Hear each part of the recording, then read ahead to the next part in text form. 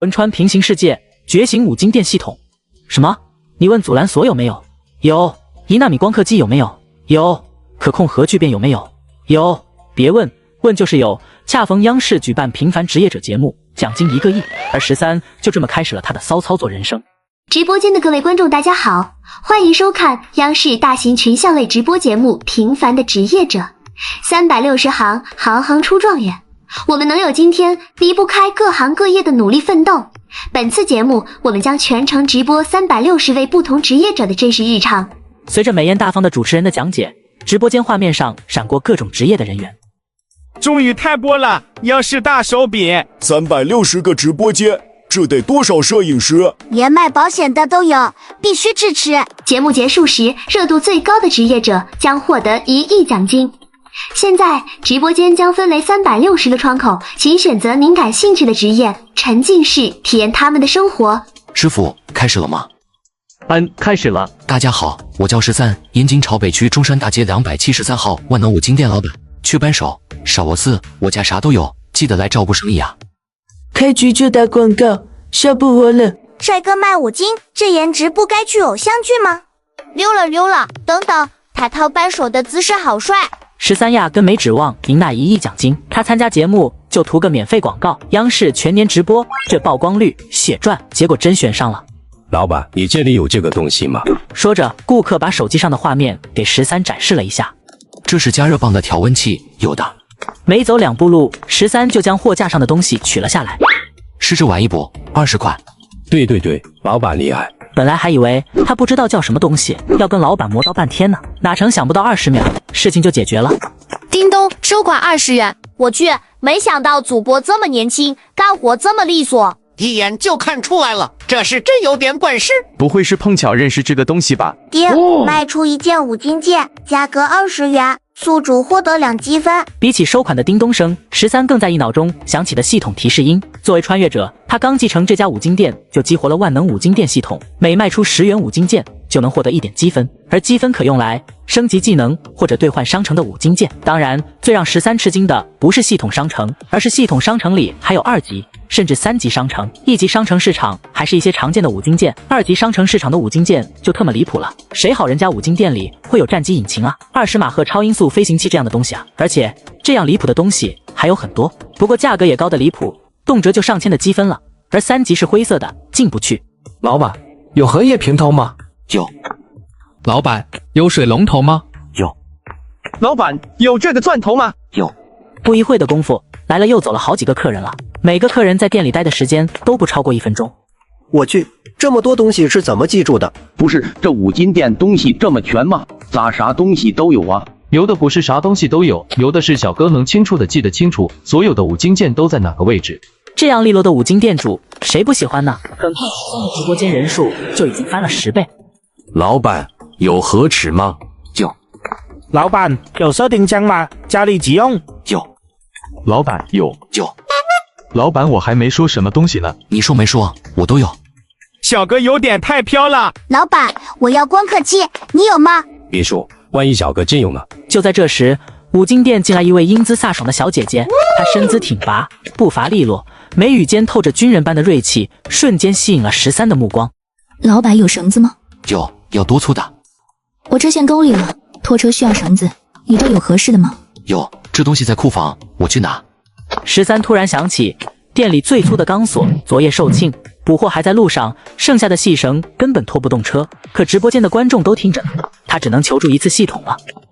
系统，我要兑换1根5米的能经得住一辆大巴车拉力的绳子。绳子每米3积分，兑换5米一共15积分，是否兑换？虽然有些心疼，但是13还是咬牙选择了兑换。片刻间，在13面前凭空出现了一团钢索绳子。操，系统你是不是搞错了？这绳子特么比老子的小拇指还细，你告诉我，这特么是能拉大巴车的绳索？我读书少，你可别骗我。宿主，这是严格按照你的要求给你的五金件，质量绝对有保证。不过仔细想了想，系统应该也不会骗自己。来了，久等了。这个时候来买绳子的美女正在接打电话。还是不行吗，院长？好，我知道了，我们会再想别的办法的。我也知道现在情况很紧急。对面美女看13拿绳子出来了，也没多想，一边打电话一边同13进行交谈。老板多少钱？1米20，一共5米，100块钱，断了，包换的。美女直接掏出来100块钱，交给了13，拿着绳子转身就走了。13见此松了一口气，看来这小妮子并没有发现什么不妥，估计是数理化学的不太好吧。13小哥拿的绳结有点不对，这绳结有点细了吧？待会这小姐姐肯定会回来换的。原来13小哥是在打这个主意。宝，那真是有心机了呀！小哥长得挺帅，心机还挺深沉。大夏国产航母进入最后考试阶段，却被一根战机阻拦所卡住命门，战机连续17次起降失败。谁料我五金店售出的普通钢索就解决了这个问题，而且质量比军工产品更胜一筹。而戴哥便是这个航母项目中的一员，只因他一直思考阻拦索的问题，才将车子开到沟里去了。他拿着钢索走到车前，闺女，快把绳子给我，人家等半天了。戴哥妈妈从女儿手中接过绳子，递给戴哥爸爸。老戴，你去把绳子绑车上。戴哥爸爸迅速绑好车后脱钩，路人也在车前系好绳索，准备拖车。戴哥这边也刚刚挂断电话，看着眼前的场景也愣住了。这绳子怎么这么细？我去，被老板坑了。戴哥急忙上前阻止他父母拖车。爸，你快下来吧，这绳子太细了，根本承受不住，肯定一拉就断了。我再去换一根吧。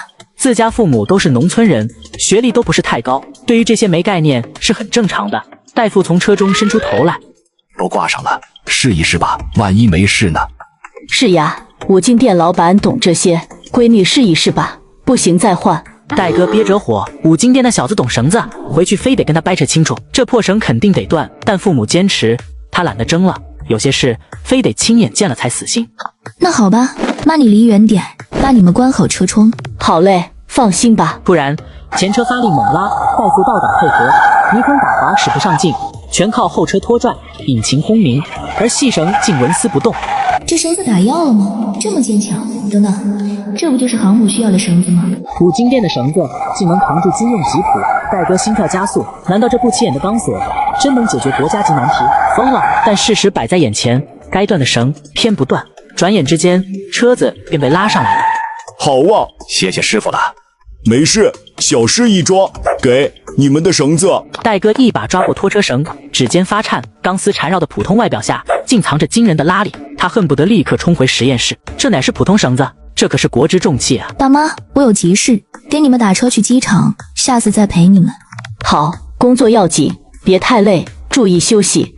说完，戴哥带着绳子，一脚油门朝着夏国军工研究院驶去。13的五金店迎来短暂清闲，晨间高峰刚过，急着买零件的顾客挤完早市，账上已躺着1000多营业额，积分又涨100余。13呀，我家烧水壶坏了，帮我看看呗。行，我阿姨，我给你看看。好，13小哥还会修东西呢。不是五金店吗？还有这服务，还有修热水壶的，我一般都是坏了直接买一个。我阿姨，你这是耦合器坏了，换新的10块，给个零件钱就成。行，给我换上吧。13，上次别家要20，我干脆买新的，还是你这儿实惠。其实吧，这壶也就20-30块钱，可老一辈啊，能省则省。修好了，我阿姨，您拿回去吧，以后多照顾我生意啊。放心，13，以后我家老头子买五金都来你这。说完，便提着水壶走了。在空闲的间隙，13换出了系统界面。系统花费100积分，提升1级维修技能。宿主花费100积分点，提升维修技能从3到4级，提升完成。维修技能升级的快感，电流般窜过13全身，从2级的小家电到3级的空调电视，如今4级了，就算智能产品，他都可以信手拈来。也不知道能升到多少级，这以后会不会升到会修飞机？随着13能修的电器增加，他觉得有必要再打一波广告了。老铁们补个通知，本店全能维修，来啥修啥，价格绝对良心。吹牛吧，老师傅都不敢这么夸口。小哥，让你修火箭，你能修吗？别说火箭了，能把所有家用电器都维修也不太可能。眼尖的兄弟看好了，点赞破百，当场打脸。哈哈，这就不必了吧？谁家开店的不吹点牛呢？其实，在很多人看来，这并没有什么，但是网上就是有很多爱较真的人。哈哈哈，这么快就满100点赞了，等我去打脸老板。13这边一会的功夫，来了好几个修东西的。李大爷，您这热水壶耦合器坏了，10块。赵大娘，您这热水壶耦合器坏了，10块。孙爷，您这热水壶耦合器坏了，10块。急了，咋全是修热水壶的？这玩意儿特爱罢工嘛！哈哈哈！过来人表示，这水壶的耦合器是真容易坏，笑死我了！我都快会了，只要拿热水壶过来的，一律耦合器坏了10块。老板，我和他不来电，是不是耦合器坏了？没13小哥，大爷大妈可咋整啊？不过除了修热水壶的比较多，其他的还有电饭煲、茶吧机、洗衣机、小太阳，什么东西都有。这些东西13统统都能干净利索的修好。好像还真是什么东西都能修啊。目前来看，还没有什么东西能难得住小哥的。金项链也来五金店修，这届顾客路子也呀。五金店、金项链都带金，好像也没啥问题。关键是老板还真特么会修，业务这么广的吗？与此同时，13所开的万能五金店不远处来了一个不速之客，他叫张宁，是个摄影爱好者，也是个主播。今天他刷到直播间时，居然遇到一个说什么都能修的主播，刚好13开播说了地址，离他家也近，他也开启直播，顺便蹭这波流量。家人们刚看平凡的职业者直播的时候，刷到个五金店主播，号称全能维修，这能忍？今天我们就来盘盘他。穿越五金店主，只因直播说了句没我修不了的东西，结果真被同行上门打假，谁料我反手修好打脸，直播间瞬间炸锅。此时张宁拿着无人机，举着手机来到了13的店铺。老板，这个能修吗？我之前看你直播说什么都能修，这无人机不会搞不定吧？这是刚才直播里那个叫吴江战士的博主吧？没想到真来了！我操，最新款吴江18000的玩意跑五金店来修，老板不会惨遭滑铁卢吧？因为13一句不算口误的口误，居然还真有人找上门来了。我先看的。行，但丑话说前头，要修不了直接认，别找借口。修得好，5000块双手奉上。啥无人机型号，啥故障原因，13全当耳旁风，只听到了5000块仨字，这单不接是孙子。他3两下就查出了故障，可惜店里没这零件，但系统里有啊。看13看了半天，一点反应也没有。张宁等不下去了，老板，行不行？给句痛快话，修不来就认栽，别特么磨叽。能修，稍等一会儿，我去拿点零件。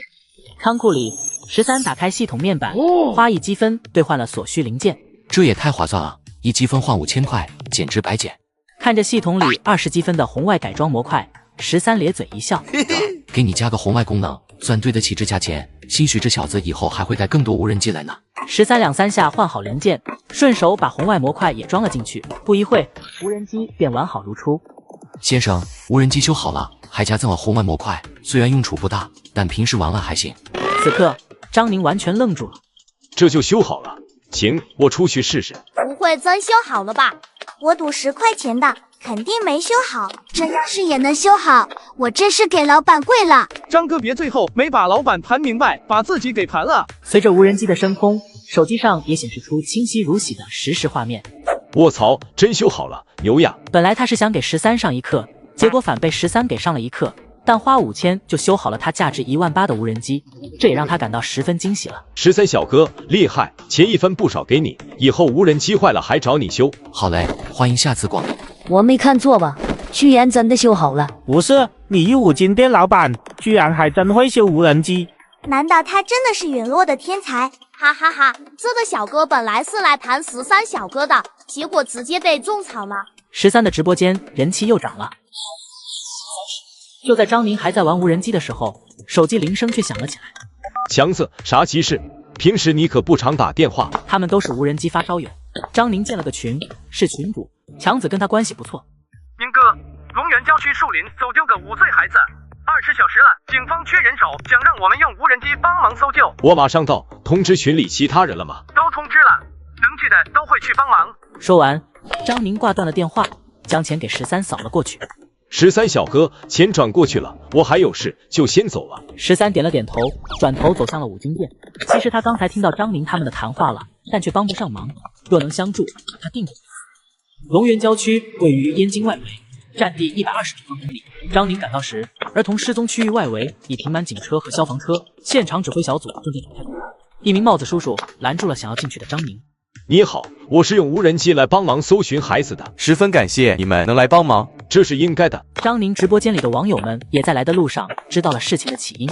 我去，阵仗这么大吗？孩子掉20个小时了，那真是危险了。确实，郊区有野狗野猪出没，孩子独自在外也很危险。张宁很快与强子等人会合，便开始了搜救工作。5小时过去，已到下午2、3点，他们无人机反复充电数次，依然毫无线索。张宁的无人机也已是第3次充满电起飞。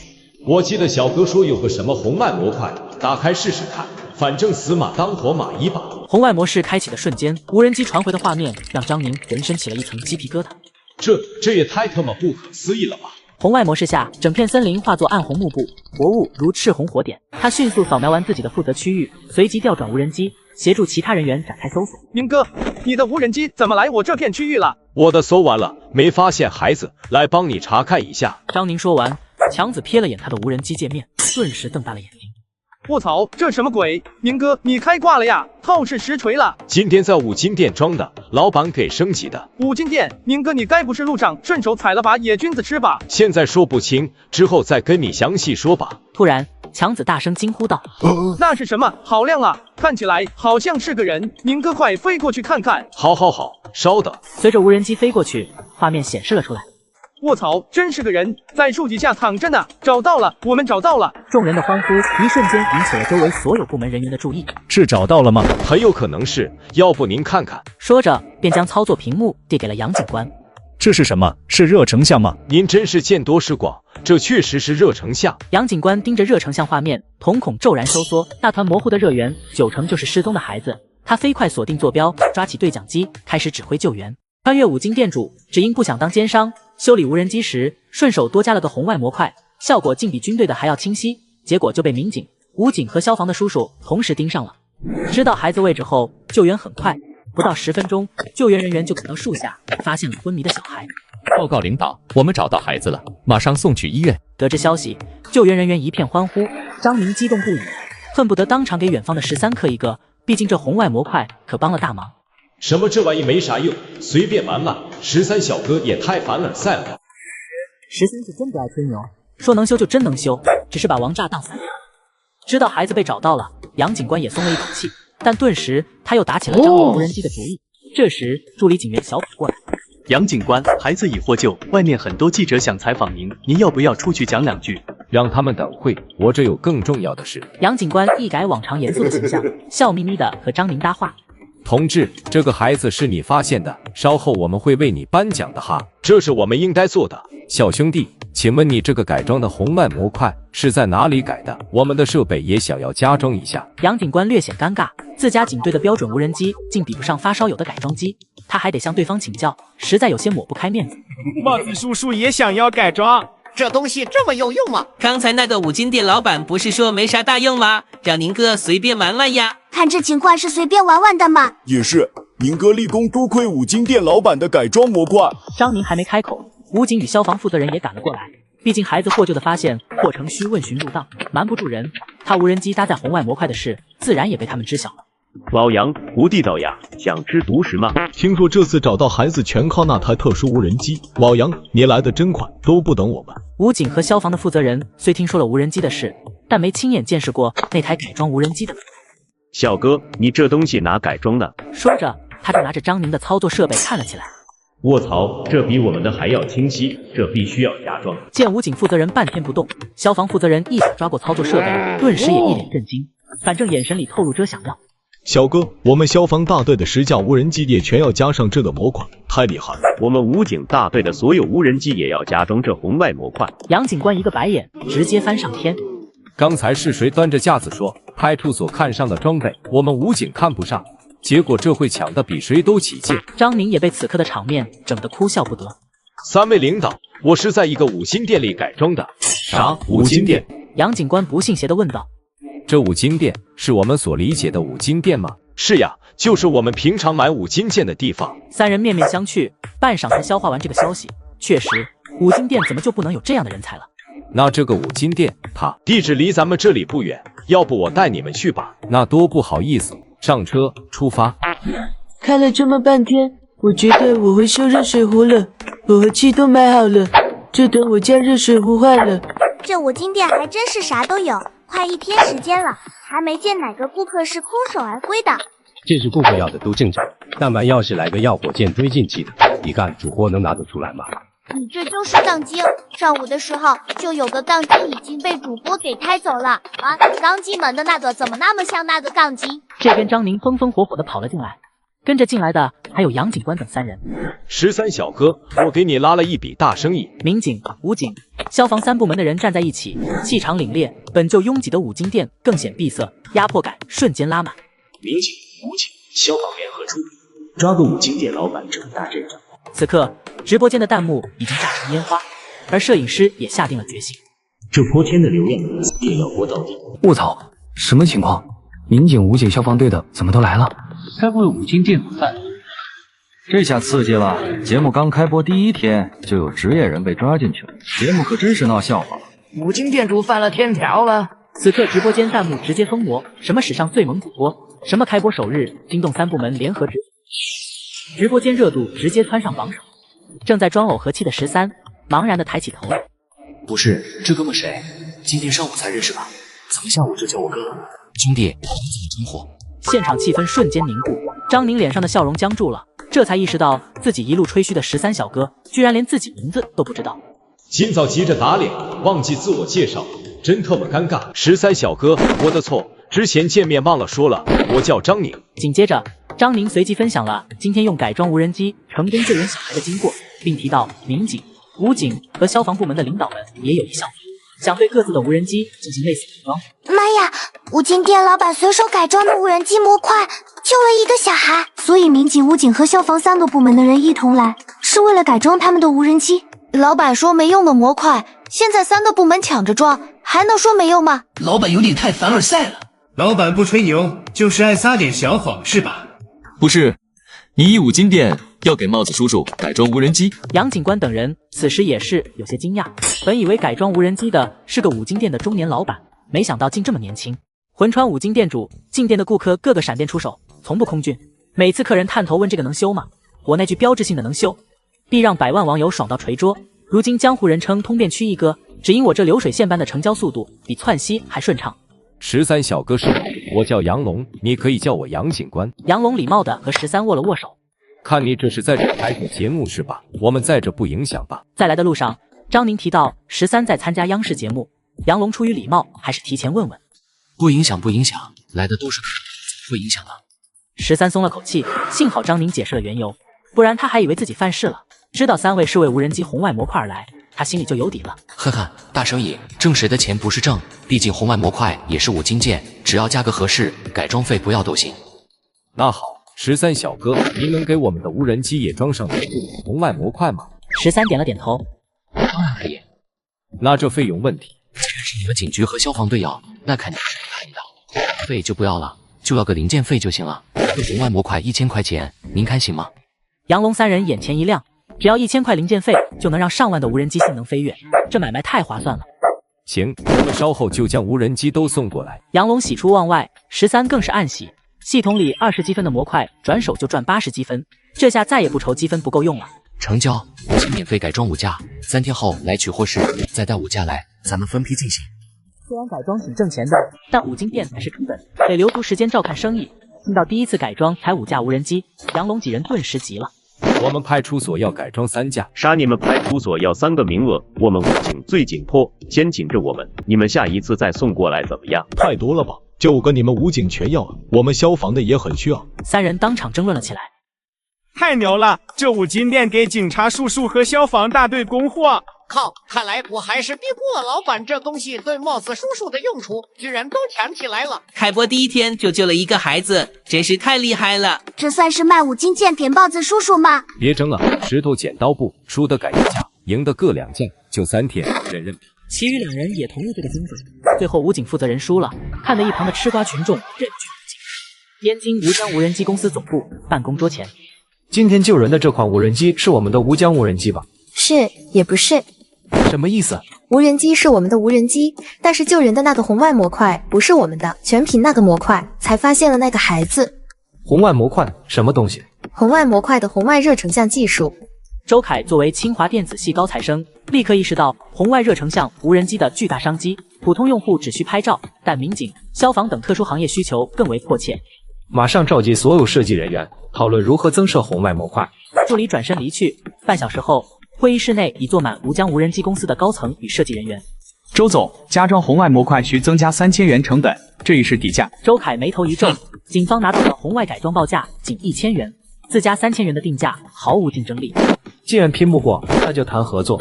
他肯定吞不下整个市场，联手挣钱才是共赢。希望他不要不识抬举。深夜11点的燕京军工工程院依然灯火通明。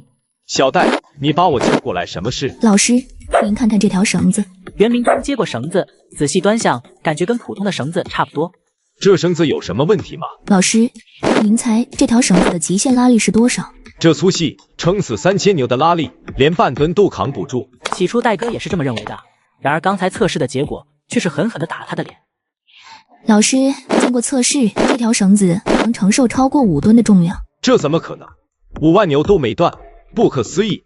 继续测试，看看它的极限在哪里。戴哥将绳子固定在拉力测算器上，继续测试。8万2000牛的时候，绳子开始断裂，而他们也停止了测试。太好了，这就是理想中的阻拦索。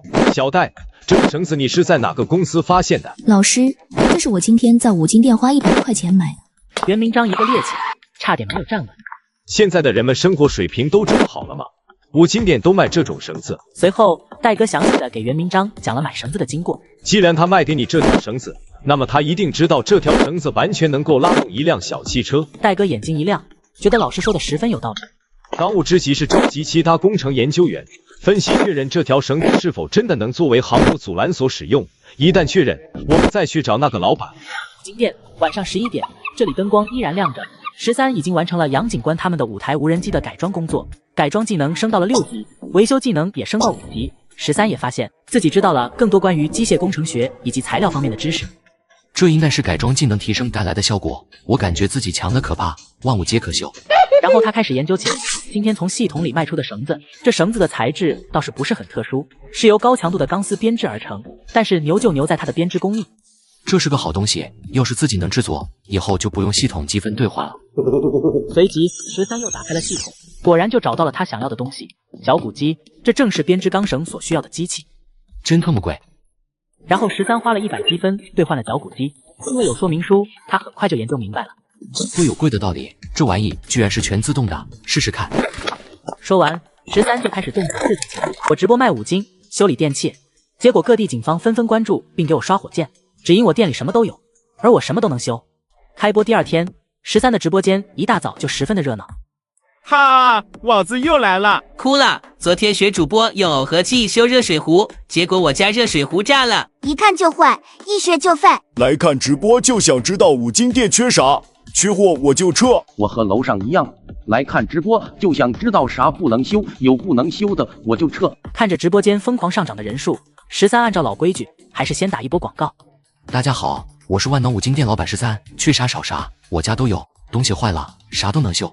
刚打完广告，店里就来客人了，13也依然十分的干脆利索，顾客还没喘口气，东西就已买好，付款走人。哈，我等1天直播就是为了等这一会。老板，能来我家楼下开分店吗？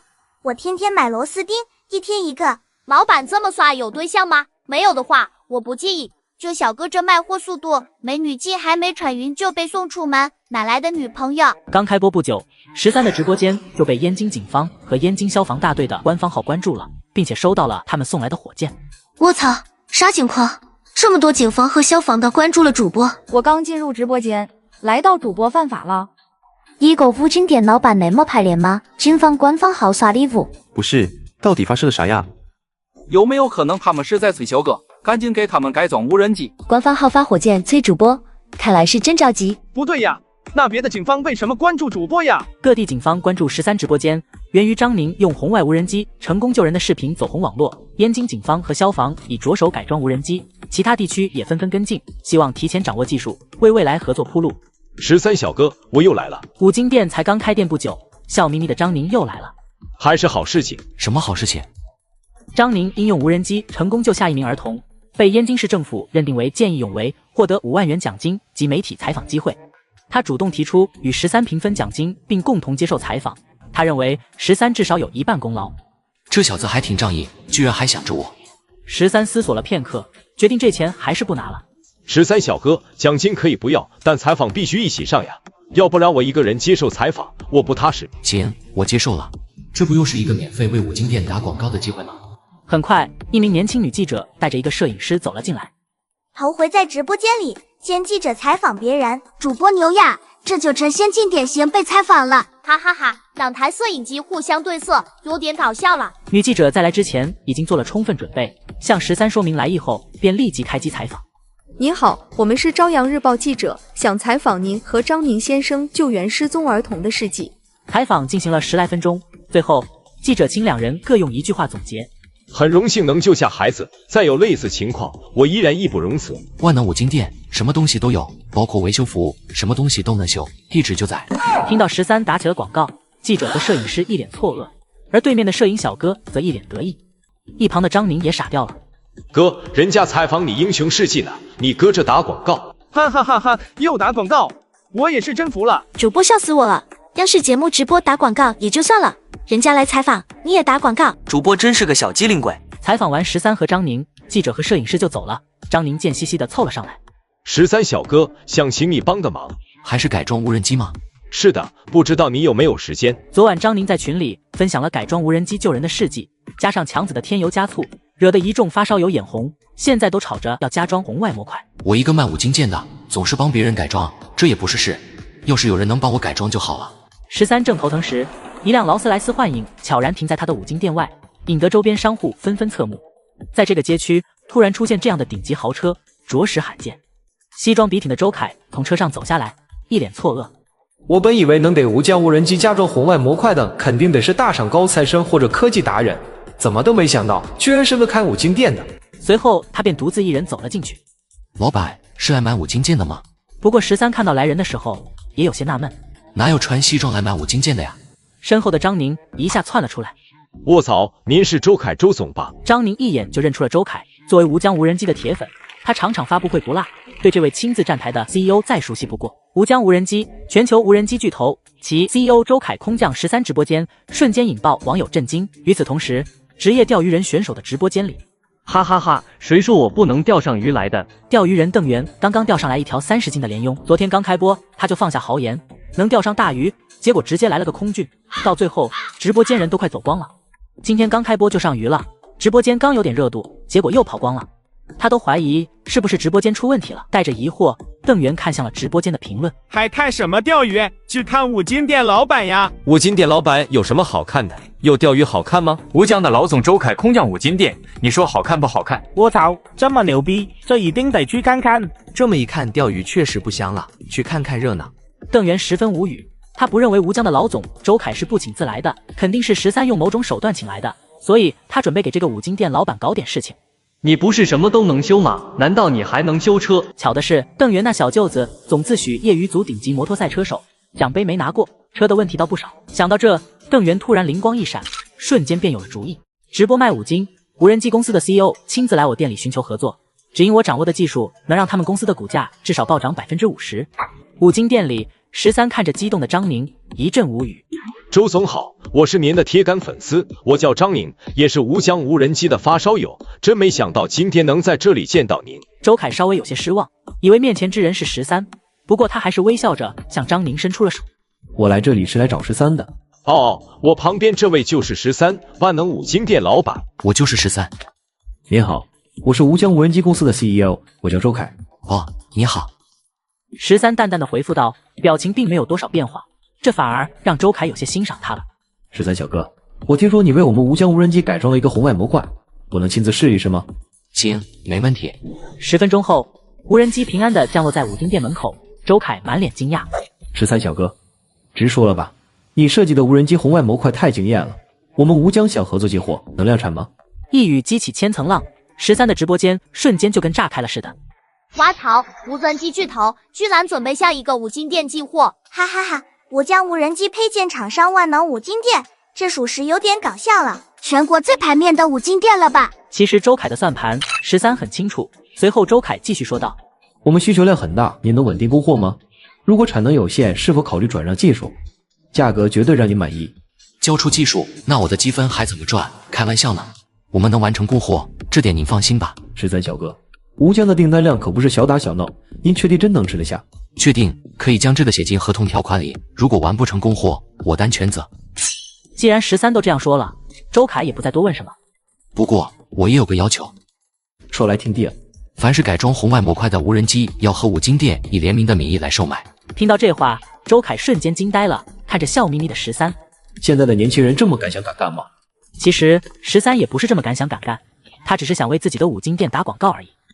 卧槽，五金店和吴江无人机做联名，感觉有点奇怪。吓死我了！13小哥为了打广告，真是无所不用其极了。这要是真成了，那广告可太硬了。吴江万能五金店联名无人机，可太有意思了。周凯权衡利弊之后，便同意了13的要求。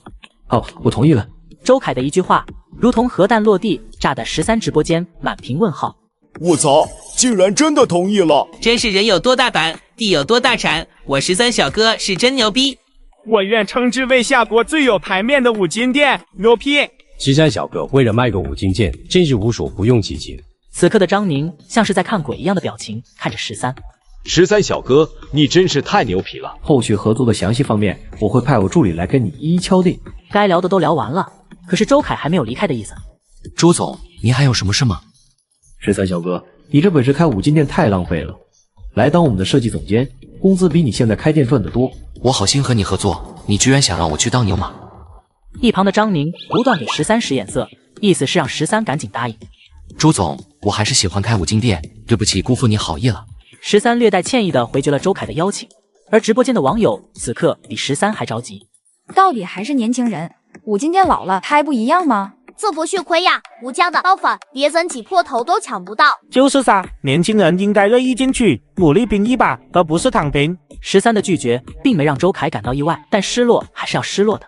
那这样，我给你留个名誉设计总监的位置，可以直接和我对接。以后我们公司要是采纳了你的设计方案，会给你丰厚的报酬，但平时无底薪。说完之后，周凯便离开了五金店，张宁也跟了出去。13则是继续卖自己的五金件。老板，这东西能修吗？能修。当13转身后，看到一个甜美少女居然拉了个破了一个洞的马桶来修，他都惊呆了。这玩意换一个就好了嘛，还爱修？其实还真不怪人家姑娘不买新的，别人认床，他认马桶，去其他地方就便秘。而他这款马桶商家早已下架了，买不到新的了。卧槽，这怎么不是马桶吗？哈哈哈，不是怎么还有修马桶的呀？我真的笑喷了，这咋修？买个新的不好吗？13小哥话说早了吧，这下看你怎么办。看着眼前的马桶，即使已经被洗干净了，也依旧让13感到有点恶心。小姐姐，为什么不买新的？这有什么好修的？其实13是真不想修这玩意儿。能换早换了，但我认马桶不是这个就拉不出来，反正我不管。你刚才说了你能修，你就要保证给我修好，我与马桶共存亡。听到这话，13都有些想笑。好，能修。直播间网友万万没想到13真的能修马桶。不是，你还真能修马桶。主播，你要是能将马桶修好，我给你刷个大火箭。老板，快点修吧。先别急，去给我买2袋方便面。毛胆是打算边吃边修吗？哈哈。还愣着干嘛？还修不修了？赶紧去。哼，好好好，我去还不行吗？要最便宜的。要卤蛋火腿肠吗？我请你。不需要，你赶紧去吧。过了一会儿，少女便将方便面买了回来。给你2包泡面，希望不会撑死你。13接过泡面，笑着说道：“谁说我让你买泡面是用来吃的？”老板，我读书事少，又不是傻子，泡面除了吃还能干什么？泡面还可以修马桶。听着13的话语，少女陷入了沉思。难道他要用马桶煮泡面？咦，真恶心，不敢想。随着13一顿操作，最后喷上漆，马桶就像新的一样。一旁的少女被震惊得合不拢嘴。直播卖5金，用泡面帮顾客修马桶，她居然怀疑质量有问题。老板，这用泡面修的结实吗？承重300斤，稳如泰山。说着，13一屁股坐上修好的马桶。你看没有什么问题吧？这主播有点东西，这种修理方法是咋想到的？难道真要把火箭拉过来，才能难得住五金店老板？老板，修马桶多少钱？快点，我憋不住了。不要钱，快去吧，别拉我店里了，以后常来照顾我生意。说完，少女抱着马桶一溜烟的跑了。30分钟后，少女满脸舒爽的坐在马桶上。她打开手机，发现自己所在的直播平台上私信999加，直接爆满了。原来少女名叫郭晓玲，是一个科技类型的主播，粉丝也有100多万。突然他的手机响了起来。郭小姐你好，之前您来我们店里看了我们50 mini 这款车型，请问有购买意向吗？你们的车型我挺喜欢的，颜色我不喜欢。郭小姐，颜色可以让人改呀，喷漆嘛，很简单。突然他想到，刚才13帮他修马桶喷的漆，喷完后完全无色差，跟之前一模一样。正想着怎么照顾13的生意呢，这办法就来了。那好，给我订一辆吧。万能五金店里，自13用泡面修好马桶后，附近的网友就癫狂了。老板，我这个桌子破了一个角，能用泡面修吗？能修。老板，我这个碗碎了，能用泡面修吗？能修，就是喷了漆就不能吃饭用啊。没事，13小哥，我修好回家供上。13小哥，这些网友演都不演了。13非常无奈，今天全是想用泡面修东西的。最后他去隔壁买了一箱泡面，省得来回跑。我13小哥自己买了箱泡面备上了，在五金店里卖泡面，恐怕还只有我13小哥的五金店了吧。一下午的时间，13都在用泡面修东西。来点正常的东西让我修修吧。老板，这摩托你能修吗？打不着火了，我找不到问题。能修能修。13高兴坏了，连忙起身去迎接。姐夫，我到你说的这个五金店门口了，真能修摩托车吗？这家师傅不仅会修，还会改装，要不然我不会介绍给你。眼前这位就是被钓鱼人邓元忽悠来修摩托车的小舅子蔡坤，就为了落13的面子，邓元这老小子竟然弄这出。姐夫果然没骗自己，先不说别的，这态度就挺好。直播间网友看到这一幕都呆了。不是，你一五金店老板难道还会修摩托车？这估计也是个小黑子，想搞主播，结果没想到13小哥真敢修。又来一个修摩托的，这拿五金店老板不大爷了。兄弟，你这摩托车哪里有毛病？我也不知道，就是打不着火了。随着13的一顿检查，不过2分钟就发现了问题。师傅，哪里出问题了？活塞环坏了，换个新的就行。师傅，你这五金店里还有活塞环？当然有。随后13便去仓库拿出了用3积分向系统兑换的活塞环，迅速换上，打火，摩托车直接启动成功。活塞环30，维修费50，请问老板是扫码还是现金？这就离谱，一下就修好了，我上我也行。难道老板改车真的很牛皮？试试看。老板，钱转过去了，您能改装摩托车吗？我想将我的摩托车改装。终于可以不用继续用泡面修东西了。能，必须能，改装要2天左右。没问题，改装费不超过5万块钱就行了。留个电话，改好了我联系你。与此同时，燕京军工研究院里众多研究员聚在一起，一天一夜没有休息，全都顶着一圈黑眼圈。居然真的完全达标了！小戴，联系辽阳号的舰长张扬，就说航母战机索兰索这是有着落了。1刻钟之后，办公室，事情就是这样。五金店的绳子，老板背景干净吗？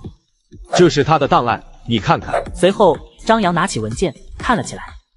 张舰长，这事确实需要你们军方跟进一下，不要让技术流传了出去。那我们动身吧，这事不能再拖了。1个小时后，几辆军用吉普在了13的店门口，当地警方也被调度了过来。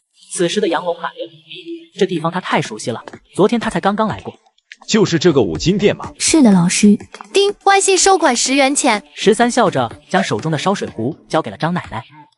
得了，张奶奶，下次有东西坏了就来我这里，我这什么都能修。好嘞。因为现在店里没人，13便准备接着去研究改装摩托车的事情。他刚一出门就愣住了。什么情况？这是怎么了？此时的军警2方人马看到13出来，所有人的眼光瞬间聚集在13身上。此刻13的直播间瞬间炸了。发生什么事了？好几辆军用代吉普，主播一定是贩卖奶粉了，这么大阵仗。看到人群中的戴哥，13也就知道对方因何而来，心里也就有底了。这绳子这么厉害吗？这么多大佬前来。你好，13先生。13礼貌的和袁明章握手。我们这里有很重要的事情要问你，您方便关闭直播吗？可以。随着直播间的关闭，摄影师也知道这地方不是他能待的，直接就走了。13先生，我叫袁明章，是咱们燕京军工研究院的院长，你认识这绳子吗？这是从我店里卖出去的，当然认识。那敢问13小哥，这绳子你是从哪里进的？不是进的货，这绳子是我自己做的。13的话让在场的几人心头巨震，眼神惊颤。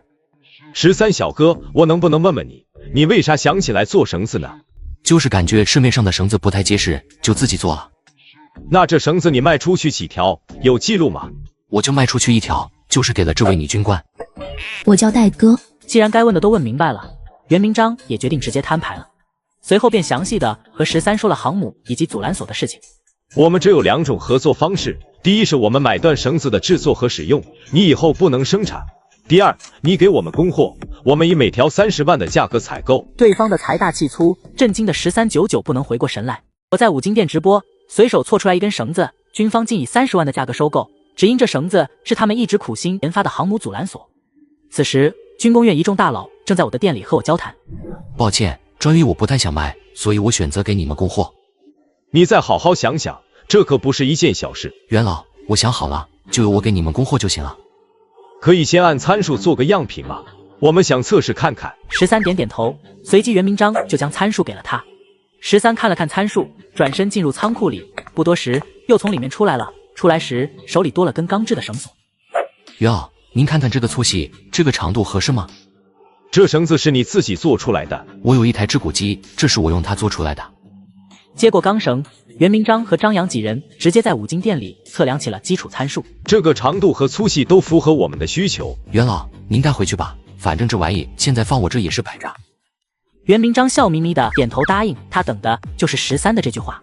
13，以后有什么问题也可以来找我，这是我的联系方式。袁明章递出了名片。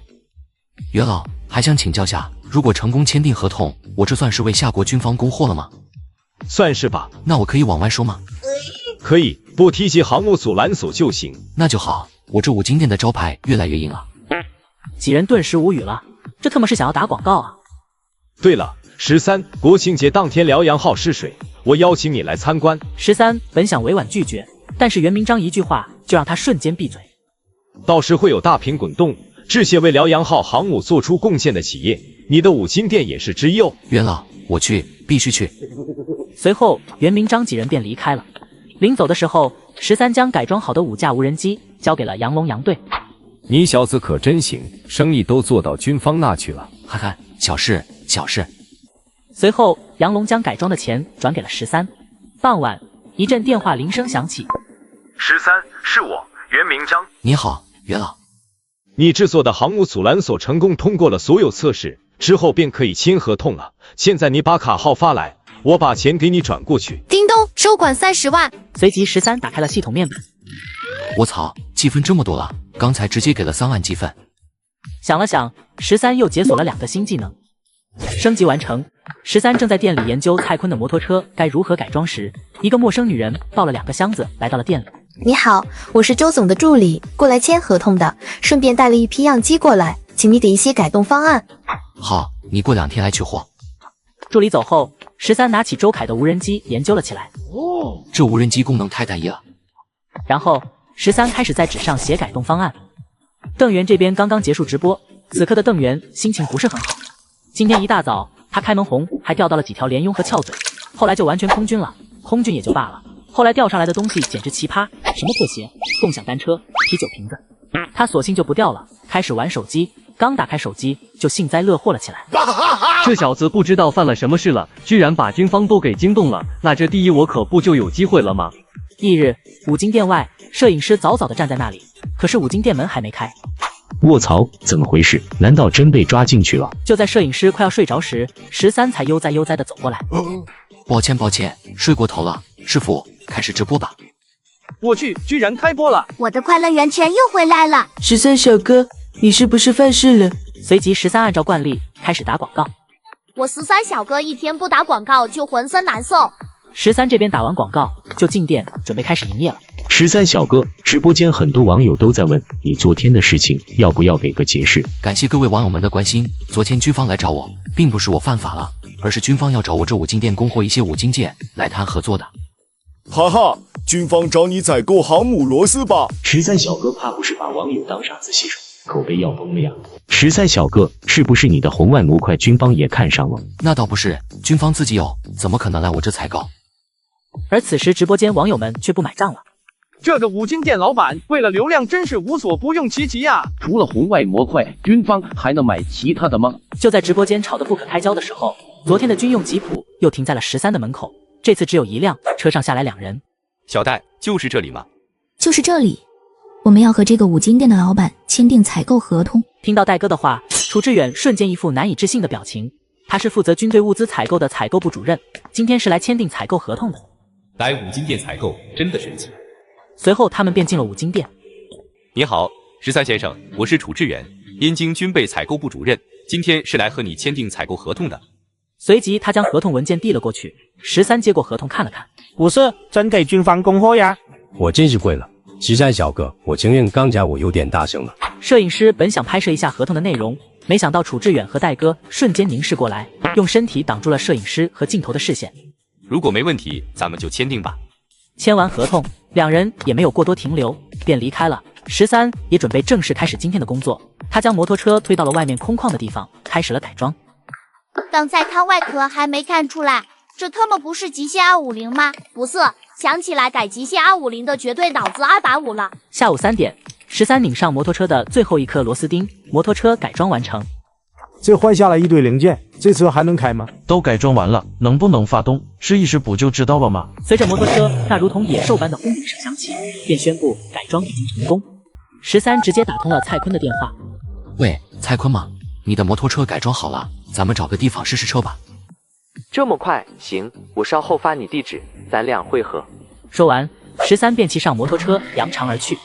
直播卖5金，随手帮顾客改装的1万块的山寨125摩托车，竟让300多万的杜卡迪只能吃尾气。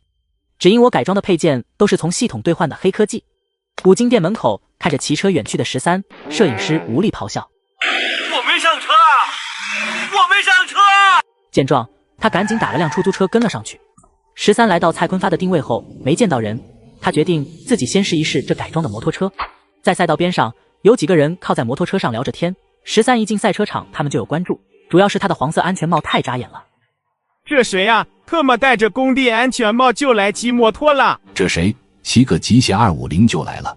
这车还改装过，简直白瞎了！就在这时，一个工作人员拦住了13。您好，您不是我们俱乐部的会员吧？不是。非会员进场1圈100块，请您悉资。随后，13带着摄影师进入了场地。现在赛道上就13一辆车。这确实是个新手呀，连压弯都不会，铁萌新无疑了。咦，他这摩托车声音有些特殊，改过排气管了吧？这时，一辆红色的杜卡迪骑了过来。钱总来了，小钱啊，你这杜卡迪改好了？改好了，准备试试车。说完，俱乐部老板一车便骑上了赛道，全速试车。13这边刚熟悉完赛道，现在开始提速，不过片刻便拉近了与钱子峰的距离。我操，这特么是那个垃圾仿赛极限250？这提速是假的吧？13的直播间里，了解背后真相的网友更是吃惊。卧槽，老板改装的车能这么快？不是，你一五金店老板不仅会改车，还会骑车，还会压弯。快看，主播与杜卡迪越来越近了。熟悉普通模式后，13便将摩托车切换到野兽模式，摩托车再次提速。此时车速已来到280，瞬息之间便超过了杜卡迪。看到远去的13，钱子峰将杜卡迪停在了路边。2分55秒，刷新这个赛场最快圈速了！牛逼，直接破3了！这极限250到底是哪个大师改的？这么厉害！听到场外几人的谈话，钱子峰愣住了。极限250，这是什么车？这么厉害的车我怎么没听说过？此时13已经试车完毕，正缓缓驶出赛道。蔡坤正好也刚到。您好，先生，您一共跑了10圈，一共是1000块钱，现金还是手机支付？赛道出口，工作人员准备收款，钱子峰连忙小跑过来。这钱免了吧？这不是钱子峰吗？家国最年轻的职业摩托手之一。我服了，老板，这世界上真的没有你不擅长的东西吗？谢了，请问你是？我是这家摩托车俱乐部的老板，我叫钱子峰。请问您怎么称呼？叫我13就好啊。13兄弟，我就开门见山的问了，这车是您的吗？这车是我的。这车不是我的，是我改的。坤兄，你这车买错了呀，但改对了。兄弟，你这车多少钱改装的？我找老板按照5万改装费改的。13摘下有些扎眼的黄色头盔，点点头。大坤，你这车我50万买了。我暂时没有想卖车的想法，我想先去试试车。10分钟后，蔡坤满脸兴奋地从摩托车上依依不舍地下来。13老板，这车也太掉炸天了，给我个卡号吧，我把钱给你。13把卡号发给蔡坤，紧接着蔡坤直接转账50万给他。这就进账了50万呢，这来钱也太快了吧！操，昨天30万，今天又50万，这怎么是五金店老板？这边钱子峰和13也趁机交谈了起来，顺便交换了名片。等13他们走后，他迫不及待地看向了名片。夜晚下播后，13花费800积分又兑换了一个引擎。这引擎的能量转化效率好高。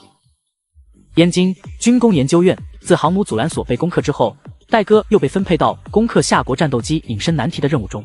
一名研究员手里拿着一张数据单，脸色并不是很好。结果怎么样？有提升，但是还是不理想。翌日下午，13正在刷短视频，一个略微有些熟悉的声音打破了他的悠闲。嗨，老板。小姐姐，你马桶没问题吧？哈哈，我今天来不是让你修马桶的。还有，我叫郭小玲，你叫我小玲就行。那天多谢你了。那你来是干什么的？我来你五金店，当然是来买五金件的。五金件有什么？死亡芭比粉色的涂料有吗？13被噎住了，这是什么鬼颜色？不会这颜色，老板店里也有吧？难道老板要遭遇滑铁卢了？有，你要多少？我去给你拿。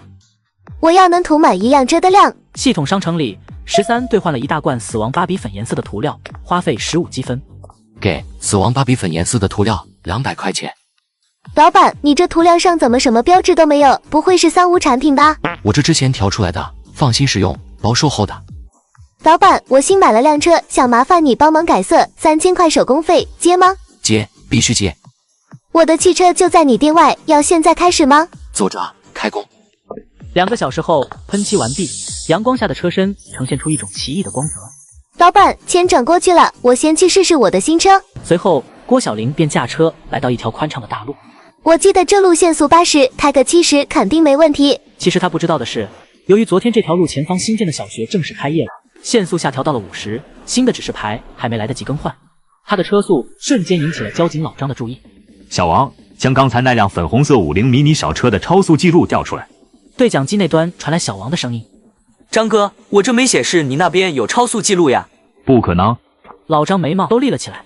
以他20年从事交警的经验来看，刚才那辆粉色的50迷你绝对超速了，怎么可能没有超速记录呢？快看看这个路口的测速雷达是不是坏掉了？测速雷达目前完全正常，还在继续测速。小王，追踪车牌号为燕2660的50迷你小车在前面那个测速雷达点的速度记录。张哥，还是没有呀？马上调取沿路监控。然而，监控里看得到的车，雷达测速上依旧是死活找不到测速记录。直播卖5金，随手改了个车漆，竟被帽子叔叔请到局子里喝茶，只因我改漆的车能完美躲过交警的测速雷达。此时，交警局里一众警员还在持续追踪刚才的粉色50迷你，结果和老张预想的一样，这辆车居然能够躲过测速雷达。随即他将这事报告了上去，然后燕京警方和交警临时形成了专案小组。报告，刚显示这辆粉色50迷你在旺达商场停了一会，现在又朝着东大街方向驶去。好，我们正往那里赶去，注意不要跟丢，实时播报动向。警车上，老张和警局派出所的同事一同在车上追查，凑巧的警方这边的负责人又是杨龙。老张，真有你说的那么邪乎？老杨，别说你觉得邪乎了，当交警这么多年，我还没碰到过这种事。你说这么个小车还是新车，吃多了，居然装屏蔽雷达的装置，难道运送了见不得人的东西？4S 店里面，郭小玲叉着腰，一副火爆小辣椒的样子。你们得给我个说法，要不然就给我退货。原来自他改喷漆颜色后，开车去商场买东西，自动识别杆居然不起作用。他一连换了几个商场，都是这个结果，索性他就来 4S 店退车来了。您稍等一下，我们马上联系工程师处理。就在销售头疼的时候，一阵急促的警笛声打破了 4S 店的宁静，几辆警车停在了 4S 店的门口。就是这台车，立刻将这台车查封。杨龙看了一眼车里，发现没人，把现场控制住，一个人都不能走，立刻寻找车主人。刚才他们在路上就查清楚了车主的所有信息。这时，店长连忙迎了上来。警察同志，你们好，发生什么事了吗？有什么需要的，我们一定全力配合。我们来找个人，和你们店关系不大。杨龙巡视一圈，很快就发现了郭小玲，直奔他而来。你就是郭小玲，外面的粉色50迷你是你的吗？郭小玲十分配合的点了点头。你知道你犯了什么事吗？帽子叔叔，我不知道。杨龙眼睛微眯，不动声色地打量着郭小玲。反正不管知道不知道，连人带车先带走再说。燕京市公安局，杨龙从审讯室里出来透口气。怎么样，老杨？经过我多年的审讯经验，这个郭小玲是真不知道发生了什么。随后，杨龙讲述了审讯经过，结果是就连郭小玲也感觉自己的车有问题。你们那边什么情况？我们刚才仔细搜了一番，没有任何有用的发现。但是我们的测速雷达就是测不出来这辆车的车速。杨龙无奈叹气，继续走进了审讯室。此时审讯室的郭小玲都快哭了，新车出问题了不说，自己还进局子了。看到杨龙又进来了，他眼睛亮了起来。杨警官，我没事了吧？可以走了吗？先别急，还有一些问题。这车是你今天才拿到的吗？是的。那你拿到后干了什么？郭小玲详细的讲述了所发生的一切。杨龙听到郭小玲说给新车改过颜色，立刻就抓住了关键点。他猜估计和这颜色有关。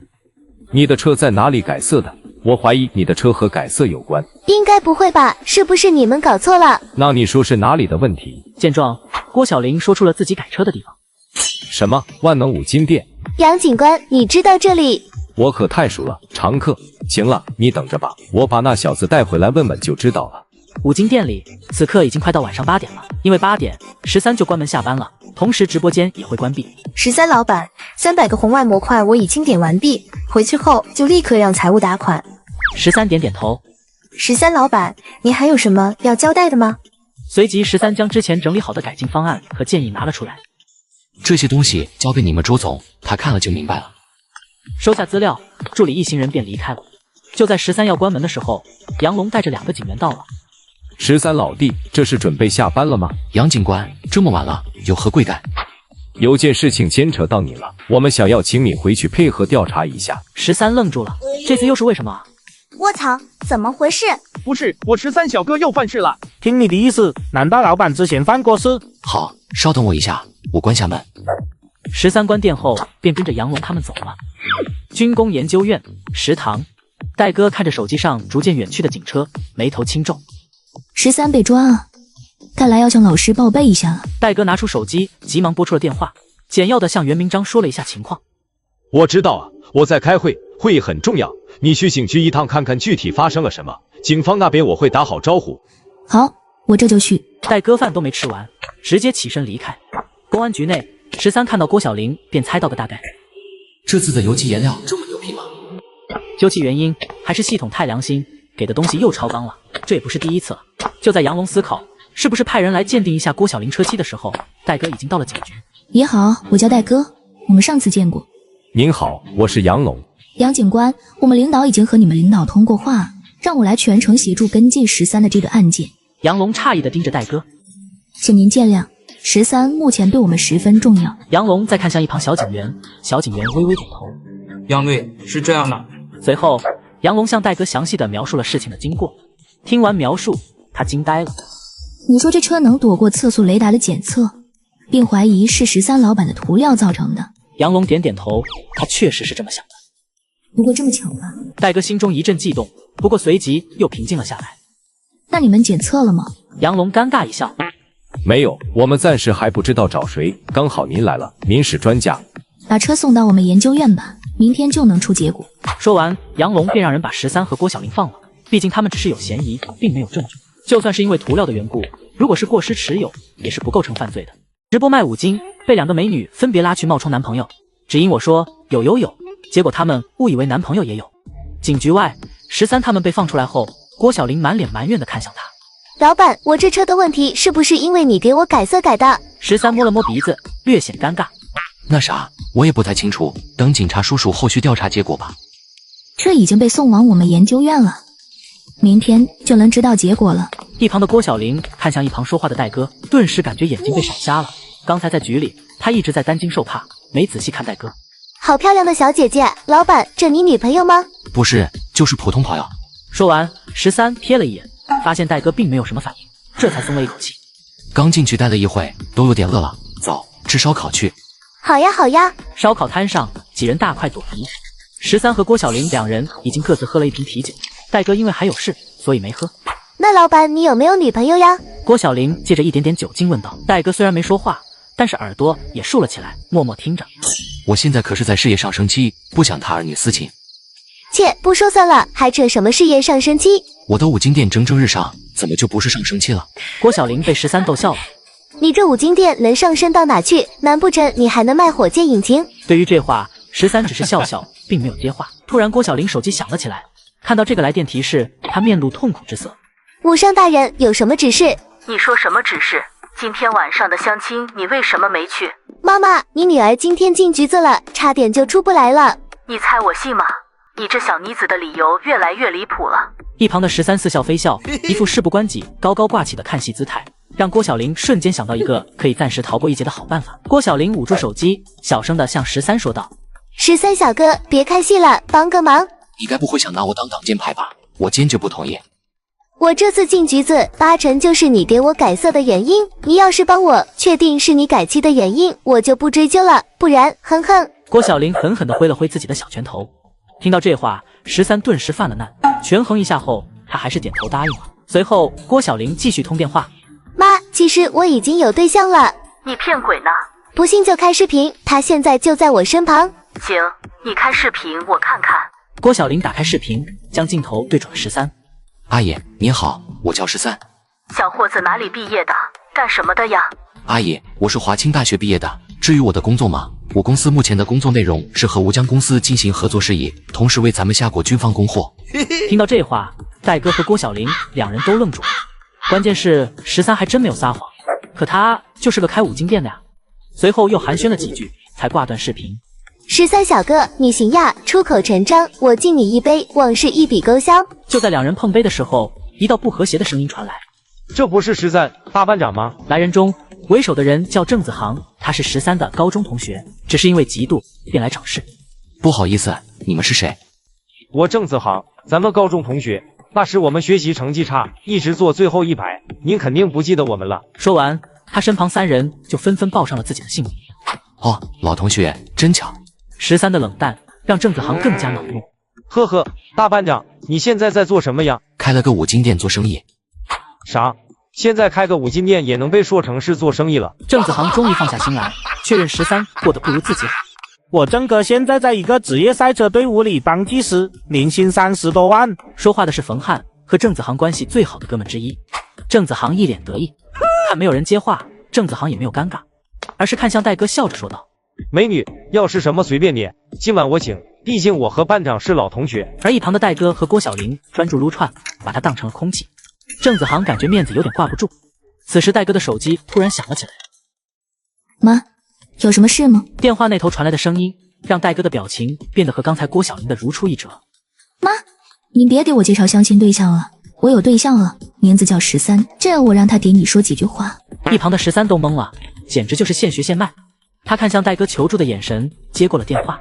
毕竟一个养也是赶，2个养也是放。“哎，好嘞，有时间我过去看带阿姨去。”本来有些怀疑自己魅力的郑子航，此刻又恢复了信心。“班长，你也不早说，这是你女朋友？”不死心的郑子航又将目光转向了一旁吃烤翅的郭晓玲。“美女，你喜欢赛车吗？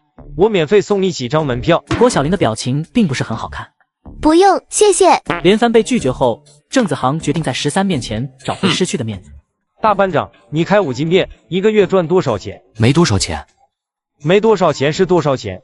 没别的意思，就是我大伯退休了，也想开个5金店，所以我问问看看行情怎么样。”不过这借口任谁听都一股满满讽刺的味道。叮咚，驾国工行提醒您到账30万元。此时13的收款提示音响起，虽然声音不大，但是郑子航等人听的却是清清楚楚。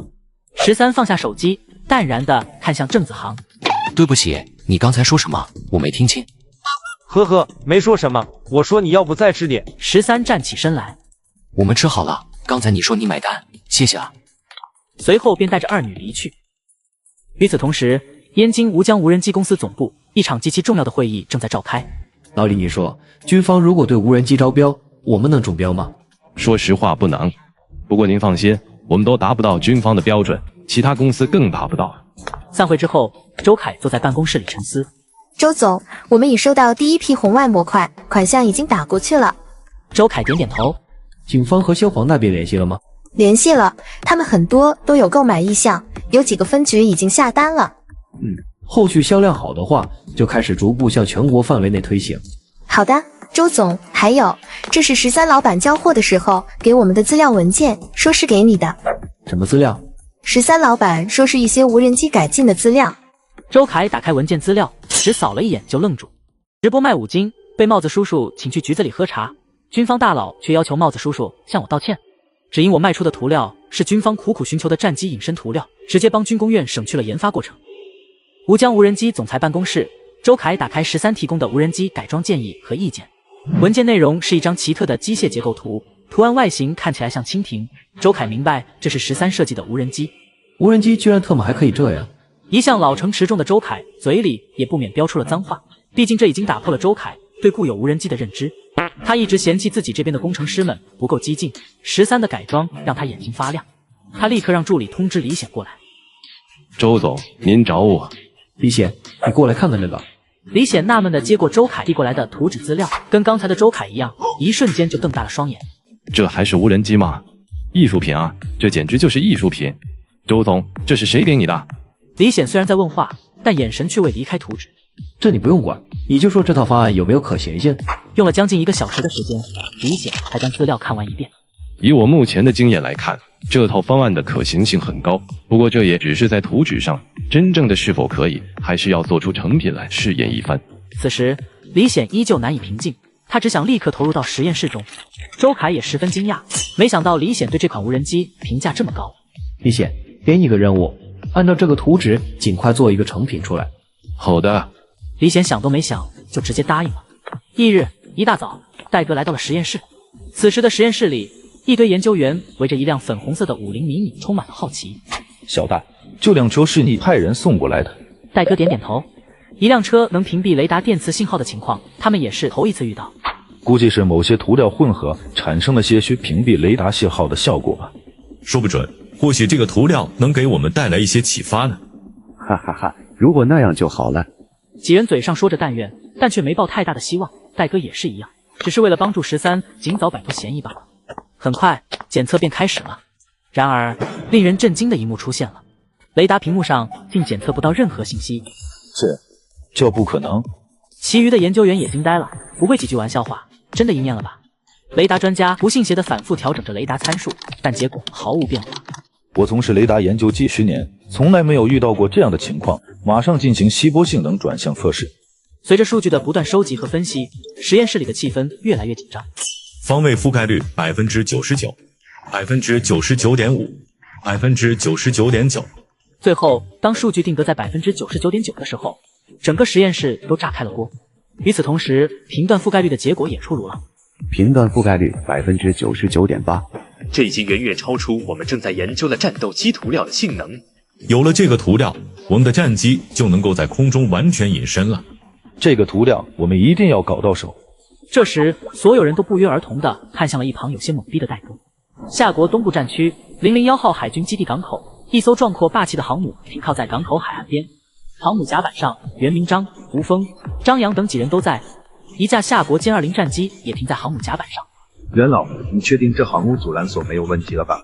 你们放心好了，我们已经经过各种测试了，各种数据完美达标，绝对没有问题。今天是第一次正式彩排，虽然是彩排，但也出不得半点差错。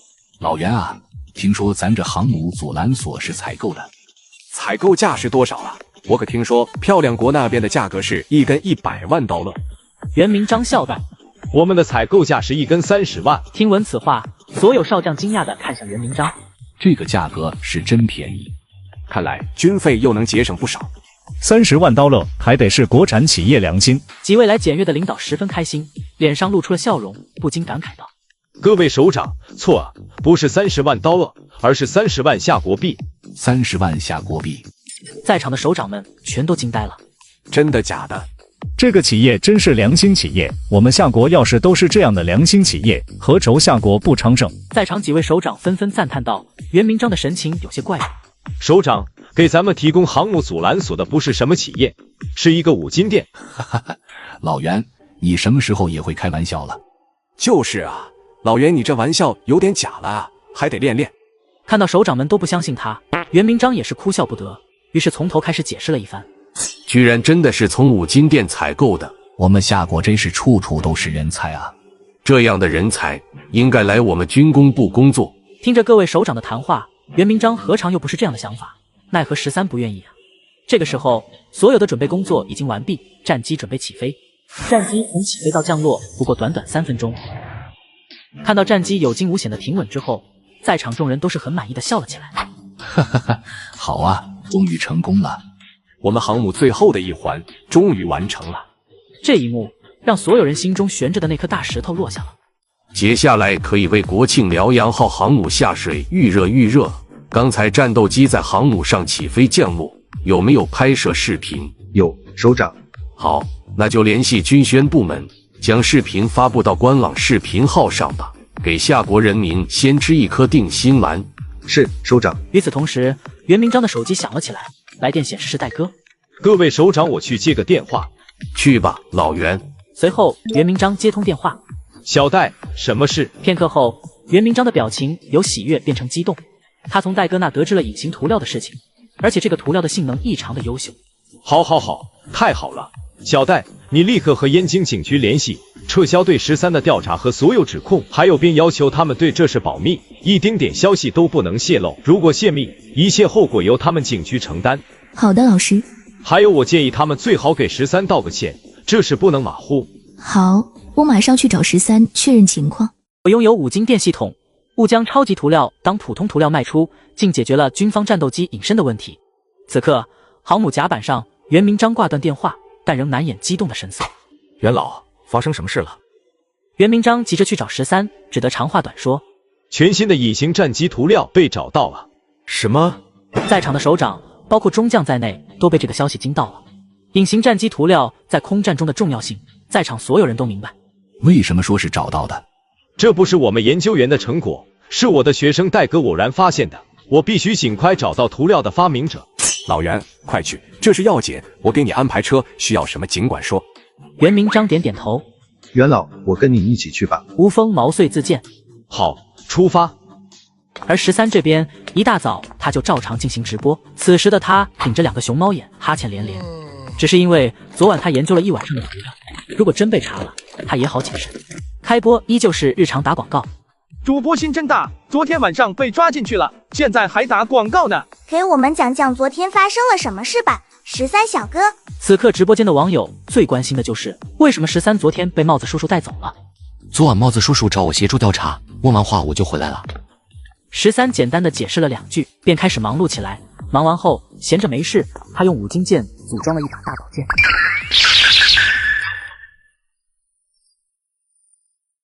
我操，这大宝剑我特么很心动了。我就知道在小哥的直播间是真能学到好东西。与此同时，店里来了位男顾客小赵，是附近小区的住户。老板，你这里有钉子吗？有。13放下大宝剑，便去给小赵拿钉子。看到5金制作的大宝剑，小赵瞬间就挪不开眼了。这也太帅了吧！老板，我能摸一摸你这个剑吗？拿吧，5金的，结实的很。小赵拿起来，十分的压手，更加喜欢了。老板，这宝剑卖吗？13将钉子拿了出来，愣住了。这好像也是5金件，也能卖吧？可以，就按照5金件的价格卖给你了。那太好了。这些5金件一共86块钱。小赵付了款，拿着大宝剑就走了。13看了看手上的钉子，有些无语。这不是来买钉子的吗？怎么拿着宝剑就走了呢？13此时好像发现了新大陆，全新的致富方式。随即他又拿了许多5金件出来。摄影师终于还是忍不住好奇心，开口问道：老板，你这又是准备做什么？13咧嘴一笑：我准备做一把巴雷特。在13的组装下，很快一把5金件巴雷特便出现了。别说，还真他妈像巴雷特。我想要方天画戟。随后13又做了很多武器，方天画戟、3尖2刃戟、AK47、昊天锤，把直播间的观众们看呆了。我住在附近，方天画戟我要了。继续留台新的约，3加2刃戟是我的了。让13没想到的是，不到1个小时就有顾客登门买武器。这2人咋这么眼熟？我操，上次泡面修东西的也是他们吧？很快13就供不应求了。正忙的时候，电话响了，来电显示是张宁。13小哥，给我留把枪，我立刻过来了。行，我给你留一个。片刻之后，张宁急匆匆地赶到了5金店门口。他没想到在门口居然遇到了一个熟人。杨警官，你怎么在这？看到张宁，杨龙的表情也有些不自然，因为他是被领导叫来替警局给13道歉的。本来就不光彩，居然还遇到了熟人。呵呵，找13有点事。杨龙尴尬地回答道：你来这里干什么？我在13小哥这订了一把阿卡47来取货的。此话一出，杨龙的表情都呆住了。你要不要听听你在说什么？我不要面子的吗？这可不能开玩笑呀。反正都到门口了，一起进去瞧瞧吧。带着疑惑，他们两个一起进入了五金店。这位顾客，3件2刃机比较大，要300块钱。老板，转过去了，加修一下。然后这位顾客拎着1人高的由5金件组成的3件2刃戟，高兴地走出了店门。看到这一幕，杨龙愣在了原地。13小哥，我的阿卡47还有吗？有。13抬头看去，没想到杨龙也在，他心中一动。看来是涂料的事有结果了。有什么事吗，杨警官？我不着急，你先忙你的。杨龙今天是来道歉的，自然不用急。见他都这么说了，13索性就把5金 AK47给张宁拿了出来。13老板，这是阿卡47吧？我瞅瞅。说完，杨龙便接过了本该属于张宁的 AK47。原本高兴的张宁一脸幽怨，把玩片刻后，他将枪还给了张宁。13老板，昨天的事已经撤销对你的指控，案子也已经结了，你没有任何问题。我代表我们警局跟你道个歉。随即，杨龙给13鞠了一个躬。13愣住了，这属实把他给整不会了，因为他知道他的涂料确实能躲测速雷达。杨警官，怎么回事？为什么突然就结案了？毕竟13犯没犯事，他自己是最清楚了。我也不知道，这是上面的命令。再说你嫌疑取消了，是好事，别管那么多啊。那郭小林呢？他当然和你一样，也没事了。那他那辆50迷你小车呢？毕竟车钥匙没了，13还要赔一辆新的给郭小林。这我就不知道了，不过不用担心，应该还有其他人来跟你谈这件事情。说完之后，杨龙便离开了，张宁却神经兮兮地凑了上来。13小哥，让兄弟也吃吃瓜呗。你是闲的没事是吧？要不给我来打工的？别说13这句话，还真让张宁听进去了。毕竟作为一个拆2代，就是要体验生活。好的，老板，什么时候开始正式上班？我随口说说，你当真了？这可不行，随便说。那试用期3天，试用期过了，1个月工资15000，怎么样？燕京作为夏国的首都，工资普遍都比较高。行，太行了。两人一拍即合，随即13开始给张宁安排任务。拆2代坐拥一栋楼，却来我店里打工学习，只因他被我制作的大宝剑深深吸引，想要学习自己亲手制作。我先教你5金件制作大宝剑吧。好呀好呀，可是老板，咱们这样卖得慢呀。你有其他想法？我们在网上开网店卖，这样全国各地的朋友都可以下单购买。你会弄网店吗？会呀，我之前开过，有经验。13很意外，没想到张宁还有开网店的经验。好，那你看着弄吧。老板，咱们网店的名字叫什么？还叫万能5金店吧。随着张宁的一顿操作，片刻间网店就注册成功了。老板，注册好了，我们上什么商品？5金宝剑、巴雷特，还有阿卡47，每样先上20个。13决定先上3样试试水。好了，上架成功，库存每样20个。卧槽，没了！张宁刷新网店，库存直接被清空了。什么没了？老板，我们刚上架的商品都卖完了。13惊呆了，这么快就卖完了？此刻13的直播间里，我搞单身30年手速没抢到，哈哈哈！我抢到了一把巴雷特，楼上至少母胎搜罗50年。13很庆幸，还好没让张宁上太多。先别上了，咱们做一批卖一批，不然你就等着007吧。听到13的话，张宁脸瞬间变黑了。你学会了后，出几期教程发网上，这样动手能力强的可以自己做。13的话可谓是说到了网友们的心坎里了。与此同时，13的直播间里各种礼物也满天飞。来吧，先教你制作5金件大宝剑。张宁学得很快，一会儿功夫学会好几种。就在他拿着自己刚做好的巴雷特耍帅的时候，13店门口又来了一辆军车，车上下来几个人。几人来到店里，看到玩玩具枪的张宁，一脸尴尬。13察觉到门口来人，抬头看去，一时之间也愣住了。他们怎么来了？是因为车漆的事吗？此时的吴峰几个大步直接走到了13面前。13小哥，您好您好。你好。袁明章此时也上前道：13，你好，我们今天来找你，还是有一些事情想咨询你。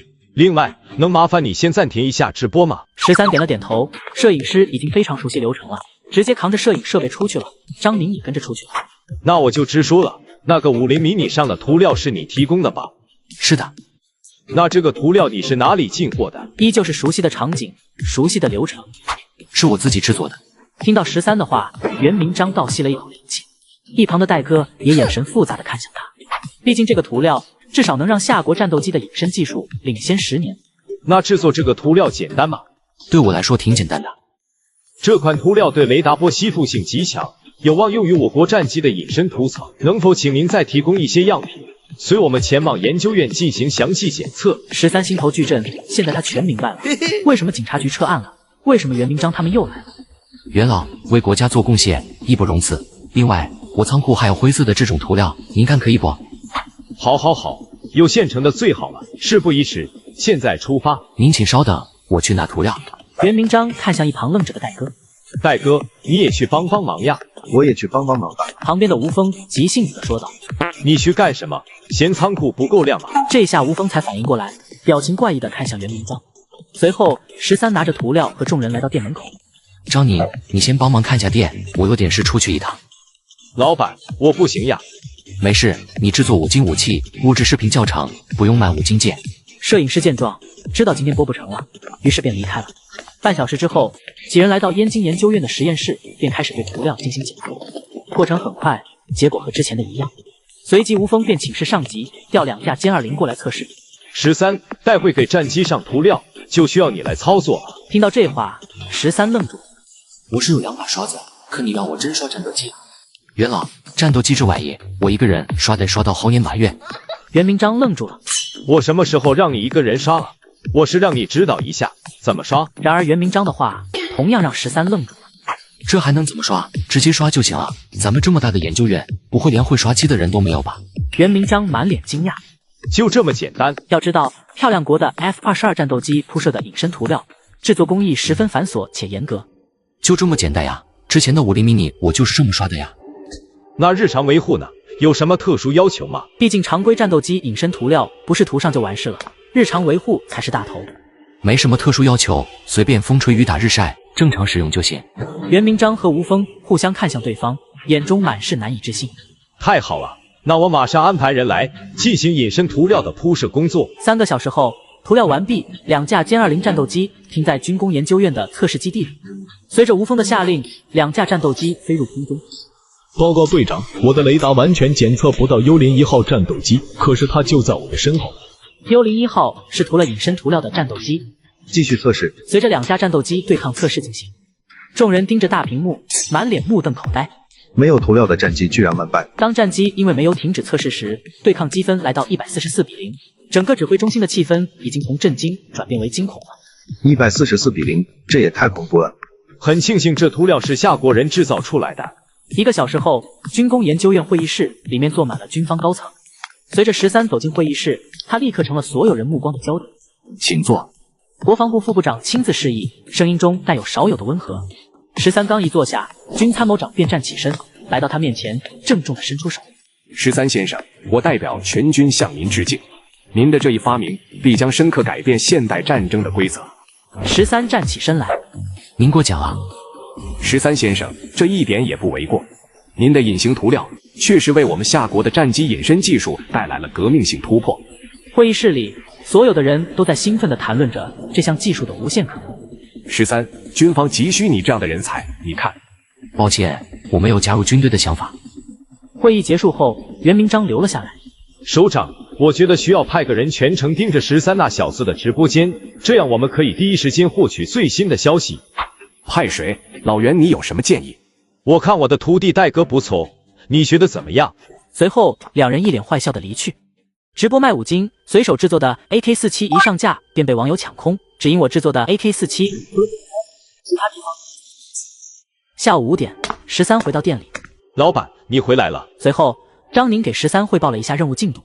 老板，我觉得就算我们2个人不吃不喝，也不能满足广大网友对5金武器的需求呀。确实，从今天的上架秒被抢空库存可以看出来。你有什么好的想法吗？我觉得咱们可以将这个业务外包出去。行，那你去办这个事吧。有了13的同意，张宁很快就去联系外包公司去了。我一出门，这5金店就得罢工，这可不行呀。要是有个东西能辅助张宁，能让他立马就知道顾客所需要的东西在哪里就好了。13脑中灵光一闪，随即打开了手机上的淘宝软件。与此同时，大洋彼岸的漂亮国五角楼国防部部长办公室，由于夏国军宣部门下午发布了战斗机成功起飞降落的视频，漂亮国部长马克看着手机上的视频，脸上的表情有些阴沉。没想到航母阻拦索还真被他们搞出来了。说完，马克将助理叫了进来，查一查，看看夏国的航母阻拦索是谁造的，还有夏国的航母是哪一天失水。跟他们的国庆是同一天。马克点点头。好，当天我们也搞一次空域演习。既然是演习嘛，稍微过一点边界也是可以的嘛。助理点点头，将演习的事项记录下来。演习当天派出我们的五代机，一定要让他们颜面扫地。此时的马克一脸得意，因为漂亮国的五代机自问世就没让他失望过，尤其是那出色的隐形技术，更是独领风骚。倒是夏国高层脸色一定很好看吧？说完，马克就咆哮了起来。翌日，摄影师准时来到13的五金店，然后正常开播。主播，昨天干什么去了？能透露一下吗？3天2头就有上面的人找主播，主播是真大佬。老板，有什么事直接吩咐我就行。你先在旁边看吧。整个上午，张明都没帮上忙，毕竟这才是他第一天。临近晌午的时候，一个快递员送了个快递到店里，13签收后，迫不及待地打开了包装。这不就是眼镜吗？老板，你近视了吗？这不是普通眼镜，这是微压眼镜。你买微压眼镜干什么？这不是给我买的，这是给你买的。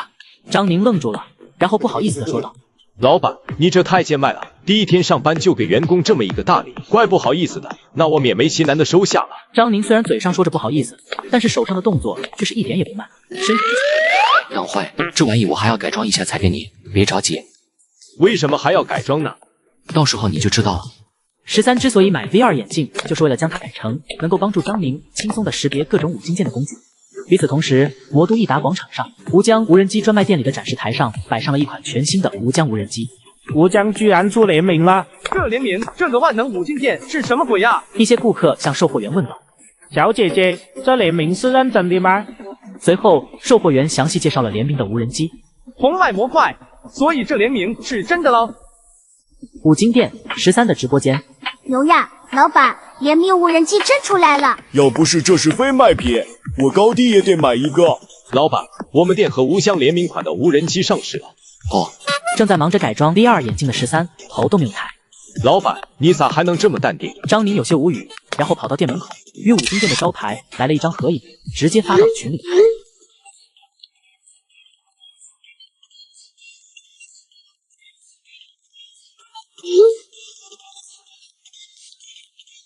就在张宁聊得火热的时候，一辆戴哥和楚志远下车后，直接进了五金店。13眼见来人的配置，就知道他们是来签合同的。我操，这好像又是在签合同吧？又有什么东西被军方看上了吗？13接过合同，看了一眼，然后就签字。对方接过合同后便离开了。中山大街路上，一辆法拉利慢悠悠地在路边行驶着，车上的人目光扫荡，看向路边，似乎在寻找着什么。坐在车里的正是钱子峰和他车队经理马赫两人。子峰，你确定你要找的那个改装大师是个五金店老板，还在这种位置？我也不确定，但是他给我的名片上就是这么写的。随着车辆缓慢行驶，他们渐渐靠近了13的五金店。看到了，就是这家店。还真特么是五金店。两人停好车，走进店里。此时店里只有13和张宁，还有摄影师3人。秦师傅，好久不见啊！马赫眼中满是不可置信的神色。钱老板，今天来我店里是有什么事吗？买五金件，还是修东西？我这里都行。抱歉，秦老板，都不是。我想邀请你担任我们队伍里的赛车工程师，不知道你有没有想法？听到钱子峰的话，13想都没想，直接拒绝了。不好意思，我还要看店，实在脱不开身。另外，我都不知道赛车工程师是干什么的，您另请高明吧。看13直接拒绝了，钱子峰也着急了，他立刻看向马赫，马赫瞬间会意。小秦师傅，我是赤兔赛车队的经理，要不你先听听我们的条件，再做决定。刚好店里没人，这会也不忙，13便答应了。毕竟人家大老远跑过来，一下就赶走了，确实有点不太礼貌。那你说说看。听闻此话，马赫瞬间觉得有戏。我们车队的工程师一年年薪300万，如果干得好，400万、500万也不是没可能。随后马赫详细的介绍了各种福利待遇。此时的张宁满脸吃惊，而13这边依然不为所动。秦小哥，你觉得如何？如果你同意，我们马上可以签合同。抱歉哈，条件虽然很诱人，但是我现在只想好好买五金。听到13的答复，张宁松了一口气。那秦师傅，我可以请你给我的赛车进行改装吗？当然，我也会付改装费的，费用包你满意。他见13还在思考，于是又继续加码说道：如果您答应，以后我们车队用得到写你五金店有的五金件，我们都来你这采购，如何？该说不说，钱子峰这一点还真说到13的心坎里了。钱可以不挣，但是五金件必须得卖。改装没问题，先说好，改得越好，价格越高。好，我明天就把车送过来，就按照人体所能承受的极限速度进行改装。听到钱子峰的话，13一脸惊讶，玩这么狠，真不把自己当人对待。好，没问题。改装的材料费用先暂定200万，不够的话后续继续追加。您的劳务费100万，你看如何？还好这节目不是比谁赚得多，不然其他选手洗洗睡吧。改装一辆摩托车200万，改装费100万，这是我等凡人能听得的消息吗？好，就按你说的来。随后马克和钱子峰就离开了。直播卖5金，叉2代来我店里上班，为了让他更快的上手工作，我用网上9块9买的 VR 眼镜改装成头显，瞬间让他的工作效率提升10倍。5金店里，13拿着刚改装好的 VR 眼镜，头显终于做好了。说着，13便将做好的头显戴上。我去，这还是之前的威亚眼镜吗？老板，这改装后的有什么效果吗？感受了一下头显的效果后，13取了下来，递给了张宁。来，试试看，你就知道了。张宁受宠若惊的接过头显，一脸迷茫。老板，这东西怎么使用？你戴上就知道怎么使用了。张宁将头显戴在头上，感到十分新奇。好了，有了这个头显，以后再有人来买5金件，你就可以代替我了。听闻13的话，直播间的网友纷纷议论了起来。真的假的呀？这么神奇？自私的张哥，我愿曾自卫5金侠。先试一试。老板，我想要6角螺丝。13话音刚落，张宁的头显上立刻显示出搜索6角螺丝。起初的张宁被吓了一跳，随后又冷静了下来。你扫视一圈5金店。张宁点点头，随着张宁的动作，几秒钟后，界面闪烁着红光，红色的圈锁定了张宁前方第3层货架的中间位置。此时眼镜后面的张宁已经惊呆了，来到标记处，他拿起了包装，上面清楚地写着6角螺丝。牛呀，老板，有了这玩意，以后我也能看店了。张宁惊得都合不拢嘴了。13老板，牛呀，还能造出这东西来。马德有这技术，不去大厂上班，居然只是为了让员工看店。这边13继续说道：“你不会以为这就完了吧？还有别的吗？当然了，这2天你见过多少顾客能说出他想要的5金件的全名？对呀，他们只是说想要这个那个的。13随手在店铺的货架上拿了一节水管。老板，我家水管爆掉了，你家有这样的水管吗？随着13的话音落下，头显上开始自动识别13手中的水管。张宁眼前的屏幕上出现一行字，正是13手中水管的型号，还能反向识别，这太厉害了。随即张宁按照13刚才教的，抬起头来扫视一圈，一个非常显眼的红色光圈将13身边货架上的水管圈了起来。这还不是所有，这里面我还录入了一些关于5金件的知识库，你以后使用就会明白了。这个东西我准备叫它5金定位头显。而一旁的张宁则是像看一个怪物一般看向13。放心吧，老板，以后店里的顾客都由我来接待。13点点头。2分钟后，一位顾客进入5金店里面，看到张宁的样子，顾客吓了一跳。你好，请问你要点什么？我想来买一节电线。而张宁的头显上则是出现了一行字。请问你买电线是用来干什么的？我买电线是用来接我家的灯的。头显上又出现一行十分醒目的字。随即张宁扫视一圈，根据头显的引导去拿相应的电线，同时电线的售价也显示出来，然后顾客结账走人，一气呵成。我操，居然真的能用！好羡慕，这工作哪找去？与此同时，燕京军工研究院实验室内，欢迎戴哥来到我们第8代战机头显研究项目组。虽然夏国的战机才出第5代，但是头显已经出到第8代。虽然咱们项目组才成立，但是上头给予了我们足够的重视。我们这次研发的新一代的头显非常具有挑战性。此时的戴哥很懵，因为之前的2个项目他根本没发挥作用。小戴，这次也希望沾一点你锦鲤的运气。戴哥尴尬一笑。燕京赤湖赛车俱乐部里，一众赛车队的工作人员忙得热火朝天。老板，货车已经准备好了，把这辆 GTX-R 赶紧装上货车，动作快点，不要浪费时间了。比赛的摩托车和普通的摩托车是不一样的，赛级摩托车是不能上路的，所以一般都是用特制的货车来进行运输。快点，在上车之前再做一遍检查。李总计，今天也没比赛呀，老板怎么要把车拉出去？李总计一边检查固定设备，一边道：“这车老板要出去找个大师改装一下，麻溜的，别耽误时间了。”不一会，摩托车变装车完毕。这次选3个人跟车卸车，跟着我们一起去。还有你，跟我一起去吧。3人中刚好就有郑子航，他也十分乐意。5金店门前，货车停了下来。李总计，是不是停错地了？咱们是去改装车，这也没见有改装店呀。此时的李总计也一脸懵逼。别多嘴了，老板叫跟着他的车，他停咱们肯定也要提呀。先下车吧。李总机下车后，来到钱子峰面前。李总机，准备把摩托车卸下来吧。老板，卸哪里？卸五金店门口就行。李总机一脸惊讶。改装大师就是开五金店的，你们就卸这里门口吧。钱子峰自然理解众人的吃惊。我去给改装大师打个招呼，你们先卸车。随后，钱子峰和马克便一同进入了五金店。秦大师，我这摩托车给你送来了。这么快就送过来了？能不着急吗？还有半月就比赛了，我还希望骑着你改装的车拿个冠军呢。钱子峰的话就说得很舒服，13听得咧嘴笑了。不用那么久，3到4天就行，到时改好了，我通知你。这么快？我办事，你放心。走，看看你的车去。直播卖五金，高中同学突然跳出来，指着我骂骗子，说我装改车大师，非要跟我打赌，输了免费给我打工1个月。他根本不知道，在系统加持下，我什么都能改，什么都能修。结果瞬间打脸，他不仅工作丢了，还真得来给我免费打螺丝。五金店外，13和钱子峰、马赫站在店门口。此时的工作人员议论纷纷。大师呢？不会这就是那个所谓的大师吧？不可能，这人看着比咱老板都年轻。而相比他们的些许疑惑和不解，在场的郑子航则是彻底的懵逼了。别人不认识13，他还能不认识13吗？他怎么在这里？难道这五金店是他开的？不可能吗？对，绝对不可能。毕竟都是打工的，凭什么他就要比13低一等？这是此刻郑子航内心的想法。而刚出店门的13一眼就看见了郑子航，一时间他愣住了。这不13吗？郑子航，这还真是巧。此时要说最吃惊的还是钱子峰和马赫。你们认识？13点了点头。是的，老板，我们是高中同学。听到这话，钱子峰也很高兴。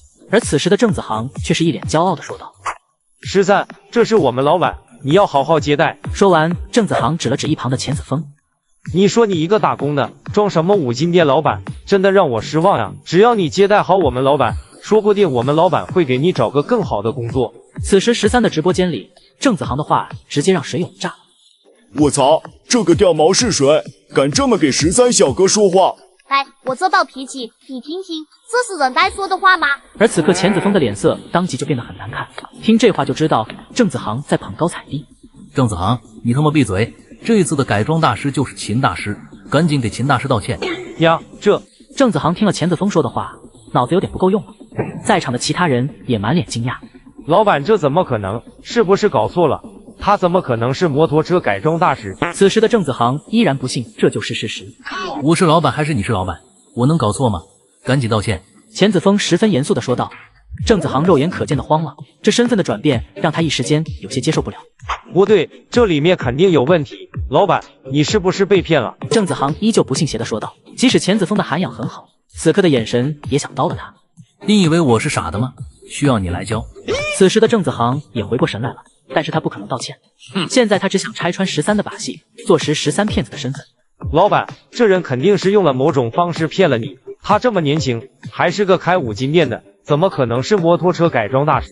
钱子峰想要制止郑子航的发言，却被13给拦住了。毕竟他也想听听郑子航到底要说些什么。我敢打赌，改装大师肯定另有其人，绝对不是他。13也来了兴趣。我特么系统在烧，害怕你。哦，你想怎么打赌？我赌你不会改装摩托车。然后郑子航对钱子峰说道：“钱总，接下来他在改你的车的时候，我全程跟着，这样便能确定他到底是不是改车大师。”哦，然后呢？我输了，我主动辞职；我赢了的话，还请钱总提前给我转正。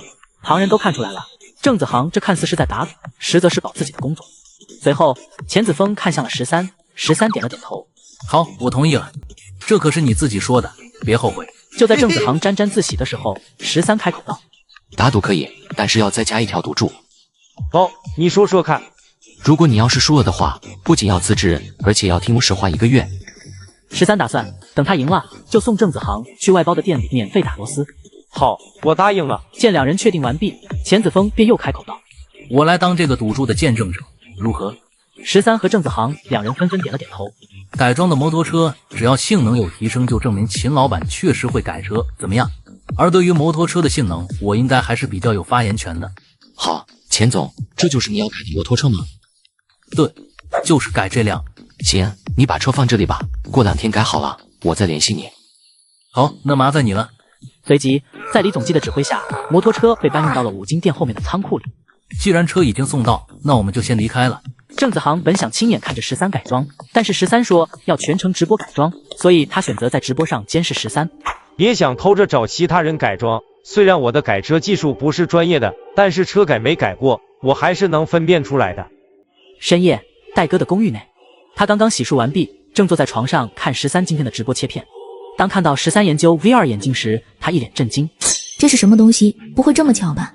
戴哥耐着性子继续看下去，越看越心惊。这还能锁定5金件？等等，这不就是我们正好需要的目标指示能力吗？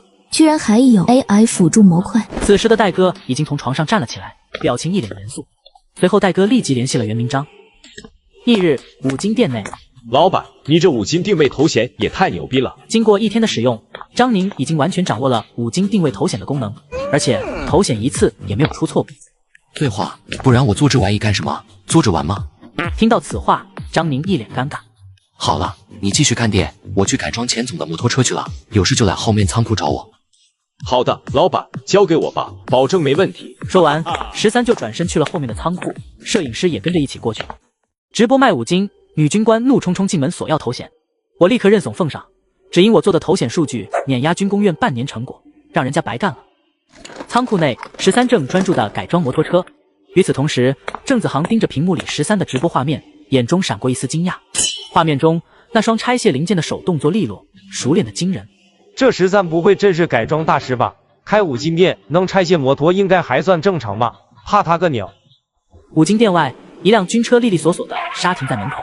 戴哥风风火火地从车上下来。13研发出头显的事，他已汇报给项目组长林奇，但对方不信，他只得独自跑这一趟。待会该想什么理由要那个头显呢？真是头疼啊！来到5金店里，戴哥没看到13，只看到了张宁，于是便问道：“你们老板呢？”张宁见戴哥一脸严肃的表情，也不敢多问。在后面仓库改装摩托车呢，我带你去找他。两人来到仓库，戴哥一脸怒气：“哼！”秦13正在改装摩托车的13一身机灵：“谁给他吃火药了吗？他来我这里干什么？”见13一脸问号的样子，戴哥身后的张宁立刻上前解释：“老板，这个军官要见你。”随后，张宁便进入了看戏模式。这个女军官怎么又来了？今天的女军官情绪有点不对啊，看起来有点冷冰冰的。正在看着直播的郑子航看着弹幕有些懵逼，这意思是这女军官经常去13的5金店里，还经常签合同，到底怎么回事？怎么了，戴军官？什么风把你吹过来了？听到此话，戴哥的火瞬间就更大了。你的意思是说我经常来吗？不过回过头想想，他好像还真是经常来。没有，欢迎光临。随后，戴哥调整了一下心态。秦先生，我们军工部对你这个5金定位头显十分感兴趣。此时戴哥才想起自己是来求人办事的，所以瞬间就改了称呼。我们想申请带回去研究一下，不知道可以吗？一旁正在吃瓜的张宁顿时间就愣住了。卧槽，这是冲着我的头显来的。此时正带着头显的张宁慌了。老板，我都还没带热乎呢。13也愣了一下，这玩意没啥用，你们要我这5金定位头显干什么？无可奉告。这次的戴哥并没有要求摄影师关闭直播，所以直播间的吃瓜群众也了解了这件事。军方看上主播的5金定位头显了。头显？他们该不会要拿去做战斗机的头显吧？楼上少扯犊子，主播的头显怎么可能有战斗机的头显先进？怎么，你不愿意？见13有些犹豫，戴哥也着急了。齐先生，这东西对我们有很大作用，如果确定用处，那你将再为夏国增添一个贡献。其实不是13不给，如果给了5金店的运营就要瘫痪。你有什么难处直接说。其实没什么难言之隐的，就是头显给你们后，我5金店的生意就要停下来了。此言一出，戴哥脸上的表情瞬间精彩了起来。就这事啊，你不用担心，这段时间内的亏损我们军工院出了。戴哥一脸笑容，霸气地说道：“老板，都这时候了，还想着生意？不了，要是我做的东西被国家征用，我族谱能单开一页了。”此时看直播的郑子航懵逼了。军方看上了他的什么头衔？不会吧？难不成他真是摩托车改装大师？此时郑子航的心里更慌了。好吧，戴军官，借你们可以，但是你们研究完了一定要归还。戴哥一脸尴尬，13的话说的他们军工院就像强盗一样。随后张宁把头显交给戴哥，他便离开了。1个小时后，军工研究院里，戴哥戴上头显后顿时满脸惊讶，这个头显真轻，而且戴着也很舒服。随后他就来到了模拟战斗机的驾驶舱，开始了测试。与此同时，模拟座舱的外面正在忙的林奇抬头看了一眼，而当看到大屏幕上的数据的时候，他愣住了。这数据 P 的吧？此时的林奇已经激动得说不出话来了。看到林奇的不对劲，其他研究员也看向了大屏幕，顿时都是一副目瞪口呆的表情。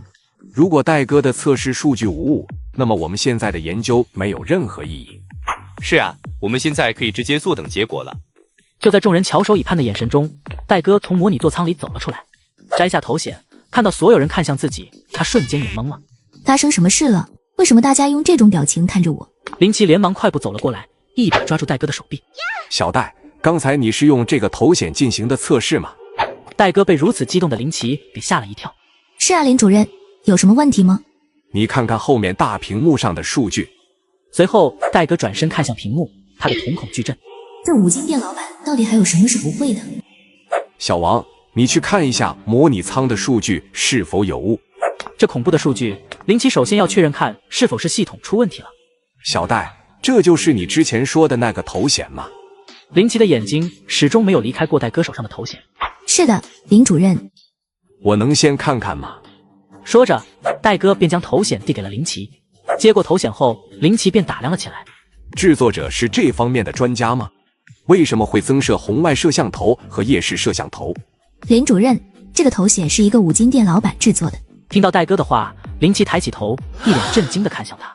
他一个五金店老板做这个干什么？别人做的这个头显原名叫五金定位头显。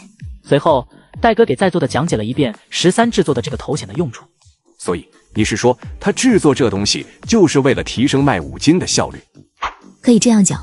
这时，小王满脸激动地从座舱里走了出来。直播卖五金，随手做的五金头显居然被军工院借走了，只因直播弹幕说这是世界上最先进的头显，结果他们就信了。军工院实验室，林主任，经过检测，咱们模拟战机座舱的系统没有出现任何问题。也就是说，上级安排的工作咱们提前完成了。众人一脸兴奋，有种天上掉馅饼的错觉。此时的林奇充满愧疚地看向戴哥。小戴，首先这里我向你道个歉，之前我确实没把你说的话当回事。说着，林奇朝戴哥深深地鞠了一躬。林主任，不用这样，咱们是一个团队，这是应该做的。此时的戴哥已经从心里原谅了林奇。其次，我要感谢你发现了这个头显，为我们节省了大量的人力物力。要不是戴哥发现这个头显，他说不准还在007呢。是呀，小戴，你真的是帮了大忙了。小戴真是我们的经理，把小戴调过来，真是调对了。随后林奇继续说道：有了这个头显，接下来要解决的就是 I 辅助系统的问题了。虽然我们任务进度提升了很多，但仍需继续努力。其余的研究员也点了点头。林主任，还有一件事没和你说。哦，什么事？你说。这个头显它有 I 辅助系统，而且这个辅助系统还很厉害。这个头显居然还有 AI 辅助系统。一众研究员惊呆了。经过我刚才的测试，我敢肯定，这个头显的 I 辅助系统比我们项目书上的强太多了。那好，小戴，实践是检验真理的唯一标准，我去测试一下。说完，林奇便转身走进了战斗机模拟舱。30分钟后，林奇测试完毕，他满脸震惊。如果不是亲眼所见，我还不知道战机头显可以如此智能化。随即，他又看向了戴哥。小戴，你一定要带我去拜访一下制作这个头显的大师。林主任，你是想学习这个技术吗？林奇老脸一红，然后点了点头。好的，林主任，你放心吧，我马上安排你和他的见面。随后，戴哥打电话将这件事和袁明章汇报了一下。老师您还在听吗？电话这头的袁明章听完戴哥的汇报后，沉默了半天。在的，我是在想，我们真没有办法将13给挖过来吗？戴哥没有说话，他知道这个时候袁明章是在自己思考。戴哥，你觉得13这个人怎么样？其实袁明章想了半天，就是想把戴哥和13撮合成一对。他十分聪明，非常适合做科研工作。袁明章无奈地扶了扶额头。我不是问这些，我是说，你觉得他人怎么样？如果可以，你俩可以发展发展。听到袁明章这么直白地问，戴哥的脸瞬间就红了起来。哎呀，这事您老就别管了。听到戴哥的话，袁明章眼睛一亮，觉得这件事有戏。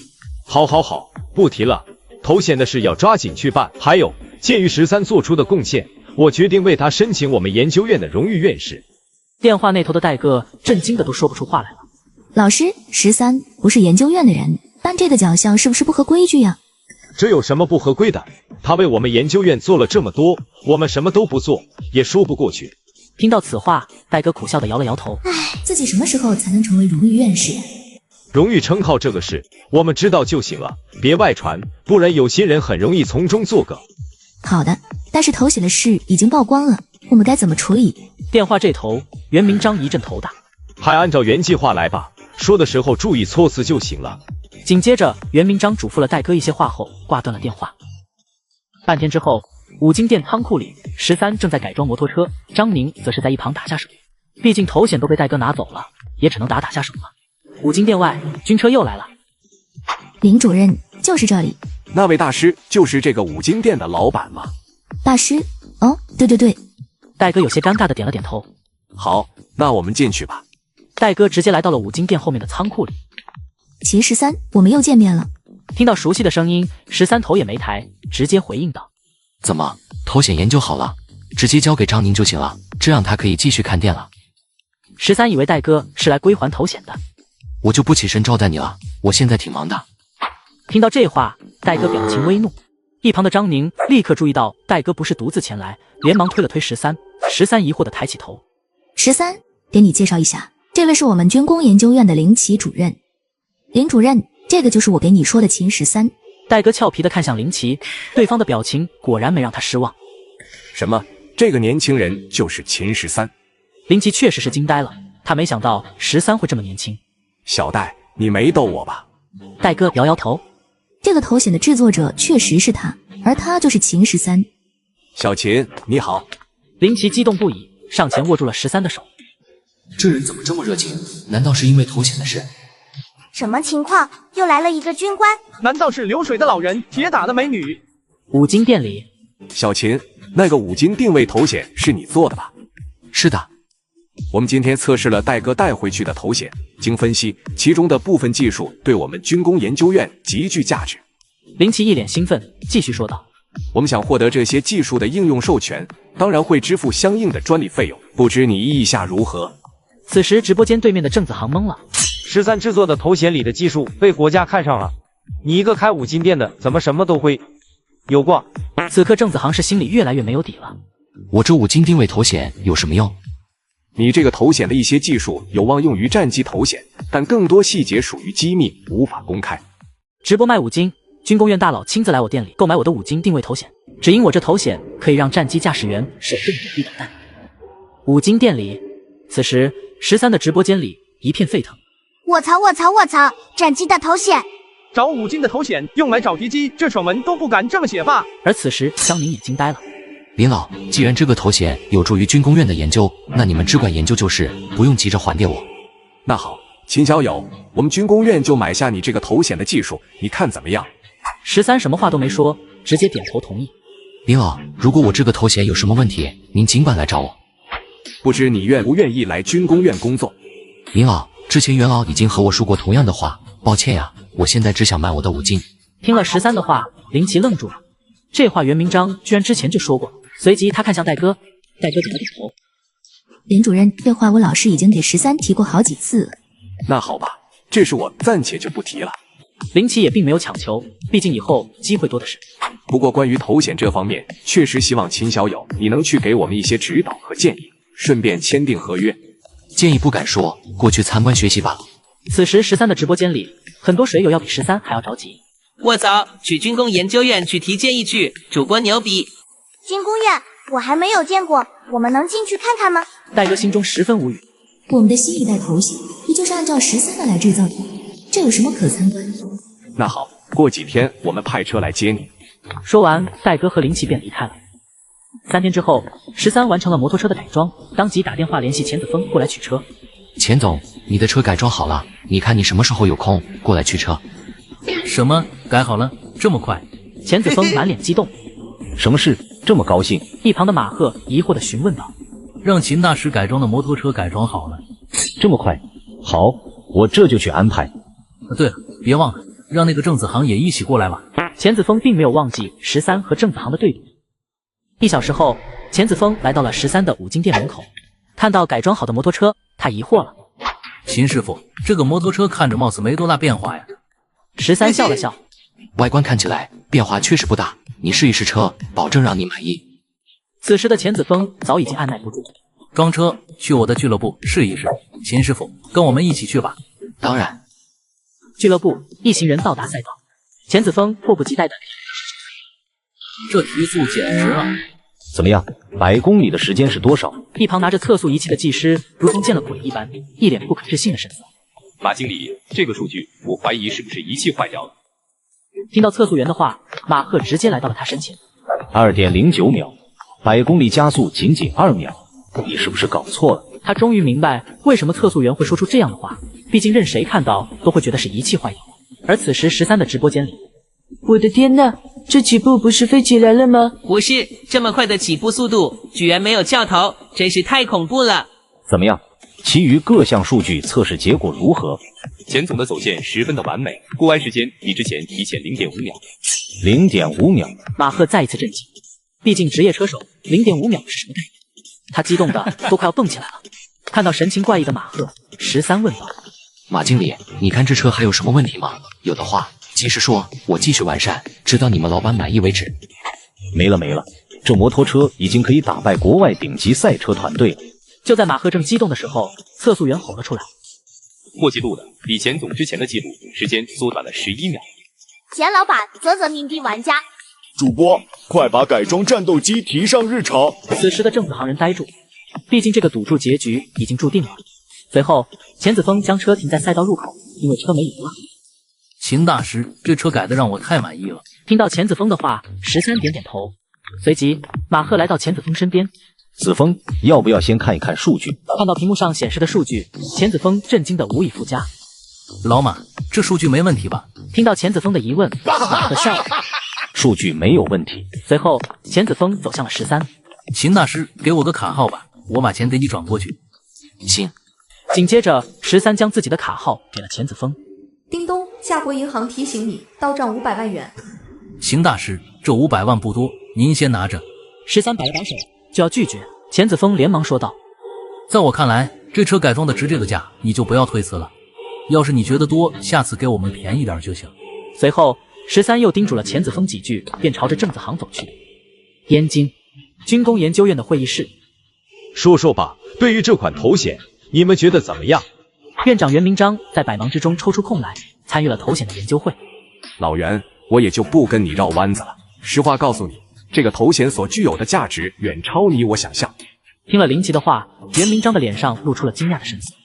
你身前那个文件夹是这个头显的各种数据，你先看看。袁明章点点头，顺手拿起面前的文件看了起来。这台头显各方面数据都远超上一代。袁明章继续点点头。这小子这么厉害，是不是下次直接可以让他弄战斗机了？目前没有一款战机能全部发挥这款头显的性能，正在研发的6代机可能需要做出一些改变，才能完美适配它。听到这话，袁明章霎时间瞪大了双眼。直播卖5金，6代机的制作，因为我的头显居然要进行设计更改，只因我制作的头显能提升15倍战机作战能力。此时，军工院一众大佬正在会议室研讨13的5金定位头显的数据。什么情况？正在研发的夏国6代战机居然要因为一个头显来进行更改设计？老林，这话可不行随便说，你给个准信，如果真的对咱们6代机有提升，我跑断腿也会联系各方配合。袁明章严肃地说道。我可以拿我的荣誉做担保，这款头显绝对能提升我们6代机的综合作战能力。看到林奇这样，袁明章也相信了林奇的判断。这件事确实有些离谱，你和戴哥将汇报材料准备好，我尽快报上去。翌日，13刚开启了直播，戴哥就光临5金店。13，老师请你去军工院一趟。13一脸懵逼，袁老有说什么事吗？事关国家机密，到了你就知道了。说完，13便和戴哥离开了，留下更是一脸懵逼的张宁和摄影师。老板又被军方带走了，军工院都藏到13小哥的家了。军工研究院，13听了林奇的话后，一时间呆在了原地。我本以为军方看上的是我的技术，结果看上的是我的头显。林老，这玩意我个人制作跟不上国家的需求。那小秦，你看，我们3亿买断你的头显技术怎么样？13一脸震惊，他没想到这么一个破头显居然能值3亿。好的，林老，不过我有一个小条件。哦，什么条件？说来听听。你们研究完毕，把我制作的头显还给我，我拿回去给张宁看店用。一听13的条件竟然只是这个，林奇直接点头同意。随后双方就签订了合约。小秦，既然合约已经签订，我想邀请你参加头显的后续研发工作。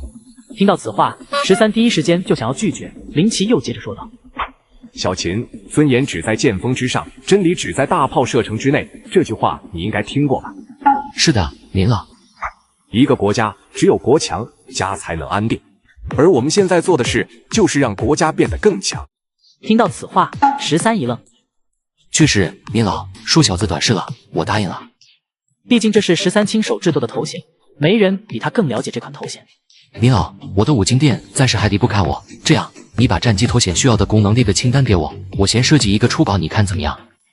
林奇思索了片刻，觉得这样的方法也行。好的，小戴，将我们的战机头显项目书拿给小秦一下。随后，戴哥便去取头显项目书。小秦，这项目书可是国家机密，千万不能泄露了出去。听到这话，13反而笑了。林老，你放心，今天我就在这里新出一版头显图纸，项目书我就不带出去了，这样绝对不会泄密。听了13的话，林奇人完全呆住了。我的天，你要不听听你说的是什么话？开国际玩笑。小秦，这东西没那么简单，没事，不着急，咱慢慢来。听了林奇的话，13一脸尴尬，感情是觉得我太自信了。不过在听了林奇的说法后，13又有些不太自信了。随后他接过头显项目书看了起来。1个小时后，13看完头显项目书。林老，还麻烦你帮我找一个能绘制电子图纸的地方。小戴，你带小秦过去吧。随后戴哥便带13来到了一台电脑面前，而13也开始了图纸绘制。期间，林奇忙完手中的事后，也过来看13绘制图纸。这是什么神仙记忆力？只看一遍项目书，居然就全部都记住了。夕阳西下的时候，13终于完成了第1版的图纸绘制。好了，这么快？林奇的语气中显然充满了不相信。这只是根据我个人的理解做出来的设计，我已经尽力了。此时的林奇依然满脸不信的表情，他来到电脑面前扫了一眼。一会儿过后，林奇瞪大了双眼。小秦，就目前来看，这个图纸应该是没有什么问题。此时，林奇一脸兴奋地看着13。我们先做一个成品，看看效果。那好，林老，中间有什么问题，直接联系我就行了。随后，13便离开了。1周之后，一众研究员围着新制作出来的头显。这就是13一天绘制出来的头显吗？我亲眼看到的，还能有假？随即，众人便开始了测试。3个小时后，测试完毕。林奇盯着测试报告，一脸震惊。所有的功能居然都测试通过了，这简直太神了吧！林主任，你确定不把13招进来吗？听到其他研究员的话，林奇也有些苦涩。你们以为我不想吗？我已经邀请过小秦了，不仅是我，院长也邀请过了，不过都被拒绝了。随后，林奇摆了摆手，不说这个了，看看系统对这款头显的综合测评吧。看到屏幕上最终显示的数据，在场众人无一不目瞪口呆。有了这个头显数据，我们的汇报铁定没问题了。林奇一脸兴奋地说道：小戴，你们基于这个头显，马上做一个汇报材料，明天我们会议研讨。好的，林主任。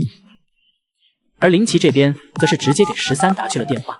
小秦，我是林奇。您好，有什么事吗？是头显有什么问题吗？如果有问题，您可以跟我说。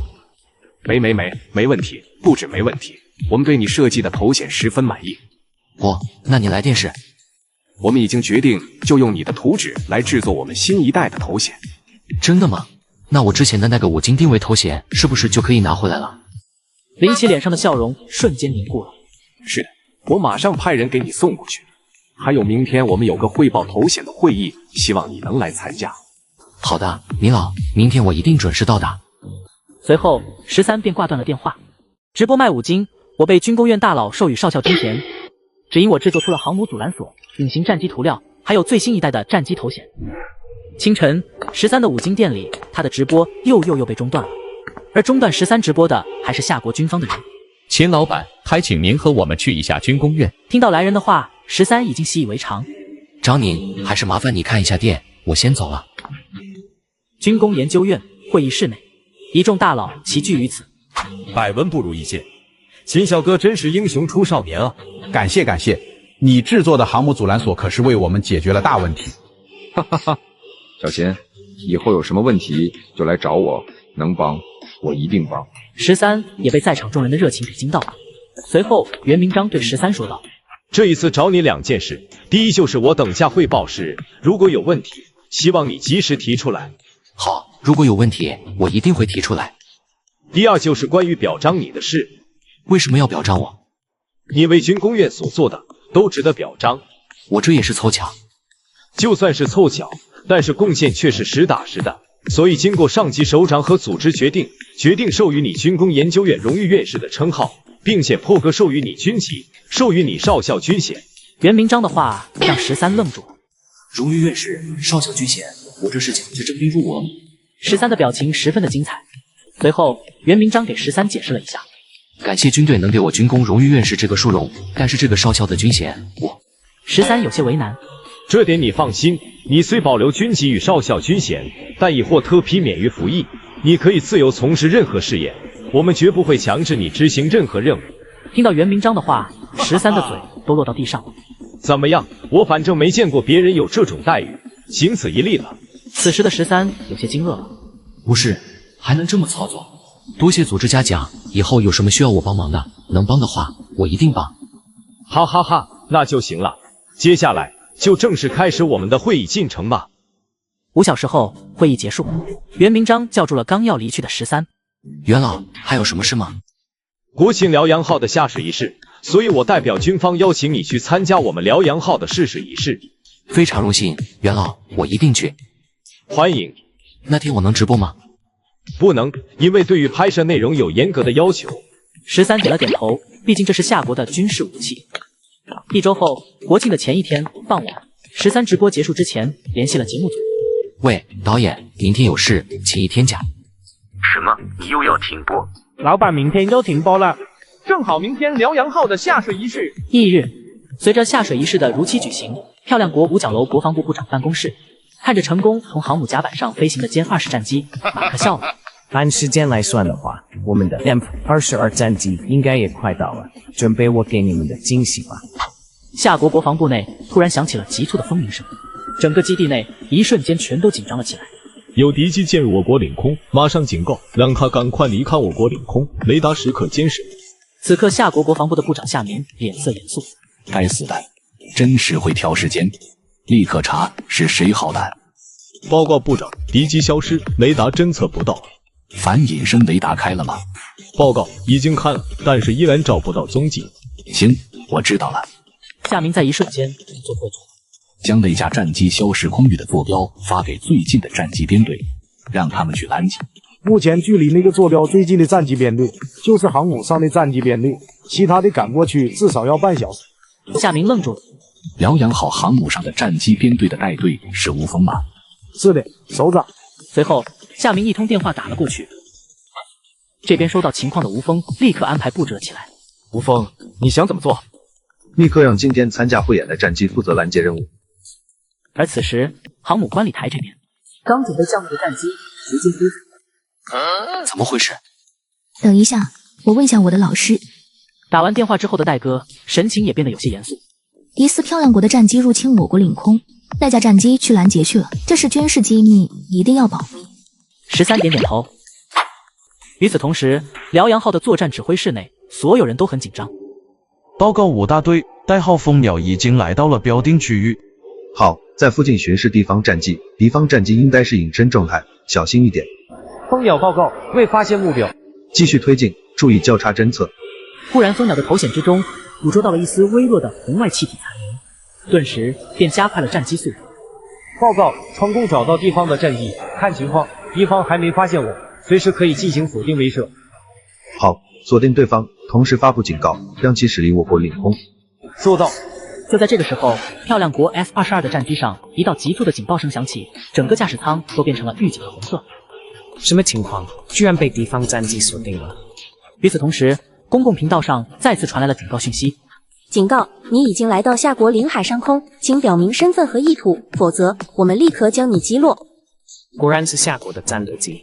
但是事情都到了这一步，让他立马就认怂，那是不可能的。马克办公室，什么？你说我们的战机被夏国的战机锁定了？马克收到消息之后，震惊地站了起来。你为什么不提前锁定它？报告部长，我们并没有发现敌机。这怎么可能？我们的隐身技术是在吹牛吗？随后，马克下令先让自家战机摆脱锁定再说。直播卖5金。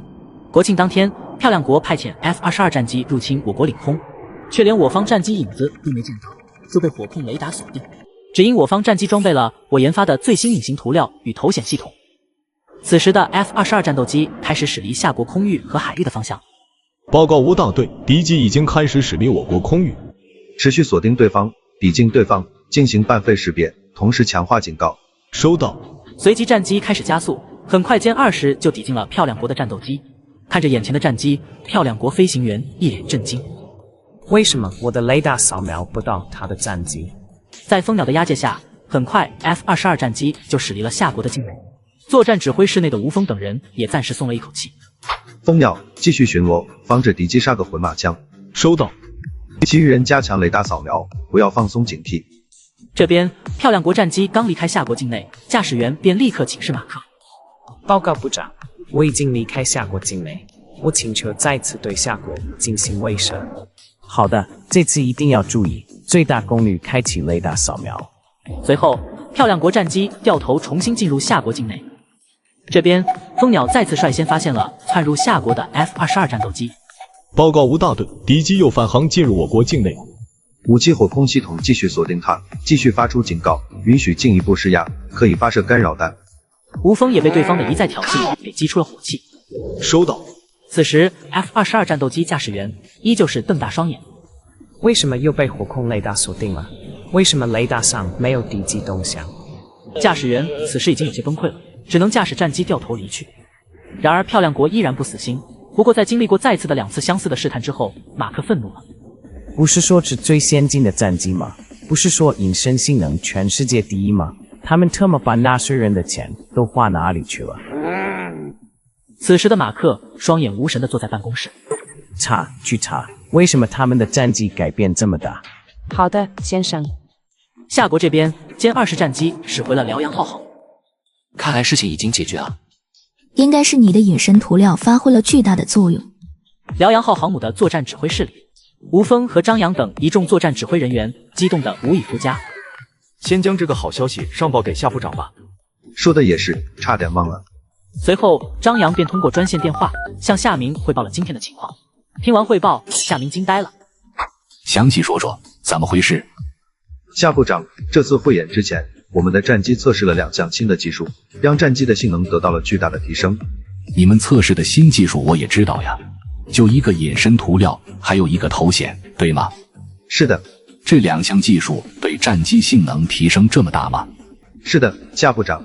此时电话这边，夏明一脸兴奋。上面给我们3个月测试时间，没有问题才能向全国推广。听到此话，夏明的笑容戛然而止。3个月，黄花菜都凉了。我看1个月就差不多了。你们多在各种极端环境测试，能不能完成任务？保证完成任务。我会在会议上说明这事。如果通过了，你们要加快测试。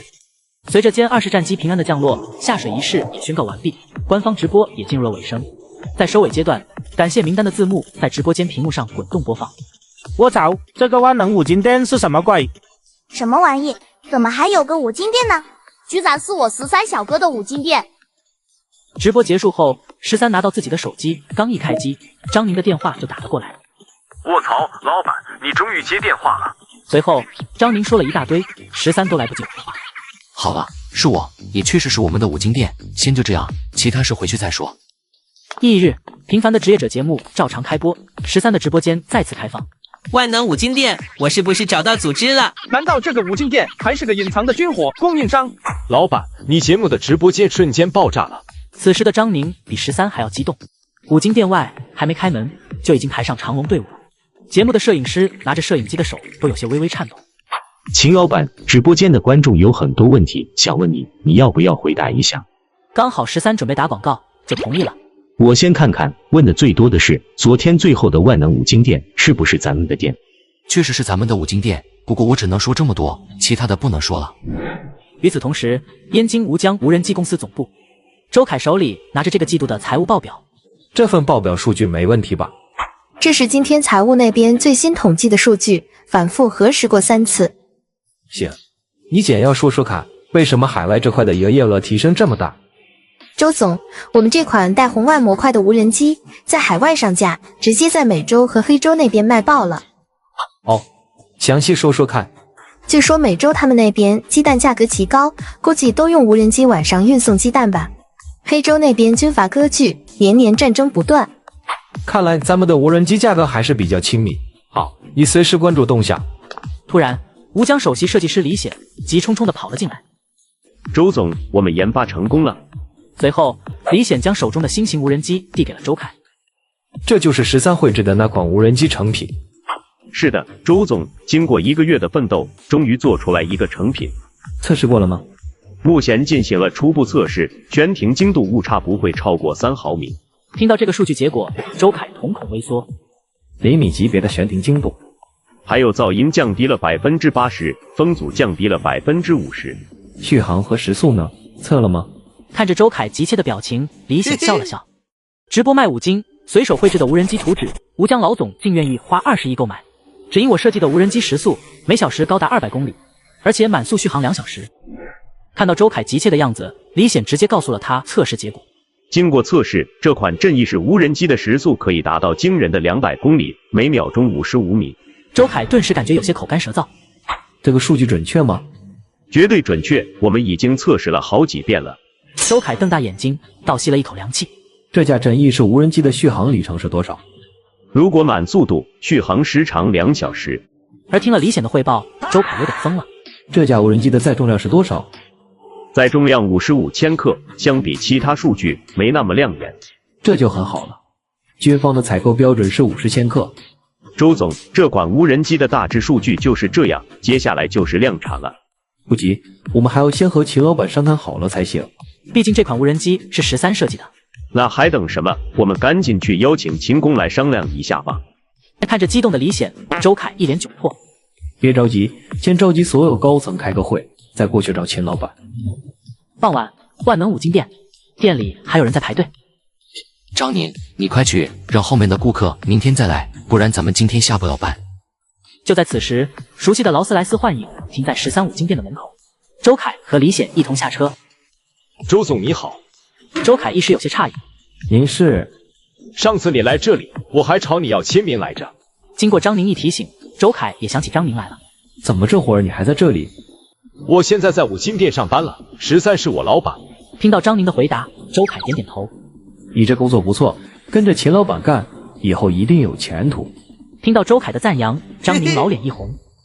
此次来找你们老板商谈一些事，不知道他在吗？他就在里面，我带你们进去。随后，张宁就带着周凯和李显进入到五金店。店里看着此时的场面，周凯他们顿时就愣住了。这就是秦工开的那个五金店。周凯笑眯眯点点头，比我想象的还要接地气。我们老板现在还在忙着，不过也快了，就剩下这些顾客了。张宁有些为难道：“两位稍等，我去帮忙，这样能更快一点。”在张宁的帮助下，很快店里的顾客便迎接完毕。见最后一位顾客走了，周凯和李显迫不及待地走了上去。秦老板，好久不见。您好，周总，这位是？我为你介绍一下，这是我们公司分管设计和技术的老总李显。李总你好。李显激动地伸出手，紧紧地握住了13的手。秦工，您叫我李显就行。没想到您比我预料的还要年轻，您真是年轻有为。卧槽，怎么李总在13老板面前跟个小迷弟一般啊？喂，老板做了什么了吗？周凯打断了李显的发言。李总，今天我们还有正事要谈，技术层面的你们晚点再聊吧。哦，对，先谈正事。此时的13也松了一口气，随后转头对摄影师说道：“那我们今天的直播就到这里吧。”摄影师点了点头，便关闭直播，径直离开了。张宁也跟着出去了。两位老总，今天前来有何贵干？我们是为了整意式无人机而来的，请问那个图纸是你绘制的吗？周凯的话印证了13的猜想，13点点头。无人机有什么问题吗？没有任何问题。这款无人机各方面都十分优秀。13一脸惊讶，感情就这是。你设计的这款无人机比我们目前在售的所有型号都要先进，我们想买下设计图纸，你看如何？ 13思考了片刻，好的，我可以出手。目前我们有2种收购方式，您看哪种合适就选择哪种。好的，你说说看。第一种是20亿买断，第2种是给您我们公司1%的股份。13疑问道？1%的股份？是的，我们公司目前估值1700亿华夏币，如果市值增长，您的股份也会水涨船高。随后13思考了一会，便做了决定，选第2种吧，但是还希望你们保密这件事。这点请放心，我们绝对不会泄露你的半点消息。随着商定完毕，双方直接在现场就将合同签订了。再多嘴一句，秦老板有没有兴趣来我们吴江公司当技术总监？抱歉，周总，我暂时还没有转行的想法，我打算弄一个大型5G商场。可是开大型5G商场少说也要几千万呀。感谢周总关心，这点钱我还是有的。那好，以后你开大型5G商场，有什么地方需要我帮忙的，你尽管说。好的，感谢周总。随后，周凯和李显2人便离开了。翌日清晨，军工研究院登月火箭天宫号的项目开启仪式上，戴哥满脸兴奋。这是一个全新的项目，前几次项目虽然你的作用不大，但你要相信自己的能力。戴哥一脸尴尬。还有，千万别和13那小子比，他是妖孽，没有可比性的。好的，老师，我知道做好自己就行了，不会跟13比的。那就好，我这边还有事情，就先走了。坐上车后，袁明章拿出一份文件看了起来。这个吴江公司有点意思，没想到这么快就制作出来符合军方采购要求的无人机了。袁明章作为无人机采购项目审核主要负责人，自然要亲自到场。很快，车辆来到了测试场地。看到无人机的造型，袁明章愣住了。这是你们这次要审核的无人机？是的，袁院长。随后，李显详细的向袁明章介绍了无人机。直播卖5金，顾客冲进店里问我有没有机械肾脏，我说别问，问就是有。旁人都惊呆了，只因我嘴瓢说的太快了。无人机测试场地，看着眼前的仿生无人机，袁明章一脸迷惑。为什么这无人机和之前送审的不一样？确实，之前送审的是桨叶式无人机，这次改成了阵翼式无人机。听了李显的介绍，袁明章接过无人机打量了起来。这玩意原理和蜻蜓差不多吧？不愧是袁老，一下子就看出来了。对于周凯的恭维，袁明章摆了摆手。你们吴江公司的设计足够大胆，你们确定这款无人机能达标吗？没有达标，我们也不敢叫你们过来啊。袁明章点点头。那废话就不多说了，马上开始进行测试吧。3个小时后，测试结束。此时的袁明章满脸兴奋。冒昧的问一下，为什么速度会这么快？如果不方便，可以不用讲。没什么不方便说的。随即，李显向袁明章详细的解释了无人机的原理。经过刚才的测试，贵公司的无人机从各个方面都符合军方的采购标准。听到袁明章的话，周凯一脸兴奋。而且你们的无人机还有自动躲避功能，可惜不会躲子弹。听到袁明章的话，周凯和李显愣住了。要不听听你说的什么，还躲子弹，咋不上天呢？袁老，要是真能躲子弹，那这成本可就高很多了。哈哈，我就是突然想到，随口一说。接下来我们谈谈价格吧。听闻此话，周凯和李显2人激动的相视一眼。按照之前的要求，第一批我们采购3万架，但是今天测试的表现，我上报上去后，订单量可能会有提升。此时的周凯和李显脸上狂喜。再多嘴问一句，这无人机你们是否准备面向大众出售呢？你们贵军是什么看法？我想的是，我们军方想买断这款阵翼式无人机，但是看这价格，我估计难。周凯眼睛一亮，如此说来，看来袁明章还有别的想法。不知道袁老还有什么其他建议？我建议做2个版本，一个军方特供版，一个大众版。请袁老详细说一说。大众版就是降低标准，向大众出售，这其中的损失我们军方来承担。你们觉得这个方案怎么样？周凯没有过多犹豫。好，就按照您说的办。随后，双方以每台无人机2万5的价格签订了3万订单量的合同。周总，既然合同也签了，冒昧的问一下，这款无人机是贵公司哪位工程师设计？听到袁明章的这个问题，周凯和一旁的李显同时愣住了。看来是不方便说了。抱歉，袁老，确实不太方便。那希望我们下次继续合作。随后，袁明章便离开了。另一边，一座3甲医院病房里，你母亲的身体越来越虚弱，已经经不起透析的折磨了。医生，我求求你，救救我的母亲，求你了。不是我不想救，哎，珍惜最后的时光吧。你母亲只有3天时间了。说完，医生便离去了。徐斌看着病床上昏迷的女人，满脸泪痕。病床上的人是他的母亲，2年前患上了尿毒症，他带着母亲四处求医，花光了所有积蓄，还欠下了一屁股债，可还是无法阻止病情的恶化。刚才医生还下达了最后通牒，他不知道该怎么办，索性拿出手机搜一下，兴许是被悲伤麻痹的头脑，他看到13的万能5金店直播，标题写的是什么都有，地址离这不远，他决定前去试一试。5金店里刚好是午饭时间，所以店里没人。老板你好，我在网上看到你说你什么都有，请问你有没有机械肾脏？听到徐斌的话，13和张宁懵了。这位顾客，你刚说你要什么？机械肾脏？是的，我妈妈生病了，尿毒症，如果再不换肾，医生说她只有最后3天时间了。我不知道该找谁了，现在我只能找你。说完，徐斌嚎啕大哭了起来。听到徐斌的话，13满脸苦涩。系统，咱们商场有这玩意吗？请不要怀疑本系统，机械肾脏既然带机械2个字，那它就是5金。我去，这么牛逼，还真有。不过本系统建议宿主自己手搓，这样会便宜很多。成品的话积分要的比较多。那行，那系统你有设计图吗？请宿主自行查找。13在系统商城找到了机械肾脏的设计图，顺手兑换了材料。看了看设计图，13满脸兴奋。我以为多难呢，原来这么简单。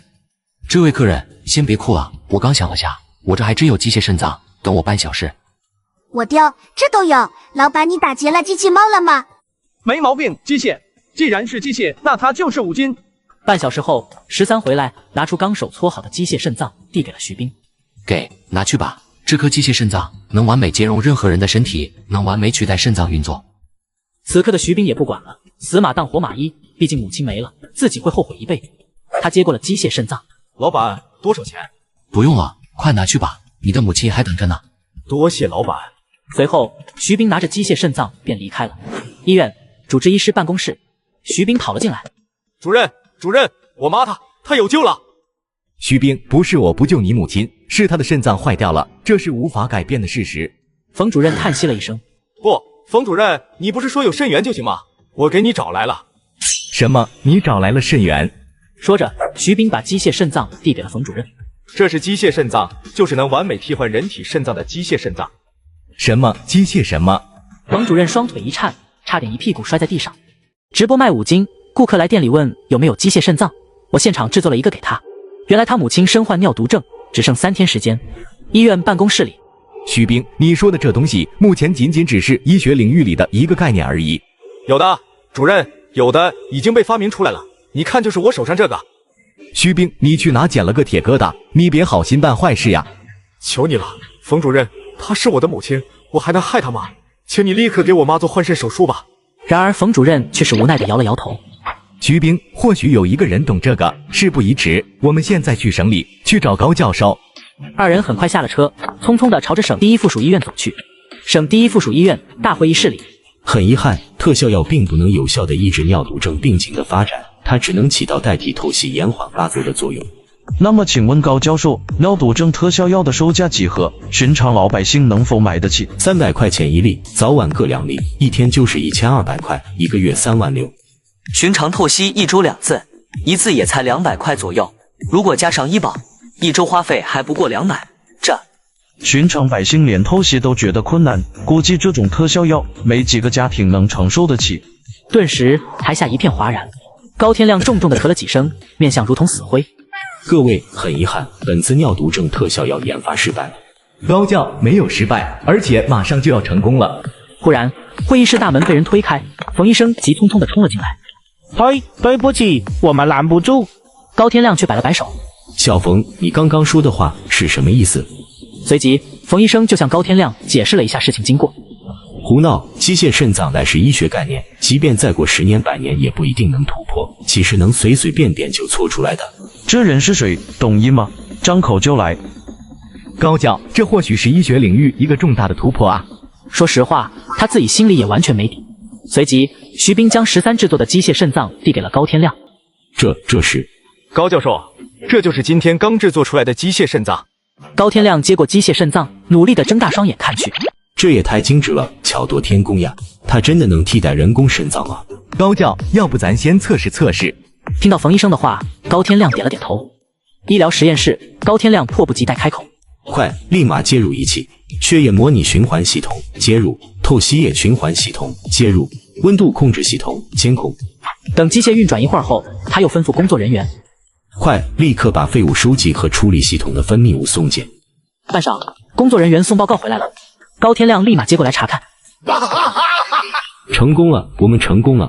从今天起，医学领域即将开启新的篇章。高教，这项技术完全可以让我国医学水平领先世界30年。少了，年轻人，往大了说，至少100年。既然实验成功，那现在是不是就能进行人体实验，然后开始推广？这话一出，一时间所有人都陷入了沉默。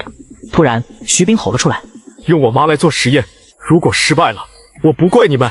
刚才徐斌接到电话，他妈妈已经陷入了深度昏迷，正在全力抢救。高教，不要犹豫了，我妈她就要不行了。高天亮犹豫了几秒钟，而后下定了决心。行，咱们立刻出发，进行机械肾脏移植手术。来到医院，高天亮二话不说，立马冲进了手术室。5个小时后，手术结束，高天亮推门而出。各位，我们成功了！这一对机械肾脏能完美替代人类肾脏，与人体兼容度达到了惊人的99.9%。一旁的徐斌听到此话，瞬间哭了起来。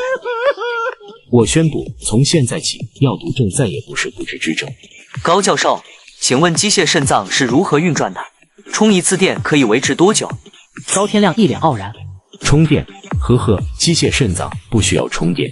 一旁的人满脸问号。发明它的人在血管里面安装了微型动力设备，能将微弱的动能转化为电能，随时保持蓄电状态。一下子全场沸腾起来。徐斌，机械肾脏的制作者，你认识吧？请你帮忙引荐一下，我找他有点事。高教，我也不认识他，只是今天误打误撞遇到他的。说完，徐斌拿出手机。他是一个5金店主播，你看这是他的直播间。这种天才，我一定要拜访他一下。走，我们去找他。高教，我妈妈才做完手术，我得陪着她。等我妈妈好点了，我再单独去。随后，高天亮急冲冲地离开了。燕京市的一处烧烤摊上，斌子，恭喜哈！这下阿姨终于彻底摆脱了尿毒症的折磨。说话的是徐斌的发小李胜凯，目前在国家科研中心工作。的确是值得庆祝。对了，你小子不得了啊，都混到国家科研中心去了，以后发达了，可别忘了我这个发小哈。一旁的李胜凯叹气道：别羡慕我啊，我现在的处境也好不到哪去。怎么说？你不懂，现在国际形势严峻，悄悄跟你透露一下，我国的科研排名已经下滑到第3了。为什么这么说？现在这个世界比的就是科研，我国科研方面已经停滞很长一段时间了。一旁的徐斌满脸疑惑。举个例子，漂亮国和荷兰已经可以量产5纳米光刻机了。不管消息的真假，但从产品来看，的确比我们强。听到这番话，徐斌陷入了沉思。国家科研中心储备人才，李胜凯正面临淘汰。由于漂亮国已实现5纳米光刻机量产，而国内科研进展缓慢，上级要求若10日内再无突破，全体储备人员将被清退。凯子，这方面我不懂，也帮不上你。要不你去那个5金店试试？就是最近网上比较火的那个5金店吗？是的，你可以去试试。好，我抽空去试试看。他真的什么都有吗？这时，邻桌走过来一个穿迷彩服的年轻人。他要是真的什么都有，你让他掏个纳米陆战攻防一体永久蓄电式机械狗出来我看看。徐斌耸了耸肩，他都把机械肾脏拿出来了，这还有什么好质疑的？机械肾脏？王小刚一脸无语。要不是我妈就是尿毒症，我差点就信了。这玩意还在概念当中，即便再过10年100年，也不可能研发出来。徐斌一脸意外。哟，你妈也是尿毒症啊？那巧了，我妈也是。你妈也是？没错，而且就是那个5金店老板制作的机械肾脏救了我妈的病，今天刚移植呢，效果好的不行。男子一脸动容，干脆直接在桌子旁坐了下来。你叫徐斌是吧？你好，我是王小刚，是一个军人，快给我说说，这到底是怎么一回事？徐斌也很热情，当下把所有事情说了一遍。哥，你帮帮我，一定要帮帮我，我妈她快要不行了。兄弟，这忙我帮不上，不过我相信机械肾脏很快就会正式上市，到时候你妈就有救了。次日，5金店13刚开门，准备营业。一个白发苍苍但依然精神矍铄的老者走了进来。你好，我找你们老板。我就是，请问你有什么事吗？昨天你们店出售了一个机械肾脏，你还记得吗？怎么了？难道是使用出现了问题？没，请问他是哪位天才制作的？哦，他是我制作的。听到13的话，高天亮满脸震惊。老板，请问你贵姓？我是省第一附属医院的医生，我叫高天亮。免贵姓秦13。秦小哥，你知道吗？你制作的机械肾脏让医学向前迈了一大步。哦，然后呢？我想向你请教如何制作机械肾脏。13一脸意外。还好，这玩意制作不是太难，材料也比较大众。可以，高医生，我这有说明书，等我一下，我拿给你。随即13转身进入了仓库，不一会儿便拿着一个文件夹走了出来。给高医生，这就是机械肾脏的制作图。高天亮激动地接过了文件夹。请问秦小哥，我们该给你多少版权费？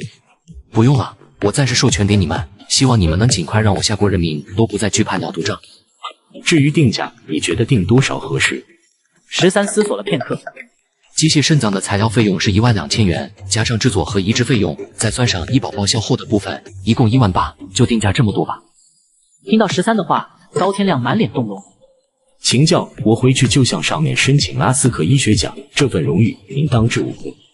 不用整这些，等我下国暂无尿毒症患者后再说吧。高天亮心中一个咯噔，他没想到13的心胸居然如此宽广。秦教，我现在就回去，保证在1个月之内上市1万套机械肾脏。我去，刚才老板说的什么机械肾脏？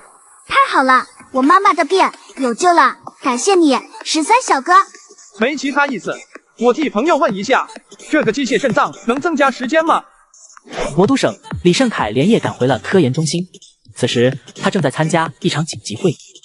当前国际形势严峻，漂亮国研发出5纳米光刻机后，我国 GDP 下降了20%，仅关税一项损失就达1000亿。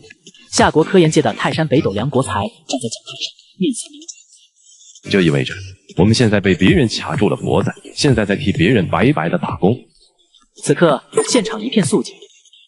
科研的未来在各位身上，给大家10天时间，若交不出像样的成果及概念论文，本届后备人才将全部淘汰。散会之后，李胜凯的脸色不是很好看，而后又像下定了某种决心。翌日清晨，五金店门口，李胜凯已经在这站了1个小时了，他始终不敢进去。拼了，就算老板把我当成疯子，我也认了。店内，13正在忙着迎接客人，李胜凯见此便站在一旁默默等候。临近中午，随着最后一个客人离开，李胜凯走了上去。你好，老板，请问你是秦13吗？是的，请问有什么事吗？这样的，我发小在你这买了个机械肾脏，他说你这什么都有，这是真的吗？当然，万能5金店，别问，问就是有，问就是能修。听到这广告式的话，李胜凯一脸尴尬。那请问老板，你有1纳米光刻机吗？这边李胜凯刚说完，13和张宁就瞪大了双眼。13老板只是个卖5金的，你真当他是百宝袋？不是，真的是活久见，还真有提这种要求的吗？看到13的表情，李胜凯满脸失望，准备转身离开。你别说，我还真有。听到13的话，李胜凯只当他是在开玩笑。感谢老板，或许我真的是有点太异想天开了。这位顾客，我没开玩笑，漂亮国目前已经可以量产5纳米光刻机了。你说的是这个光刻机吧？是的，老板，是这个东西。此时的李胜凯仿佛又充满了斗志。可是这东西不便宜啊，你确定你能买得起？多少钱，老板？1纳米光刻机2000以下国币1台，你确定你做得了主？听到13的话，李胜凯瞬间呆住了，但立刻又恢复了激动的表情。也就是说，你这里有，对吧？给，这是1纳米光刻机简略制作说明书，你看看不就知道了。老板，我能带走这个吗？可以。随后，李胜凯便转身离开了。国家科研人员来我店里问我有没有1纳米光刻机，我说别问，问就是有。然后反手掏出了1纳米光刻机的制作说明书，他视若珍宝的拿着说明书转身就离去了。梁教授，梁教授，夏国有救了！李胜凯兴奋地冲进了梁国才的办公室。小李啊，什么事啊？大惊小怪的。梁教授，我问你，如果能发明出1纳米光刻机，那我国的科研是不是就可以不用被卡脖子了？梁国才神色激动，不过很快又泄了气。小李啊，别想那些不切实际的了，有空就多看看论文，多想想如何才能拯救我国科研。梁国才满脸失望的神色。1纳米光刻机，你知道1纳米光刻机意味着什么吗？意味着就是我们卡别人脖子，我国的科研将也能冲到榜首，而且是无可撼动的榜首。梁教授，我先给你看的东西。说着，他就把从13那拿到的说明书递给了梁国才。梁国才接过去，顺手看了起来。好大的口气，居然还要徒手制作1纳米光刻机呢！梁国才不屑地冷笑了一声。等等，这是……忽然，梁国才呼吸猛地一滞。我当初发明10纳米光刻机，就是使用的这些公式，但是这上面的更加精细。梁国才迫不及待地打开参数列表，开始跟着计算，越算越是心惊。他忍不住猛地站起身来。这真的是1纳米光刻机的制作说明书？小李，你是从哪里得到的？梁教授，是燕京的一个五金店老板给我的。小李，走，我们去燕京。次日一大早，13正常开播，随即他便来到了摄影师面前，开始日常打广告。而这时，梁国才和李胜凯等人也到了。你好，你是秦13，秦老板吧？13一脸迷茫地看着眼前来人。我是夏国科研团队的导师，我叫梁国才。13感觉他在哪里听过这个名字，但记不起来了。秦老板，听说你这有1纳米光刻机，这是真的吗？是的，成品2000以下国币一台，如果只是教学制作技术的话，不用钱。我觉得我们还是学习技术吧。哦，你会制作光刻机，有经验倒也好办多了。我只参与制作过10纳米的，就算是10纳米的都费劲。这样，我现场教你搓，你能搓出来不？听到13的话，梁国才愣住了。这可是1纳米的光刻机啊，就算不能也要说能。能，我保证能。你们跟我来，我现场教你们搓。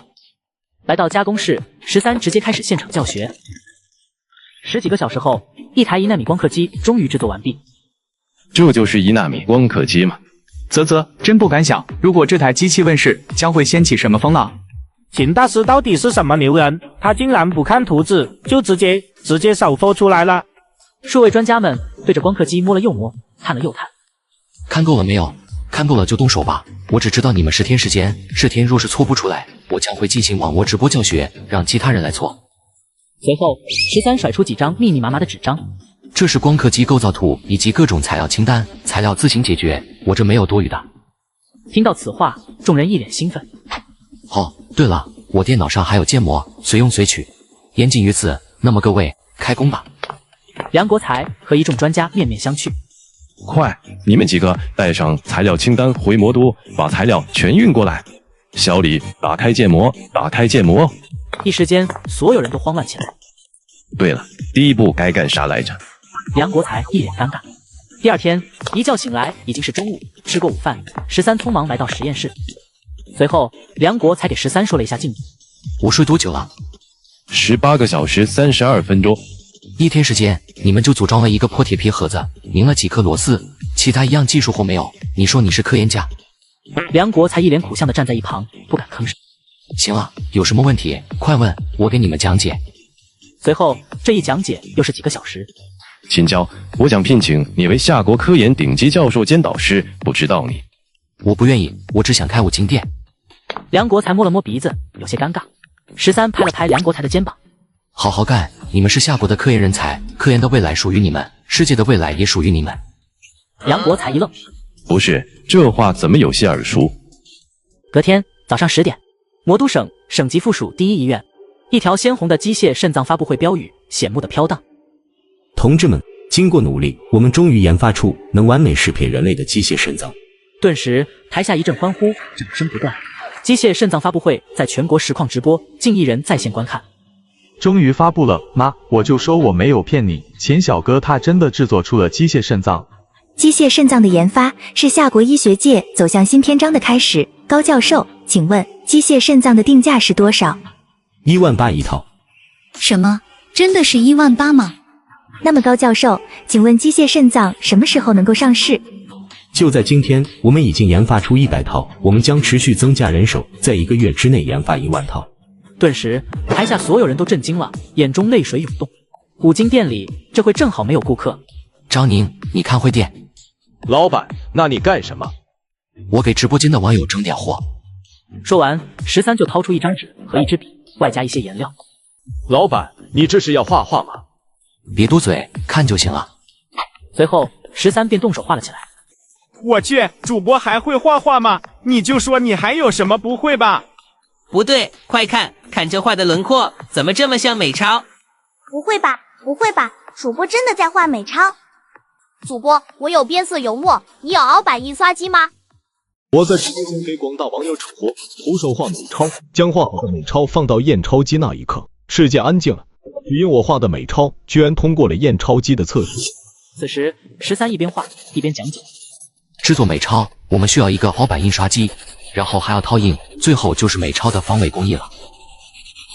防伪工艺就是钞票最难复刻的地方，这也是为什么很多造假钱的造不出真钱的原因。燕京的某一处总统套房里，一个漂亮国人看着13的直播，震惊的说不出话。随后他关闭了直播，给夏国高层打去了电话。这就是你们夏国的科研，不好好为国家的发展想办法，在这里满大街的宣扬我国纸币制造术。夏国负责人听到这话，打开了制造美钞的直播间。原来是秦少校。随即他对助理说道：“把这个漂亮国人从这个直播间踢出去，还有把他网也断了。”13这边也终于落下了最后一步。好了，美钞制作完毕，接下来就测试一下。老板，我去拿验钞机。随后，张宁从仓库里拿来了验钞机，13将美钞投入到了验钞机中。下一秒，一道清脆的播报声刺破宁静。验证通过，真币100美元。此刻，店内陷入一片死寂。张宁再次将13画的美钞投入了验钞机。验证通过，真币100美元。所有人都惊讶地张大着嘴巴。通过了，老板，不，义父，你一定要教我呀！他居然真的在教我们制造美金，不是假钞。我的天，他是画出来的，画出来的东西也能骗过验钞机。这时，梁国才满脸兴奋地冲进五金店。秦将，我们成功了，我们制作出来1纳米光刻机了。好，恭喜你们，你们可以出师了，收拾，回家吧。梁国才一脸尴尬。感谢你为国家科研做出的贡献，我们一会就准备返回魔都了，来这向您打个招呼。好的，慢走不送。随后，梁国才便转身离去。与此同时，燕京天盛花园小区某处住房内，郭晓玲正在直播测试机械狗。这是我出了大血本从国外渠道搞来的机器狗。机械狗，咱们国内也有很多呀。这款是漂亮国的胶囊机械狗，花了我8万元。有这钱，还不如买个真狗呢。今天我倒要看看这款机械狗是不是真的有他们吹嘘的那么厉害。等我收拾一下，等会我们在户外直播进行测试。很快，郭晓玲驾车带着机器狗来到了一处非常开阔的测试地。随后，他将机械狗卸下车，开始准备测试。拿到说明书的郭晓玲懵了。这说明书怎么还是英文的？不一会儿，郭晓玲就研究明白如何启动了。他按下启动键。Hello, Master。哟，说的居然是英文，来先走2步，让网友们瞧瞧。随即，郭晓玲拿出了机器狗操作器，居然还有语音模式，先试试这个。胶囊往前走。然而机械狗一动不动，现场的郭晓玲有点尴尬。什么鬼？这是漂亮国的机械狗，当然要说英文了。你说咱们的话，他肯定听不懂。看了直播间的评论，郭晓玲也反应了过来。好，接下来我用英文试一试。Coyote go for hand。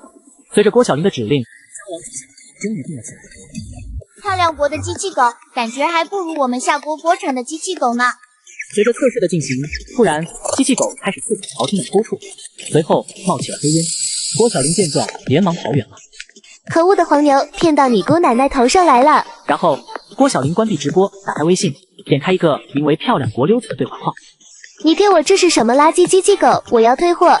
消息发出去，对话框旁边一个大大的红色叹号，让郭晓玲的心咯噔的沉了下去。花了我8万，丢了又心疼，只能修一修了。随后他便驱车来到了13的屋。看到郭晓玲，13一脸笑意。上次军方说会补偿你一辆全新的车，你收到了吗？我已经收到了。这次你修什么东西？不会又是马桶吧？不是，今天来修一个机械狗。机器狗能修，先拿出来看看吧。随后，郭晓玲转身去店外，将机械狗抱了进来。怎么坏的？随即，他将事情的来龙去脉给13说了一遍。你先别着急，我先给你看看。先看看吧，能修就修，不能修就算了。说完，13立刻动手开始拆卸机械狗。可以确定了，你就是买到假货了，除了外壳，其他都是假货。你觉得这个机器狗还有修理的必要吗？修就没必要了，我可以帮你改装一下，减少一点你的损失。郭晓玲明白13的想法。你帮我改装一下，那改装的费用是多少？上次汽车改色连累到你了，这次我免费给你改。好的，谢谢你了，秦老板。过2天我改好了，联系你。随即，郭晓玲便离开了。3天后，13改装完毕，随后便通知郭晓玲过来取货。不一会儿，郭晓玲就到了。老板，你这机器狗是改装过的，感觉没什么区别呀。对，现在机器狗已经改装好了。那我可以试试看吗？可以，这机械狗的语言系统我改成中文的了，它现在的名字叫钢蛋，你叫钢蛋就可以直接启动了。郭晓玲愣住了。这是机械狗的操作说明书，你看的能尽快上手。郭晓玲接过说明书，迫不及待想要测试一下，便道别离开了。下午3点，郭晓玲再次来到之前测试的地方。钢蛋来给各位网友粉丝们拜个年。郭晓玲话音刚落，钢蛋前脚抬起，开始拜年，动作流畅自然，完全没有机械的僵硬感。卧槽，这是我看过最像真狗的拜年了。钢蛋来个后空翻。随即一个干净利落的后空翻，在空中划出一道完美的弧线。钢蛋，去把我手里的网球给我叼回来。说完，郭晓玲便将网球扔了出去。一会儿，机械狗就将网球带了回来。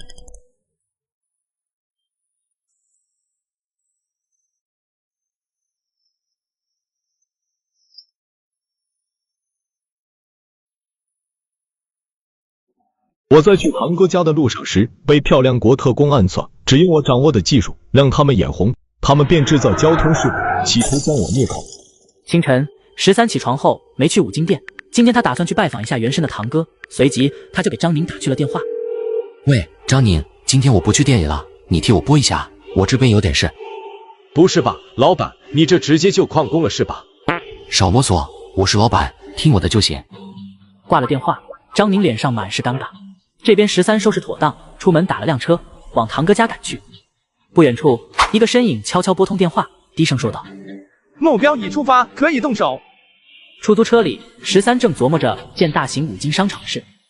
待会跟堂哥提这事，该怎么说才合适呢？突然，一辆大货车像发了疯似的迎面冲来，出租车司机吓得狂按喇叭，喇叭声刺破街道。13瞬间魂回现实，眼看就要撞上，他脑中大喊：“系统，我要完了，快想办法救我！”抱歉，宿主，本系统是万能五金店系统，对此无能为力。可我没了，谁给你卖五金？没积分你也没收益，要不要这么现实？绑心，宿主是有点麻烦，行吧，破例捞你一次。谢谢西爹，我以后一定做五金界卷王。别高兴，这次出手代价很大。啥代价？你说。本次救援将消耗巨额能量，之后你卖五金不会再获得积分，只能通过黄金兑换积分，直到我能量回满，听懂没？懂了，黄金就黄金，命都要没了，还挑啥？成，那你准备好。准备啥？一道强光突然笼罩车厢，13眼前一白，当场失去了意识。在一间宽敞豪华的卧室里，13缓缓睁开了眼睛，他下意识摸了摸自己的胳膊和胸口。我还活着，太好了！系统也太给力了吧，居然一点都不疼，连个伤口都没有。激动之余，他赶紧换出系统，打开了个人信息面板。不是吧，我之前辛辛苦苦攒的积分全清零了。13盯着面板上的零，瞬间懵了。你该庆幸自己还活着，本系统出手救你收走这点积分，很过分吗？过分倒不至于，可我之前的技能怎么也全没了。救你是要付出代价的，技能积分都是能量交换的一部分。13瘫回床上，一脸生无可恋。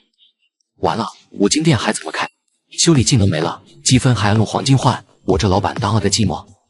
还没等他继续研究系统，房门突然咚咚响了2声。没等他回应，一个年纪相仿、眉眼与他有几分相似的年轻人快步走近。你总算醒了，你到底在外面惹了谁？堂哥，发生什么事了？你怎么这么晚？来人正是13的堂哥秦军。虽然13最近忙着折腾五金店，两人联系少了些，但从小一块长大，感情一直铁腕。说起来，13的家世可一点都不简单。他的太爷爷是开国元勋，位列前10的功臣，爷爷更是曾统管大夏6大战区之一的上将司令。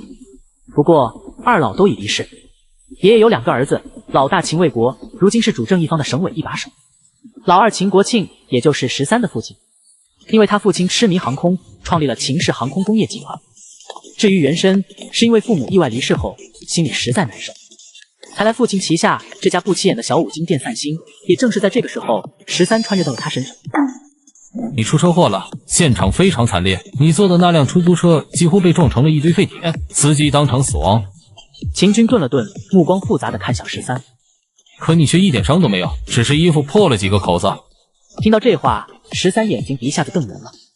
系统果然靠谱，这也太神奇了。可你为什么说我得罪了人？肇事司机当场被捕，却在审讯室里离奇死亡，而且军工院的人也来看过你。军工院？对，是个女孩，她说她姓戴，替她老师来看望你。原来是她，他们还说了什么？他们说，初步调查显示，这次事故可能涉及境外势力，他们建议你别再开那家五金店了，直播违约金，他们愿意替你承担。行，以后这五金店我不开了，反正积分也赚不到了，还开个啥劲？那你接下来有什么打算？还没想好，走一步看一步吧。要不回集团来上班？秦军大学上的军校，现在已经是一名陆航中校了。只要你点头，待会儿我直接带你去开战斗机试试。真的，我答应，说话算话。开战斗机，这简直是刻进 DNA 里的梦想，哪个男生能拒绝？等我一下，我冲个澡换身衣服。13说着就往浴室走，结果半小时过去，水声哗哗，人还没出来。我靠，你这才大难不死，就搁里面狠狠奖励自己是吧？注意身体啊，兄弟！滚！我是那种人吗？你可真磨叽，再不出我进去帮你捡肥皂了。见13慢吞吞走出来，秦军笑着调侃：“这话你有本事和我大伯说。”对了，出了这档子事，你大伯更不放心你了。前阵子他偷偷给你张罗了一门亲事，哈哈。相亲就相亲，不合适他还能绑我进礼堂。倒是你再不找个对象，我看沈今年春节真能把你腿打断。13一脸漠然。自1年半前母亲离世后，大伯秦卫国就常给他张罗婚事。不好意思，哥已经谈好了，今年春节休假就订婚。真的假的？骗你干啥？这次我回来休假的另一件事，就是去他家商量订婚的事。好你个舔狗，有照片没？嫂子哪的？做什么的？燕京人，现役空军飞行员，酷不酷？秦军得意地掏出手机，在13眼前晃了晃屏幕上女友的照片。瞧把你得意的，以后妥妥的妻管严。你就羡慕吧，都11点了，赶紧出发吧。说着，两人驱车往秦氏航空工业集团总部赶去。刚接手濒临破产的航空工业集团，就撞见总工程师带着核心团队集体辞职。我冷笑一声，当场批准。看着他们带着胜利者的得意转身离去，我摸了摸手上从系统兑换的6代机图纸，心想等着瞧吧，要不了多久你们就会跪着回来求我。此时13与他的堂哥秦军正在前往秦氏航空工业集团的路上。秦氏航空工业集团曾因研制昆仑一型涡扇发动机而闻名，该机型一度接近国际先进水平，搭载于多款主力战机。为保密研发，国家特将山城附近一处原核战备基地划拨给集团使用。该基地3面环山，内置机场及山洞设施，但因技术迭代，昆仑一型逐渐落后，新型发动机研制受阻，加之4代战机项目分流资金，导致集团发展陷入困境。目前仅靠国内外发动机及零部件订单维持运营。既然你已经决定回公司，那么公司还给你了。这么突然吗？之前听说你在五金店弄出了不少划时代的技术，什么机械渗造、光刻机，你可真了不起。公司现在需要你来掌舵，我还是回我的部队吧。你都说了，那事情啊，以后可能会有点难度了。无论怎样，你至少是这个公司的正统继承人。你离开之前到现在，公司的蛟龙号项目一直处于停滞状态，你打算怎么办？我准备暂停这个项目，它设计的初衷就是一款4代空优战机，不过现在它已经没有坚持下去的意义了。怎么突然想开了？以前13在集团的时候，秦军可没少劝让放弃。我打算研发6代机，当然，系统才是13如此自信的底气。你不会是脑子撞坏掉了吧？听闻13的雄心，秦军被震惊得瞠目结舌。我说的是真的，我很清醒。4代机你都没搞明白，就去搞6代机？况且想要研发6代机，就集团这点家底全部砸下去，估计连个水花都建不起来。实在不行，你去粤省开发房地产吧，有你大伯在，也没人敢找你麻烦。秦军有些牙疼，而一旁的13满脸尴尬。再说吧，现在只是有这个想法。13模棱两可道。不过说到战斗机，不得不承认星条国确实牛逼。我看新闻上说，他们的第2款隐身战机 XF35 就要服役了，到时候我们和他们的差距就更大了。秦军有些唏嘘，有些羡慕。牌桌上有句话说得好，先赢不算赢，他们暂时领先不代表能一直领先。倒是我们的6代机吊打他们，其实就算现在也能吊打他们了。说话间，两人来到了公司的正大门。通过大门安检，在公司行政大楼的前广场上，赫然耸立着一架飞机的残骸。这飞机残骸便是原身父亲作死，亲自试飞新式战机的结果。驻车片刻，两人来到了食堂，随后打了饭菜，找了个位置坐了下来。公司现在还有多少人？不到1200人，科研人员还有100-200号人。13若有所思的点点头。这几年发展很快，咱们没必要在战机上死磕，也可以试试往无人机方面发展。一想到之前给周凯设计的无人机，13不由得眼前一亮。这是个好主意。秦军见状松了一口气，他还真怕13扎在6代机那个无底洞。集团机场上，2架 K8 教练机停在停机坪上。看到 K8 教练机，二人瞬间双眼放光。就在13准备登机时，一名男子慌慌张张跑了。秦总，大事不好了！陈总工带着一大帮人闹着辞职，孙总工正瞒着，两人快打起来了。秦军一听，顿时神色一紧。吴宝军提到的陈总工正是陈鹏，昆仑项目总工程师，主持昆仑2型发动机的研制，而孙总工则是孙海涛，负责蛟龙项目。走吧，看看怎么回事，以后这些事可就由你来头疼了。随即，二人坐上吴宝军的车，向着行政办公楼驶去。集团人事部。公司何曾亏待过你？秦总当年亲手带你，视你为传人，你就是这么报答他的？你的良心呢？二人刚到，就看到一个人在指着另一个人骂：“孙工，话不能这么讲。老秦总待我恩重，可我同样把整个青春都献给了公司，自问从未愧对半分。”孙海涛脸色涨红。公司现状如此，项目组经费短缺，人手不足，研发已经停滞，我留下还有什么意义？你狼心狗肺的东西，吵什么呢？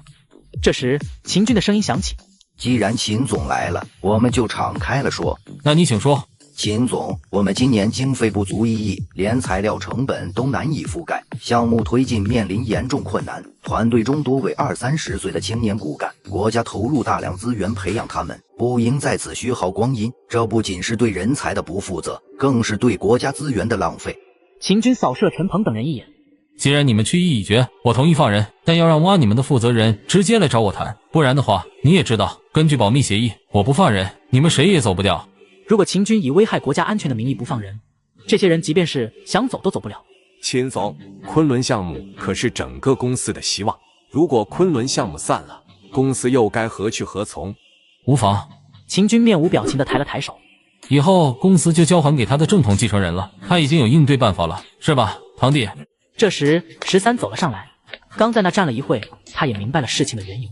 还有谁要走的？一并把离职申请提交了，我全批了。众人闻言再次骚动了起来。不到片刻，又有10名员工站了出来。看到自己项目组的也有人要走，孙海涛顿时气得浑身发抖。尊叔莫气，我说了，人各有志，我们这个小庙容不下大富。13温和一笑，我有系统兜底，还怕你们走？都走了，岂不是更好？行，都散了吧。随后，秦军带着13走向了办公室。小秦总，如果放走他们，我们之前的数十亿投资就要全部打水漂了。吴宝军忧心忡忡地走在13的后面。既然留不住人，也不必强留。心不在这里，勉强反而可能给公司带来更大风险。不如好聚好散，各自坦然。更何况这些人都是国家培养的人才，无论在哪，都是在为大家贡献力量。要我说，还是您心太软。谁要是敢使坏，全部把他们送上军事法庭。13笑了笑，再次加快了脚步。办公室里，我操，我也没离开多久，你就自己整这么大一个办公室。嘿嘿，你羡慕吧？羡慕就让给你了。本来部队上的事就多，公司之前一直运行的还算正常，所以我就没多过问。这次请假回来，就是因为这点事。刚好你也回来了，顺便把公司还给你，以后你自己头痛去吧。公司以后就交给我吧。多嘴问一句，我能去招几个美女秘书吗？你都是老总了，招100个都行。那我以后是不是就可以有事秘书干，没事？嘿嘿嘿。靠，你怎么那么猥琐？我要回部队，不想和你待一起了。13一脸尴尬。话说你小子怎么突然性情大变啊？以前你可是有名的花花公子，你没在公司的这段时间都没听到和你有关的传闻了，不会弯了吧？滚，你才弯了！女人只会影响我拔刀的速度。我现在的目标是让秦氏航空工业集团再次伟大。毕竟集团的贸易能更快的让13获取到黄金，才能更快的换取积分。那好，既然公司现在已经交给你了，我明天就回粤省了。这么快吗？看来这公司真是一个烫手山芋。加油，努力发展公司。我晚上还有个聚会，准备回市区，你要不要一起？13摇了摇头。刚接回公司，我要先理一理，尽快上手。这几天我都在这待着吧。明天你走的时候，自己安排司机送自己，我就不管你了。秦军闻言拍了拍13的肩膀。加油！公司如果真的开不下去了，就去粤省，有你大伯在，谁也欺负不了你。随后，秦军挥了挥手，离开了办公室。我被新条国暗锁，车祸大难不死。既然他们不想让我卖5金，那我干脆掀了桌子造军火。我是要造出6代机，让他们血债血偿。待秦军走后，13靠在办公椅上，突然无声的笑了起来。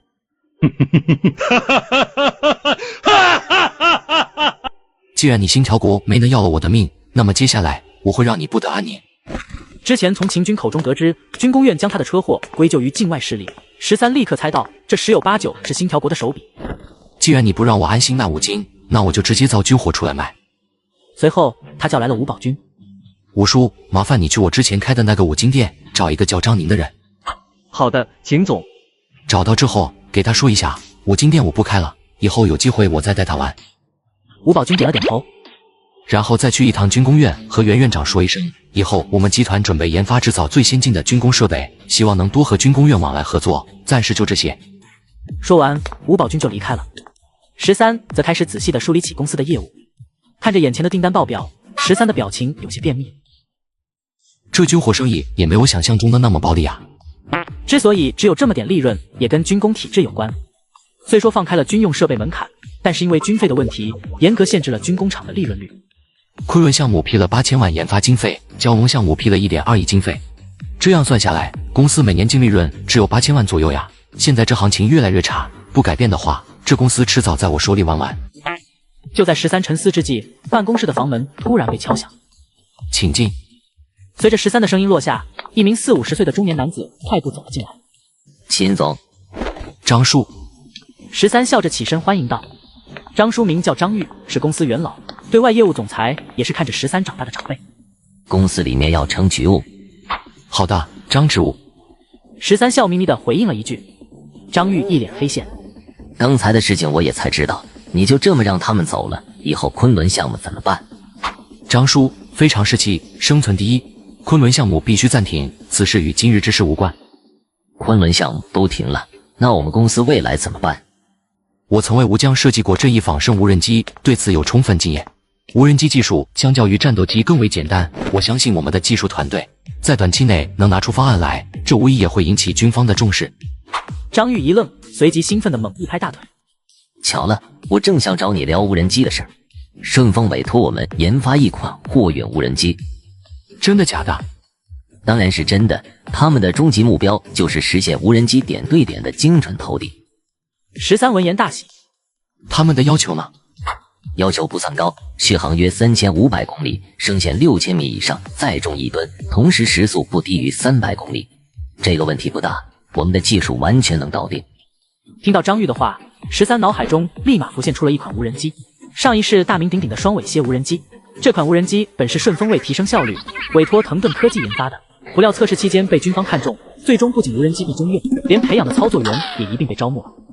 答应他们，3个月内我给他造个原型机出来。3个月，会不会时间太紧了？张玉有些震惊。既然他技术不难，正好我又在钻研无人机，3个月足矣。随后，13悄悄查看了一下系统，双尾蝎的所有资料只需要2万积分，也就是20公斤黄金。这点黄金，公司自己的储备都够了。行，既然这样，那我明天就带队去和顺丰洽谈合作。那就辛苦你了。看着张玉风尘仆仆的样子，13有些感动。应该的，不然我100年后也无颜见你父亲。一眨眼，你也是大小伙子了，抓紧成家生子。过几年我退休了，正好帮你们带孩子。13闻言顿时大悦，看到13窘迫的样子，张玉笑哈哈地离开了办公室。待张玉离开后，13也起身前往蛟龙项目部。当13来到实验室的时候，依旧有近10名科研人员围绕着他忙碌着。看到13的到来，孙海涛对他招了招手。你知不知道昆仑项目是公司的重中之重，那更是你爸毕生的心血。孙叔，实话不瞒您，不但昆仑项目要暂停，蛟龙项目也要暂停。13的声音不大，在孙海涛的耳中却如同惊雷。你说什么？暂停蛟龙项目？你知道你在说什么吗？如今蛟龙已经进入最后的测试阶段，年底肯定能试飞，你怎么能这个时候暂停它？13眼神躲躲闪闪，不敢直视孙海涛。我不同意，10年的研发我们都坚持过来了，没理由最后时刻放弃。我也不同意，秦总，再给我们半年时间，我们一定让蛟龙上天。有科研人员红着眼大声附和道：“我也不同意，秦总，再给我们一个机会，哪怕4个月也行。对，我们不要一分工资。”其他科研人员也纷纷悲痛道：“各位请听我说，这不是钱的问题，那不只是你们的心血，更是我的，是我父亲用命换来的。但我现在看不到任何希望。10年，我们原地踏步，世界早已天翻地覆。他飞得再高，在导弹眼里也只是个缓慢的活靶子，坚持下去不是坚守，是愚蠢。”13顿了顿，然后继续说道：“他的航电系统明摆着已经落后，空军根本不会要。我们耗资巨大研发一个没人要的东西，自娱自乐吗？”13的一番话让偌大的实验室内一片寂静。其实他们也明白，只是近10年的心血让他们不愿意面对现实。既然如此，那我们这些老家伙是不是就可以退休了？孙海涛的眼神黯淡，完全没了精气神。不，接下来我们要在现有的5代机基础上全力攻关6代机甚至7代机。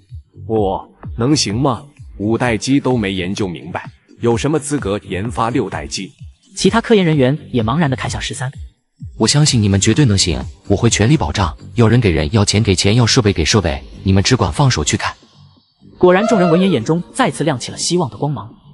孙叔，蛟龙的计划就此终止，所有资料封存，拜托你做好团队的安抚工作。我另拿出1000万作为奖金，是我的一份心意，务必感谢大家这些年的心血。另外，我给大家半个月休整时间，半个月后我们的6代机项目正式立项。看到众人再次挺直的腰板，13默默为自己点了个赞。不用，我们好着呢，可以直接开展6代机项目。孙叔，不必过于紧张，前期准备还没启动呢。这几天大家也不算完全休息，不妨先搜集一些关于舰载机或5代机的资料，做做预热。安抚了众人，13拉着孙海涛来到了一旁。孙叔，项目部有几个人要走？目前已收到12份离职申请，项目部将只剩50人，恐难支撑6代机这样的尖端项目。13点了点头。他们要走就让他们走吧，我和您承诺，下个月初之前，我为您最少补充20名资深专家。13如此有底气的原因是因为就在刚才，系统告诉他可以兑换机器人专家，毕竟机器人也是5金。20名资深专家，你从哪搞的？这您就别管了，我敢保证这些人的水平绝对是一流的。那我就等你的好消息了。行，你们也别忙，先好好休息吧，我先走了。说完，13便离开了。我拥有万能5金电系统，陆杂2亿购买黄金充值系统时，全公司都在骂我败家子。他们看不见我办公室里站着的是一位凭空出现的顶尖专家，更不知道的是，我的桌子上正放着6代战机的设计图。出了蛟龙项目实验室，13望了望已经暗下的天色，去食堂吃了饭后，直接回了公寓。洗漱一番，13躺在床上，再次打开了系统商城。无论第几代战机，其最核心的永远是发动机。系统，咱们有6代机的发动机吗？宿主别问，问就是有，自己查找用积分兑换吧。看了几个6代机发动机后，13关闭了系统，因为现在没积分。翌日，13早起来到办公室，他先让食堂给他送了份早餐，然后又打电话把财务总监卞西风叫了过来。没几分钟，一名西装革履的中年男子走了进来。秦总，13指了指自己办公桌对面的座位。请坐，公司账面上还有多少钱？能动用多少钱？还有9亿左右。不过这个月底有一笔5亿元的1年期贷款到期，还要支付供货商货款。停，你只要告诉我有多少钱能用就行。3亿，多了会影响到公司的正常经营。卞西风不假思索道：“那你帮我采购2亿元的黄金，争取2天内搞定，我有急用。”按照如今310元每克的金价，2亿元也不过才645公斤黄金。卖黄金，理财用吗？13不置可否的点点头，算是吧。另外，公司库存还有多少黄金？一会你让人给我拿来。还有30公斤，一会我给您送来。卞西风满头雾水，不过既然13吩咐了，他也只能照做。卞西风的效率很高，仅仅几分钟他就把黄金送到了13的办公室。系统充钱。只见他话音刚落，桌子上的黄金咻的一下凭空消失，紧接着他就看到了自己的积分从0变成了3万。然后13以每名1000积分的价格购买了10名精通无人机技术的 C 级科研人才。当看到 B 类研究员每名售价1万积分时，13愣住了。我曾经只想着卖5金攒积分，结果是一点都没用上。早知道现在这么贵，说什么都要换点高端技术。最后13咬牙兑换了1名 B 类的无人机科研人员。系统，这些科研人员什么时候能到？3天内会陆续来报道，他们的身份信息已被完善。友情提示：这些科研人员虽然是本系统制造的，但是他们也有着和人类一样的感情，希望宿主善待他们。放心，有我一口吃的，就有他们一个碗刷。下午上班的时候，1名 C 级科研人员就已经赶来报道。系统不是说要3天吗？愚蠢的宿主，本系统说的是3天内。13一脸尴尬。为了不引人注目，这些科研人员会随机被投放到夏国的各个城市，然后自己乘车来报道。13这才恍然大悟。突然，办公室的门被敲响。请进。随后，吴宝军走了进来。秦总，赤诚科技的董事长张民一行人前来公司洽谈关于陈鹏等人离职的事情。请让他们先去1号会议室等我。在处理完手头的文件后，13便赶往了会议室。一直听闻秦总少年英雄，今日一见，果然不同凡响。13虽然心中不满，但是面子功夫还是要做足。看着眼前低自己一头的胖女，13和他握了握手。张总诺赞了，和你相比，我还要学得很多。我知道秦总的工作很忙，所以我也就不绕弯了。今天我来的目的就是为了陈鹏这个团队，还望秦总能够成全。既然谈生意，那我们就在商言商。陈鹏团队是我司数十年的心血，更涉及国防机密，你未经我们允许私自接触。往近了说是挖墙脚，往重了说就是刺探国防机密，按军事法是要支枪子的。张明闻言脸色微变。秦总误会了，我十分欣赏陈总工的才华，绝无他意，希望您能割爱支持。你准备掏多少钱？张明再次一愣。1亿，为了陈总工及其团队，我们愿意出1个亿。13不屑地摇了摇头。张董这是在打发叫花子吗？我们在昆仑上百亿的研发投入，光是培养这个团队就花了10个亿。其实13口中的100亿是在吹牛，但50亿是有的。你认为多少合适？100亿。张明听到此话，瞬间暴跳如雷。100亿，你怎么不去抢？是你让我报的，不同意我们还能再谈吗？13无所谓的耸耸肩。哪有你这么狮子大开口的？那就80亿。不可能。听我说完，80亿，昆仑1和2代发动机的全部专利技术和业务都归你。陈鹏应该告诉你了，昆仑2的研发已接近完成。没有，这可是军事机密，我不感兴趣，你别乱说。张明连忙否认道。您不知道没关系，您就说值不值。昆仑1每年几个亿的利润是保底的，2型就是一只未来的现金奶牛。80亿买现在再加未来，这跟白送有什么区别？真的全部打包卖给我们？真的，比珍珠还真。我们打算抛弃这块业务，连人带技术全给你了，你到时也省时省力，不然我一个技术专利技能卡死你。13面带笑容，肯定的点点头。你稍等，这么重要的事情，我要和董事会的股东们汇报下。行，那你快点，不然我就把业务整体打包给荣飞了，他们也早都对我们垂涎3尺了。此时，赤诚科技集团总部会议室，当董事会和股东得知这事儿后，被惊呆的同时，也瞬间乐开了花。什么？大败家子要卖昆仑，日子不过了。哈哈，真是瞌睡送枕头，活该我赤诚科技发财。必须买，这能省我们数年研发时间。纨绔子弟就是纨绔，为点钱就卖牙象鼻的假的。老秦英雄已逝，生了这么个玩意，不过对我们大利。不出3年，秦氏必亡。答应他，1个星期内务必把合同签完。这边张明很快就收到了集团公司的决定。我有万能5金电系统，对手公司竟想50亿原价购买我的战斗机生产技术，我反手报价85亿，让他骑虎难下。秦总，我们同意了，不过这个价格还是太贵，我认为最多50亿。85亿。张明闻言顿时张大了嘴巴。85亿，85亿。秦总，刚才不是说了80亿吗？你也说了，那是刚才，现在价格就是85亿。秦总，坐地起价也不是你这样的，70亿。我们全款，这个价格绝对是非常有诚意的。 90亿。听到13的报价，张明瞬间心态爆炸。秦总，你这玩笑一点也不好笑。13神色一变，眼神凌厉。是你先和我开玩笑的，现在就是这个价，该买不买？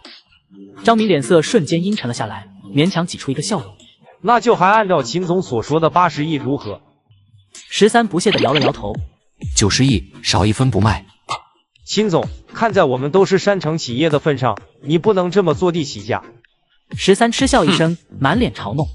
现在讲感情，当初啊，我们团队是情分在哪？少废话，90亿，现金加10亿黄金，一分不能少。张明面色阴沉地站起身，挤出了一个难看的笑容。那今天就多有打扰，3天内我再给秦总一个准确消息。爱给不给，荣飞的团队一会就来，我相信陈总工他们更乐意去荣飞。13话音刚落，吴宝军突然敲门而入。秦总，荣飞的王总带队到了，现在在2号会议室等您，您看是？13面无表情的点点头。张总，你也听到了，那我就不送你了。那我们就不打扰秦总了。随即，张明一行人便下楼而去。楼下看到荣飞的公务车，张明又恨又悔。2号会议室，王总，欢迎。眼前的人叫王志宏，与13是老相识，但荣飞此次前来，并非为收购昆仑项目。秦总，这次又打扰你了。13笑着摆了摆手。瞧你说的，什么打扰不打扰？这次来，除了采购特种合金外，还有个任务。13闻言不禁好奇，荣飞作为航空老牌巨头，怎会求到自己头上？请讲。我们想从你们这借几个8级钳工。不借。想都没想，13直接拒绝。秦总，别急着拒绝嘛，我们就借用一段时间。不是我不帮你们，而是公司的这些8级钳工，我最近有大用，要不你再想想办法。6个，实在不行4个也行，最多半年就喊你。13眼珠一转，故作沉思。借也不是不行，不过你们也要帮我一个忙。你说？你们对外放出消息，就说准备以90亿下元收购我们公司的昆仑项目。王志宏闻言大吃一惊。你打算出售昆仑项目？有这想法，只要你们配合我，我就答应你的要求。行，你可不能反悔。王志宏想了想，当即答应了下来。赤城公司的高级会议室内，一名40来岁的中年男子皱着眉头道：“意思是本来你们都要达成协议了，结果被荣飞的横插一脚。”对，我本来都把价压到70亿了，好家伙，荣飞反手就直接报了90亿，根本不还价。这就奇怪了，我先找人探探荣飞的口风。另外，你和13的谈判也不要停下，我授权你100亿以内都可以答应下来。董事会的股东们我来解决。张明闻言顿时大喜，没问题，我一定能从13手中拿下这个业务。是夜，13公寓内，此刻他正坐在书桌前，不停地在纸上画着线条。宿主，你的念头为什么频繁在商场里进进出出的？没事，你别管我。没几分钟，一架飞机的轮廓便在白纸上起。看到13描绘的图画，系统瞬间无语。合着你是在白嫖是吧？谁让你现在只收黄金的？刚好商品的介绍图是3维视图，还有参数，要不打个商量，我出双倍下元替代黄金。我要这玩意儿有屁用，在其他世界擦屁股都嫌硬。13一脸尴尬。凌晨3点，13终于画完，上床之后拿起手机准备刷会短视频。不是，短视频软件呢？难不成这个世界还没短视频软件？13突然脑洞大开，瞬间没了睡意。然后他立刻认真地梳理了下原身的记忆。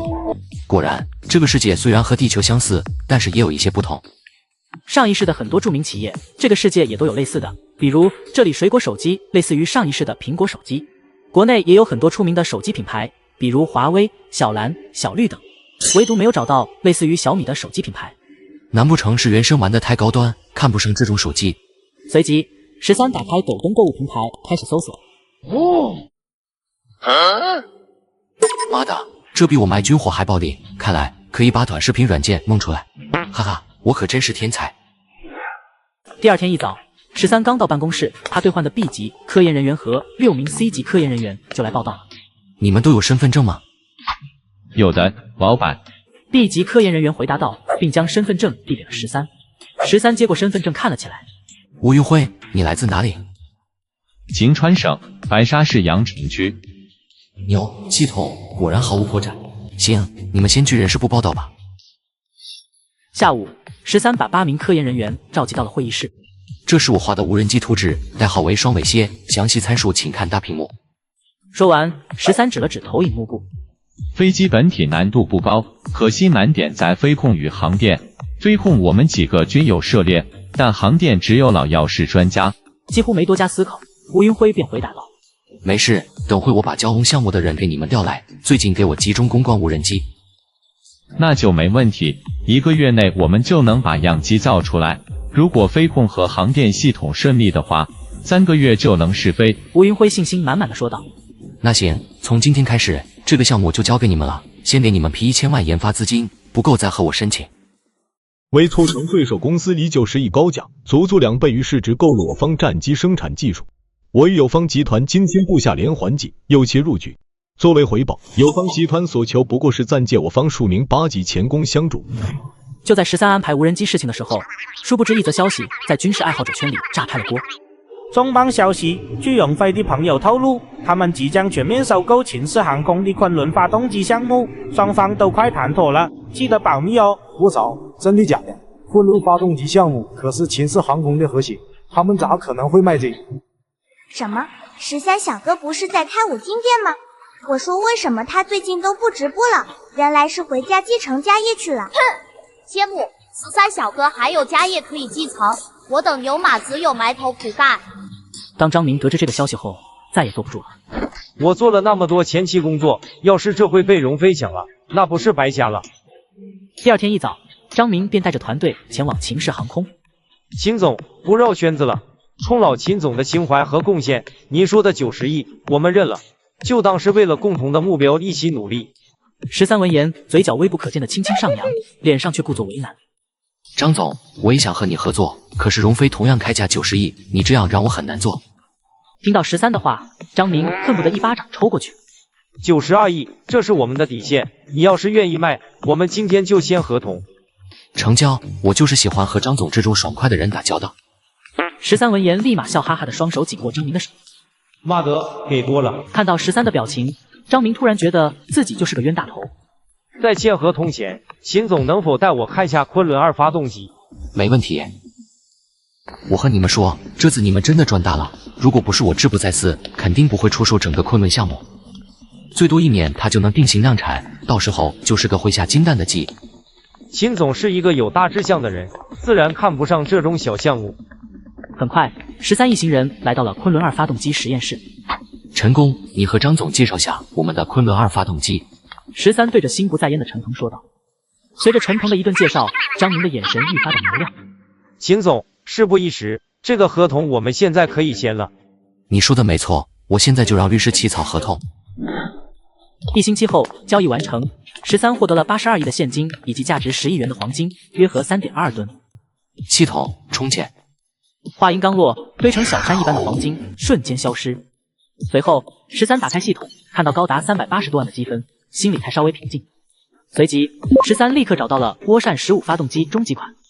这个不错，推力达到了20吨，加力推力达到了25吨，推重比达到了12.5，用这玩意造6代机足够了。系统兑换。系统空间背包里立刻出现了一个黑色的移动硬盘。请问是否花费10万财富值进行知识灌顶？刚兑换完技术，13便收到了系统的提示。知识灌顶什么意思？看到系统提示，13顿时懵了。宿主可以花费10万财富值，指定一个人接受本系统的知识灌顶。接受灌顶的人可以完全吃透，理解所兑换的技术。我操，你有毒吧？啥都要钱，你干脆改名叫做科技系统得了。听到系统的解释，13脑门青筋直冒。先不换，保得名额。13犹豫片刻，还是摇了摇头。我哪有那么多时间泡在实验室？有这时间，我找美女谈谈人生不好吗？然后13在系统商城里搜索出了6代机。真特么贵，居然一个要100万的积分。虽然抱怨，13还是选择兑换了歼56代机。进入歼50兑换界面，有5个衍生型号。不但有单座版、双座版，甚至还有垂直起飞版本。这6代机的研发居然还必须要 S 级科研人员。随即，13打开了人才兑换界面。我操，这 S 级人才居然要100万积分一个，真黑。13犹豫了起来。系统 A 级人才能不能搞定6代机和涡扇15？宿主大可放心 ，A 级人才已经是世界顶尖人才，完全能满足宿主的需求。S 级人才那是可以引领人类科技发展的存在，所以大可放心兑换。最终，13根据系统建议兑换了2名 A 级人才和20名 B 级人才，以及50名 C 级人才，总共花费了45万积分。随后，13又打开了兑换6代机制造的人才界面。13再次兑换了5名 A 级人才、50名 B 级人才以及20名 C 级人才，总共花费了102万积分。兑换完毕后，13想了想，又打开了手机操作系统兑换界面。这款盘古的手机操作系统不错，我去，居然要50万积分兑换。兑换完之后，13关闭系统界面。系统兑换知识灌顶。顷刻之间，大量知识涌入13大脑，而他依然处于平静的状态之中。灌顶结束。这就是天才的感觉吗？我可真是个幸运的挂壁。看着系统面板的积分，13又陷入了窘迫。这一下就用掉350多万，得省着点用呀，还要兑换高精度设备。毕竟没有高精度的设备，再牛逼的技术也难打。大夏燕京空军装备部。欺人太甚！他妈的星条国，总有一天老子要弄死你们！40多岁的空军少将赵英文看着会议室内的投影视频，气得暴跳如雷。视频中，2架星条国 F-22以极近的距离左右夹击一架大夏歼10 B， 间距不足10米。歼10 B 在对空起围中剧烈冲击，陷入系统边缘。最终 ，F-22竟飞至前方，自上次航母下水一事星条国折戟之后，鉴于夏国隐形涂料与新一代头显尚未全面列装，其便愈发猖獗地在边境滋事挑衅。星条国屡次派战机骚扰挑衅我国领口边境，国军战机竟毫无还手之力，只因他们已全面列装了待机。此时，空军装备部，身为中将的王强看着视频中的画面，眼神狠厉之色一闪而过。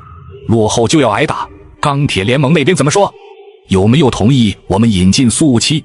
他们趁我们急需5代机，直接坐地起价，强行捆绑60架，单价10亿。更可恨的是，为防止仿制，竟要求派人监管使用，这简直是赤裸裸的讹诈！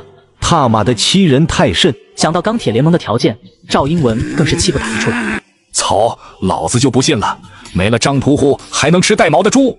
催审废的，抓紧时间加大人力物力生产 G20。饶是王强平时修养好，闻言也忍不住口吐芬芳。催了，那边说后年上半年差不多能交付一批给空军。后年？黄花菜都凉了，隐形战机涂料和头显什么时候能完全列装完毕？测试还要半个月时间，完全列装估计要1年时间。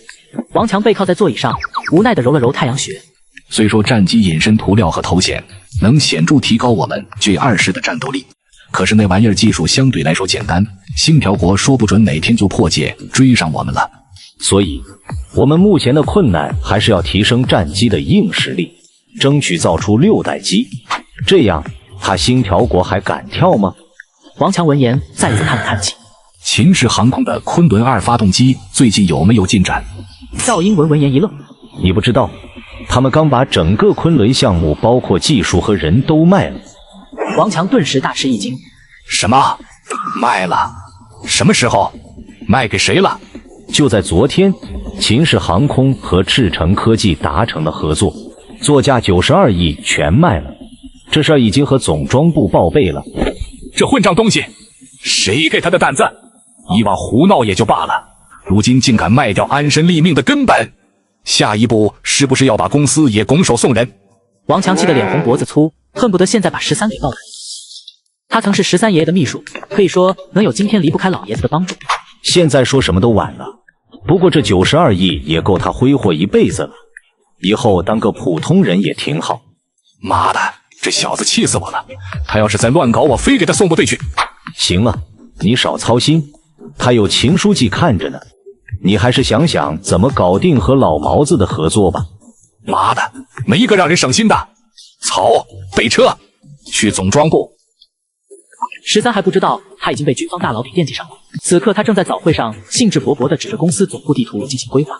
这片地全部推平，建10栋32层的公寓，面积从60到240平，总数不能少于3000套。这边给我建一个3万平以上的大型商超、电影院、咖啡厅，这些配套一个都不能少。这里在规划几栋研发大楼，总建筑面积必须超过50万平米。听着13野心勃勃的计划，所有参会高管都傻了眼。秦总，在公司居住的员工只有300人左右，现有的家属楼也空了很多，没必要再建了吧？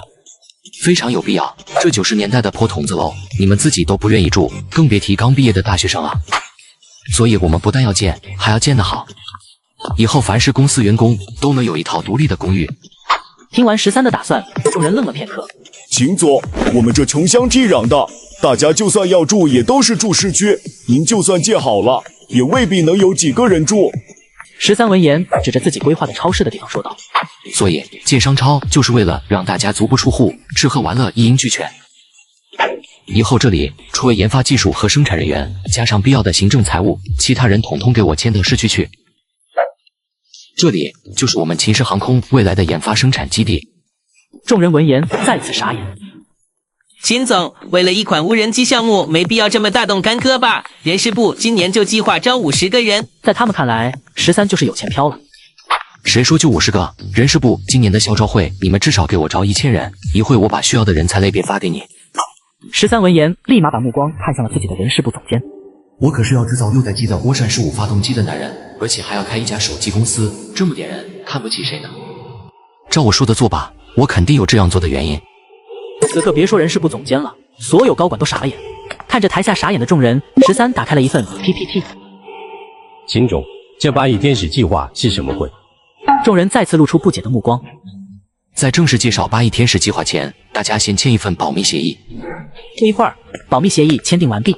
所谓8亿天使计划，就是我们的6代战机计划。一旦完成，它将会为我们大夏夺得未来至少50年的制空权。13一开口，直接把众人干沉默了。看着13的目光，就像是看傻子一般。喂，精神病院吗？我们这有个神经病。秦总，您是认真的？废话，这么重要的事情，我还能和你们开玩笑？我效果图都画好了。13说着，切换了一张幻灯片，上面赫然是 G50的效果图。老板，您的愿景很宏伟，但研发6代机周期极长，动辄10余年。据我了解，永飞、沈飞等巨头早已布局。以我们目前的资源和时间窗口，实在难以再承担如此漫长的投入。谁告诉你们要10年的？我招了一批顶尖的科研团队，他们告诉我，最多2年就能让我们的6代机首飞。小秦，你是不是遇到骗子了？要不咱们报警吧？报警？报什么警？13一愣，没有反应过来。他们给你承诺2年研发6代机，还是信我是秦始皇，打钱。张玉一副恨铁不成钢的模样。13闻言哭笑不得道：“张叔，你看我像是傻子吗？”以前不像，现在挺像。张玉肯定的点点头。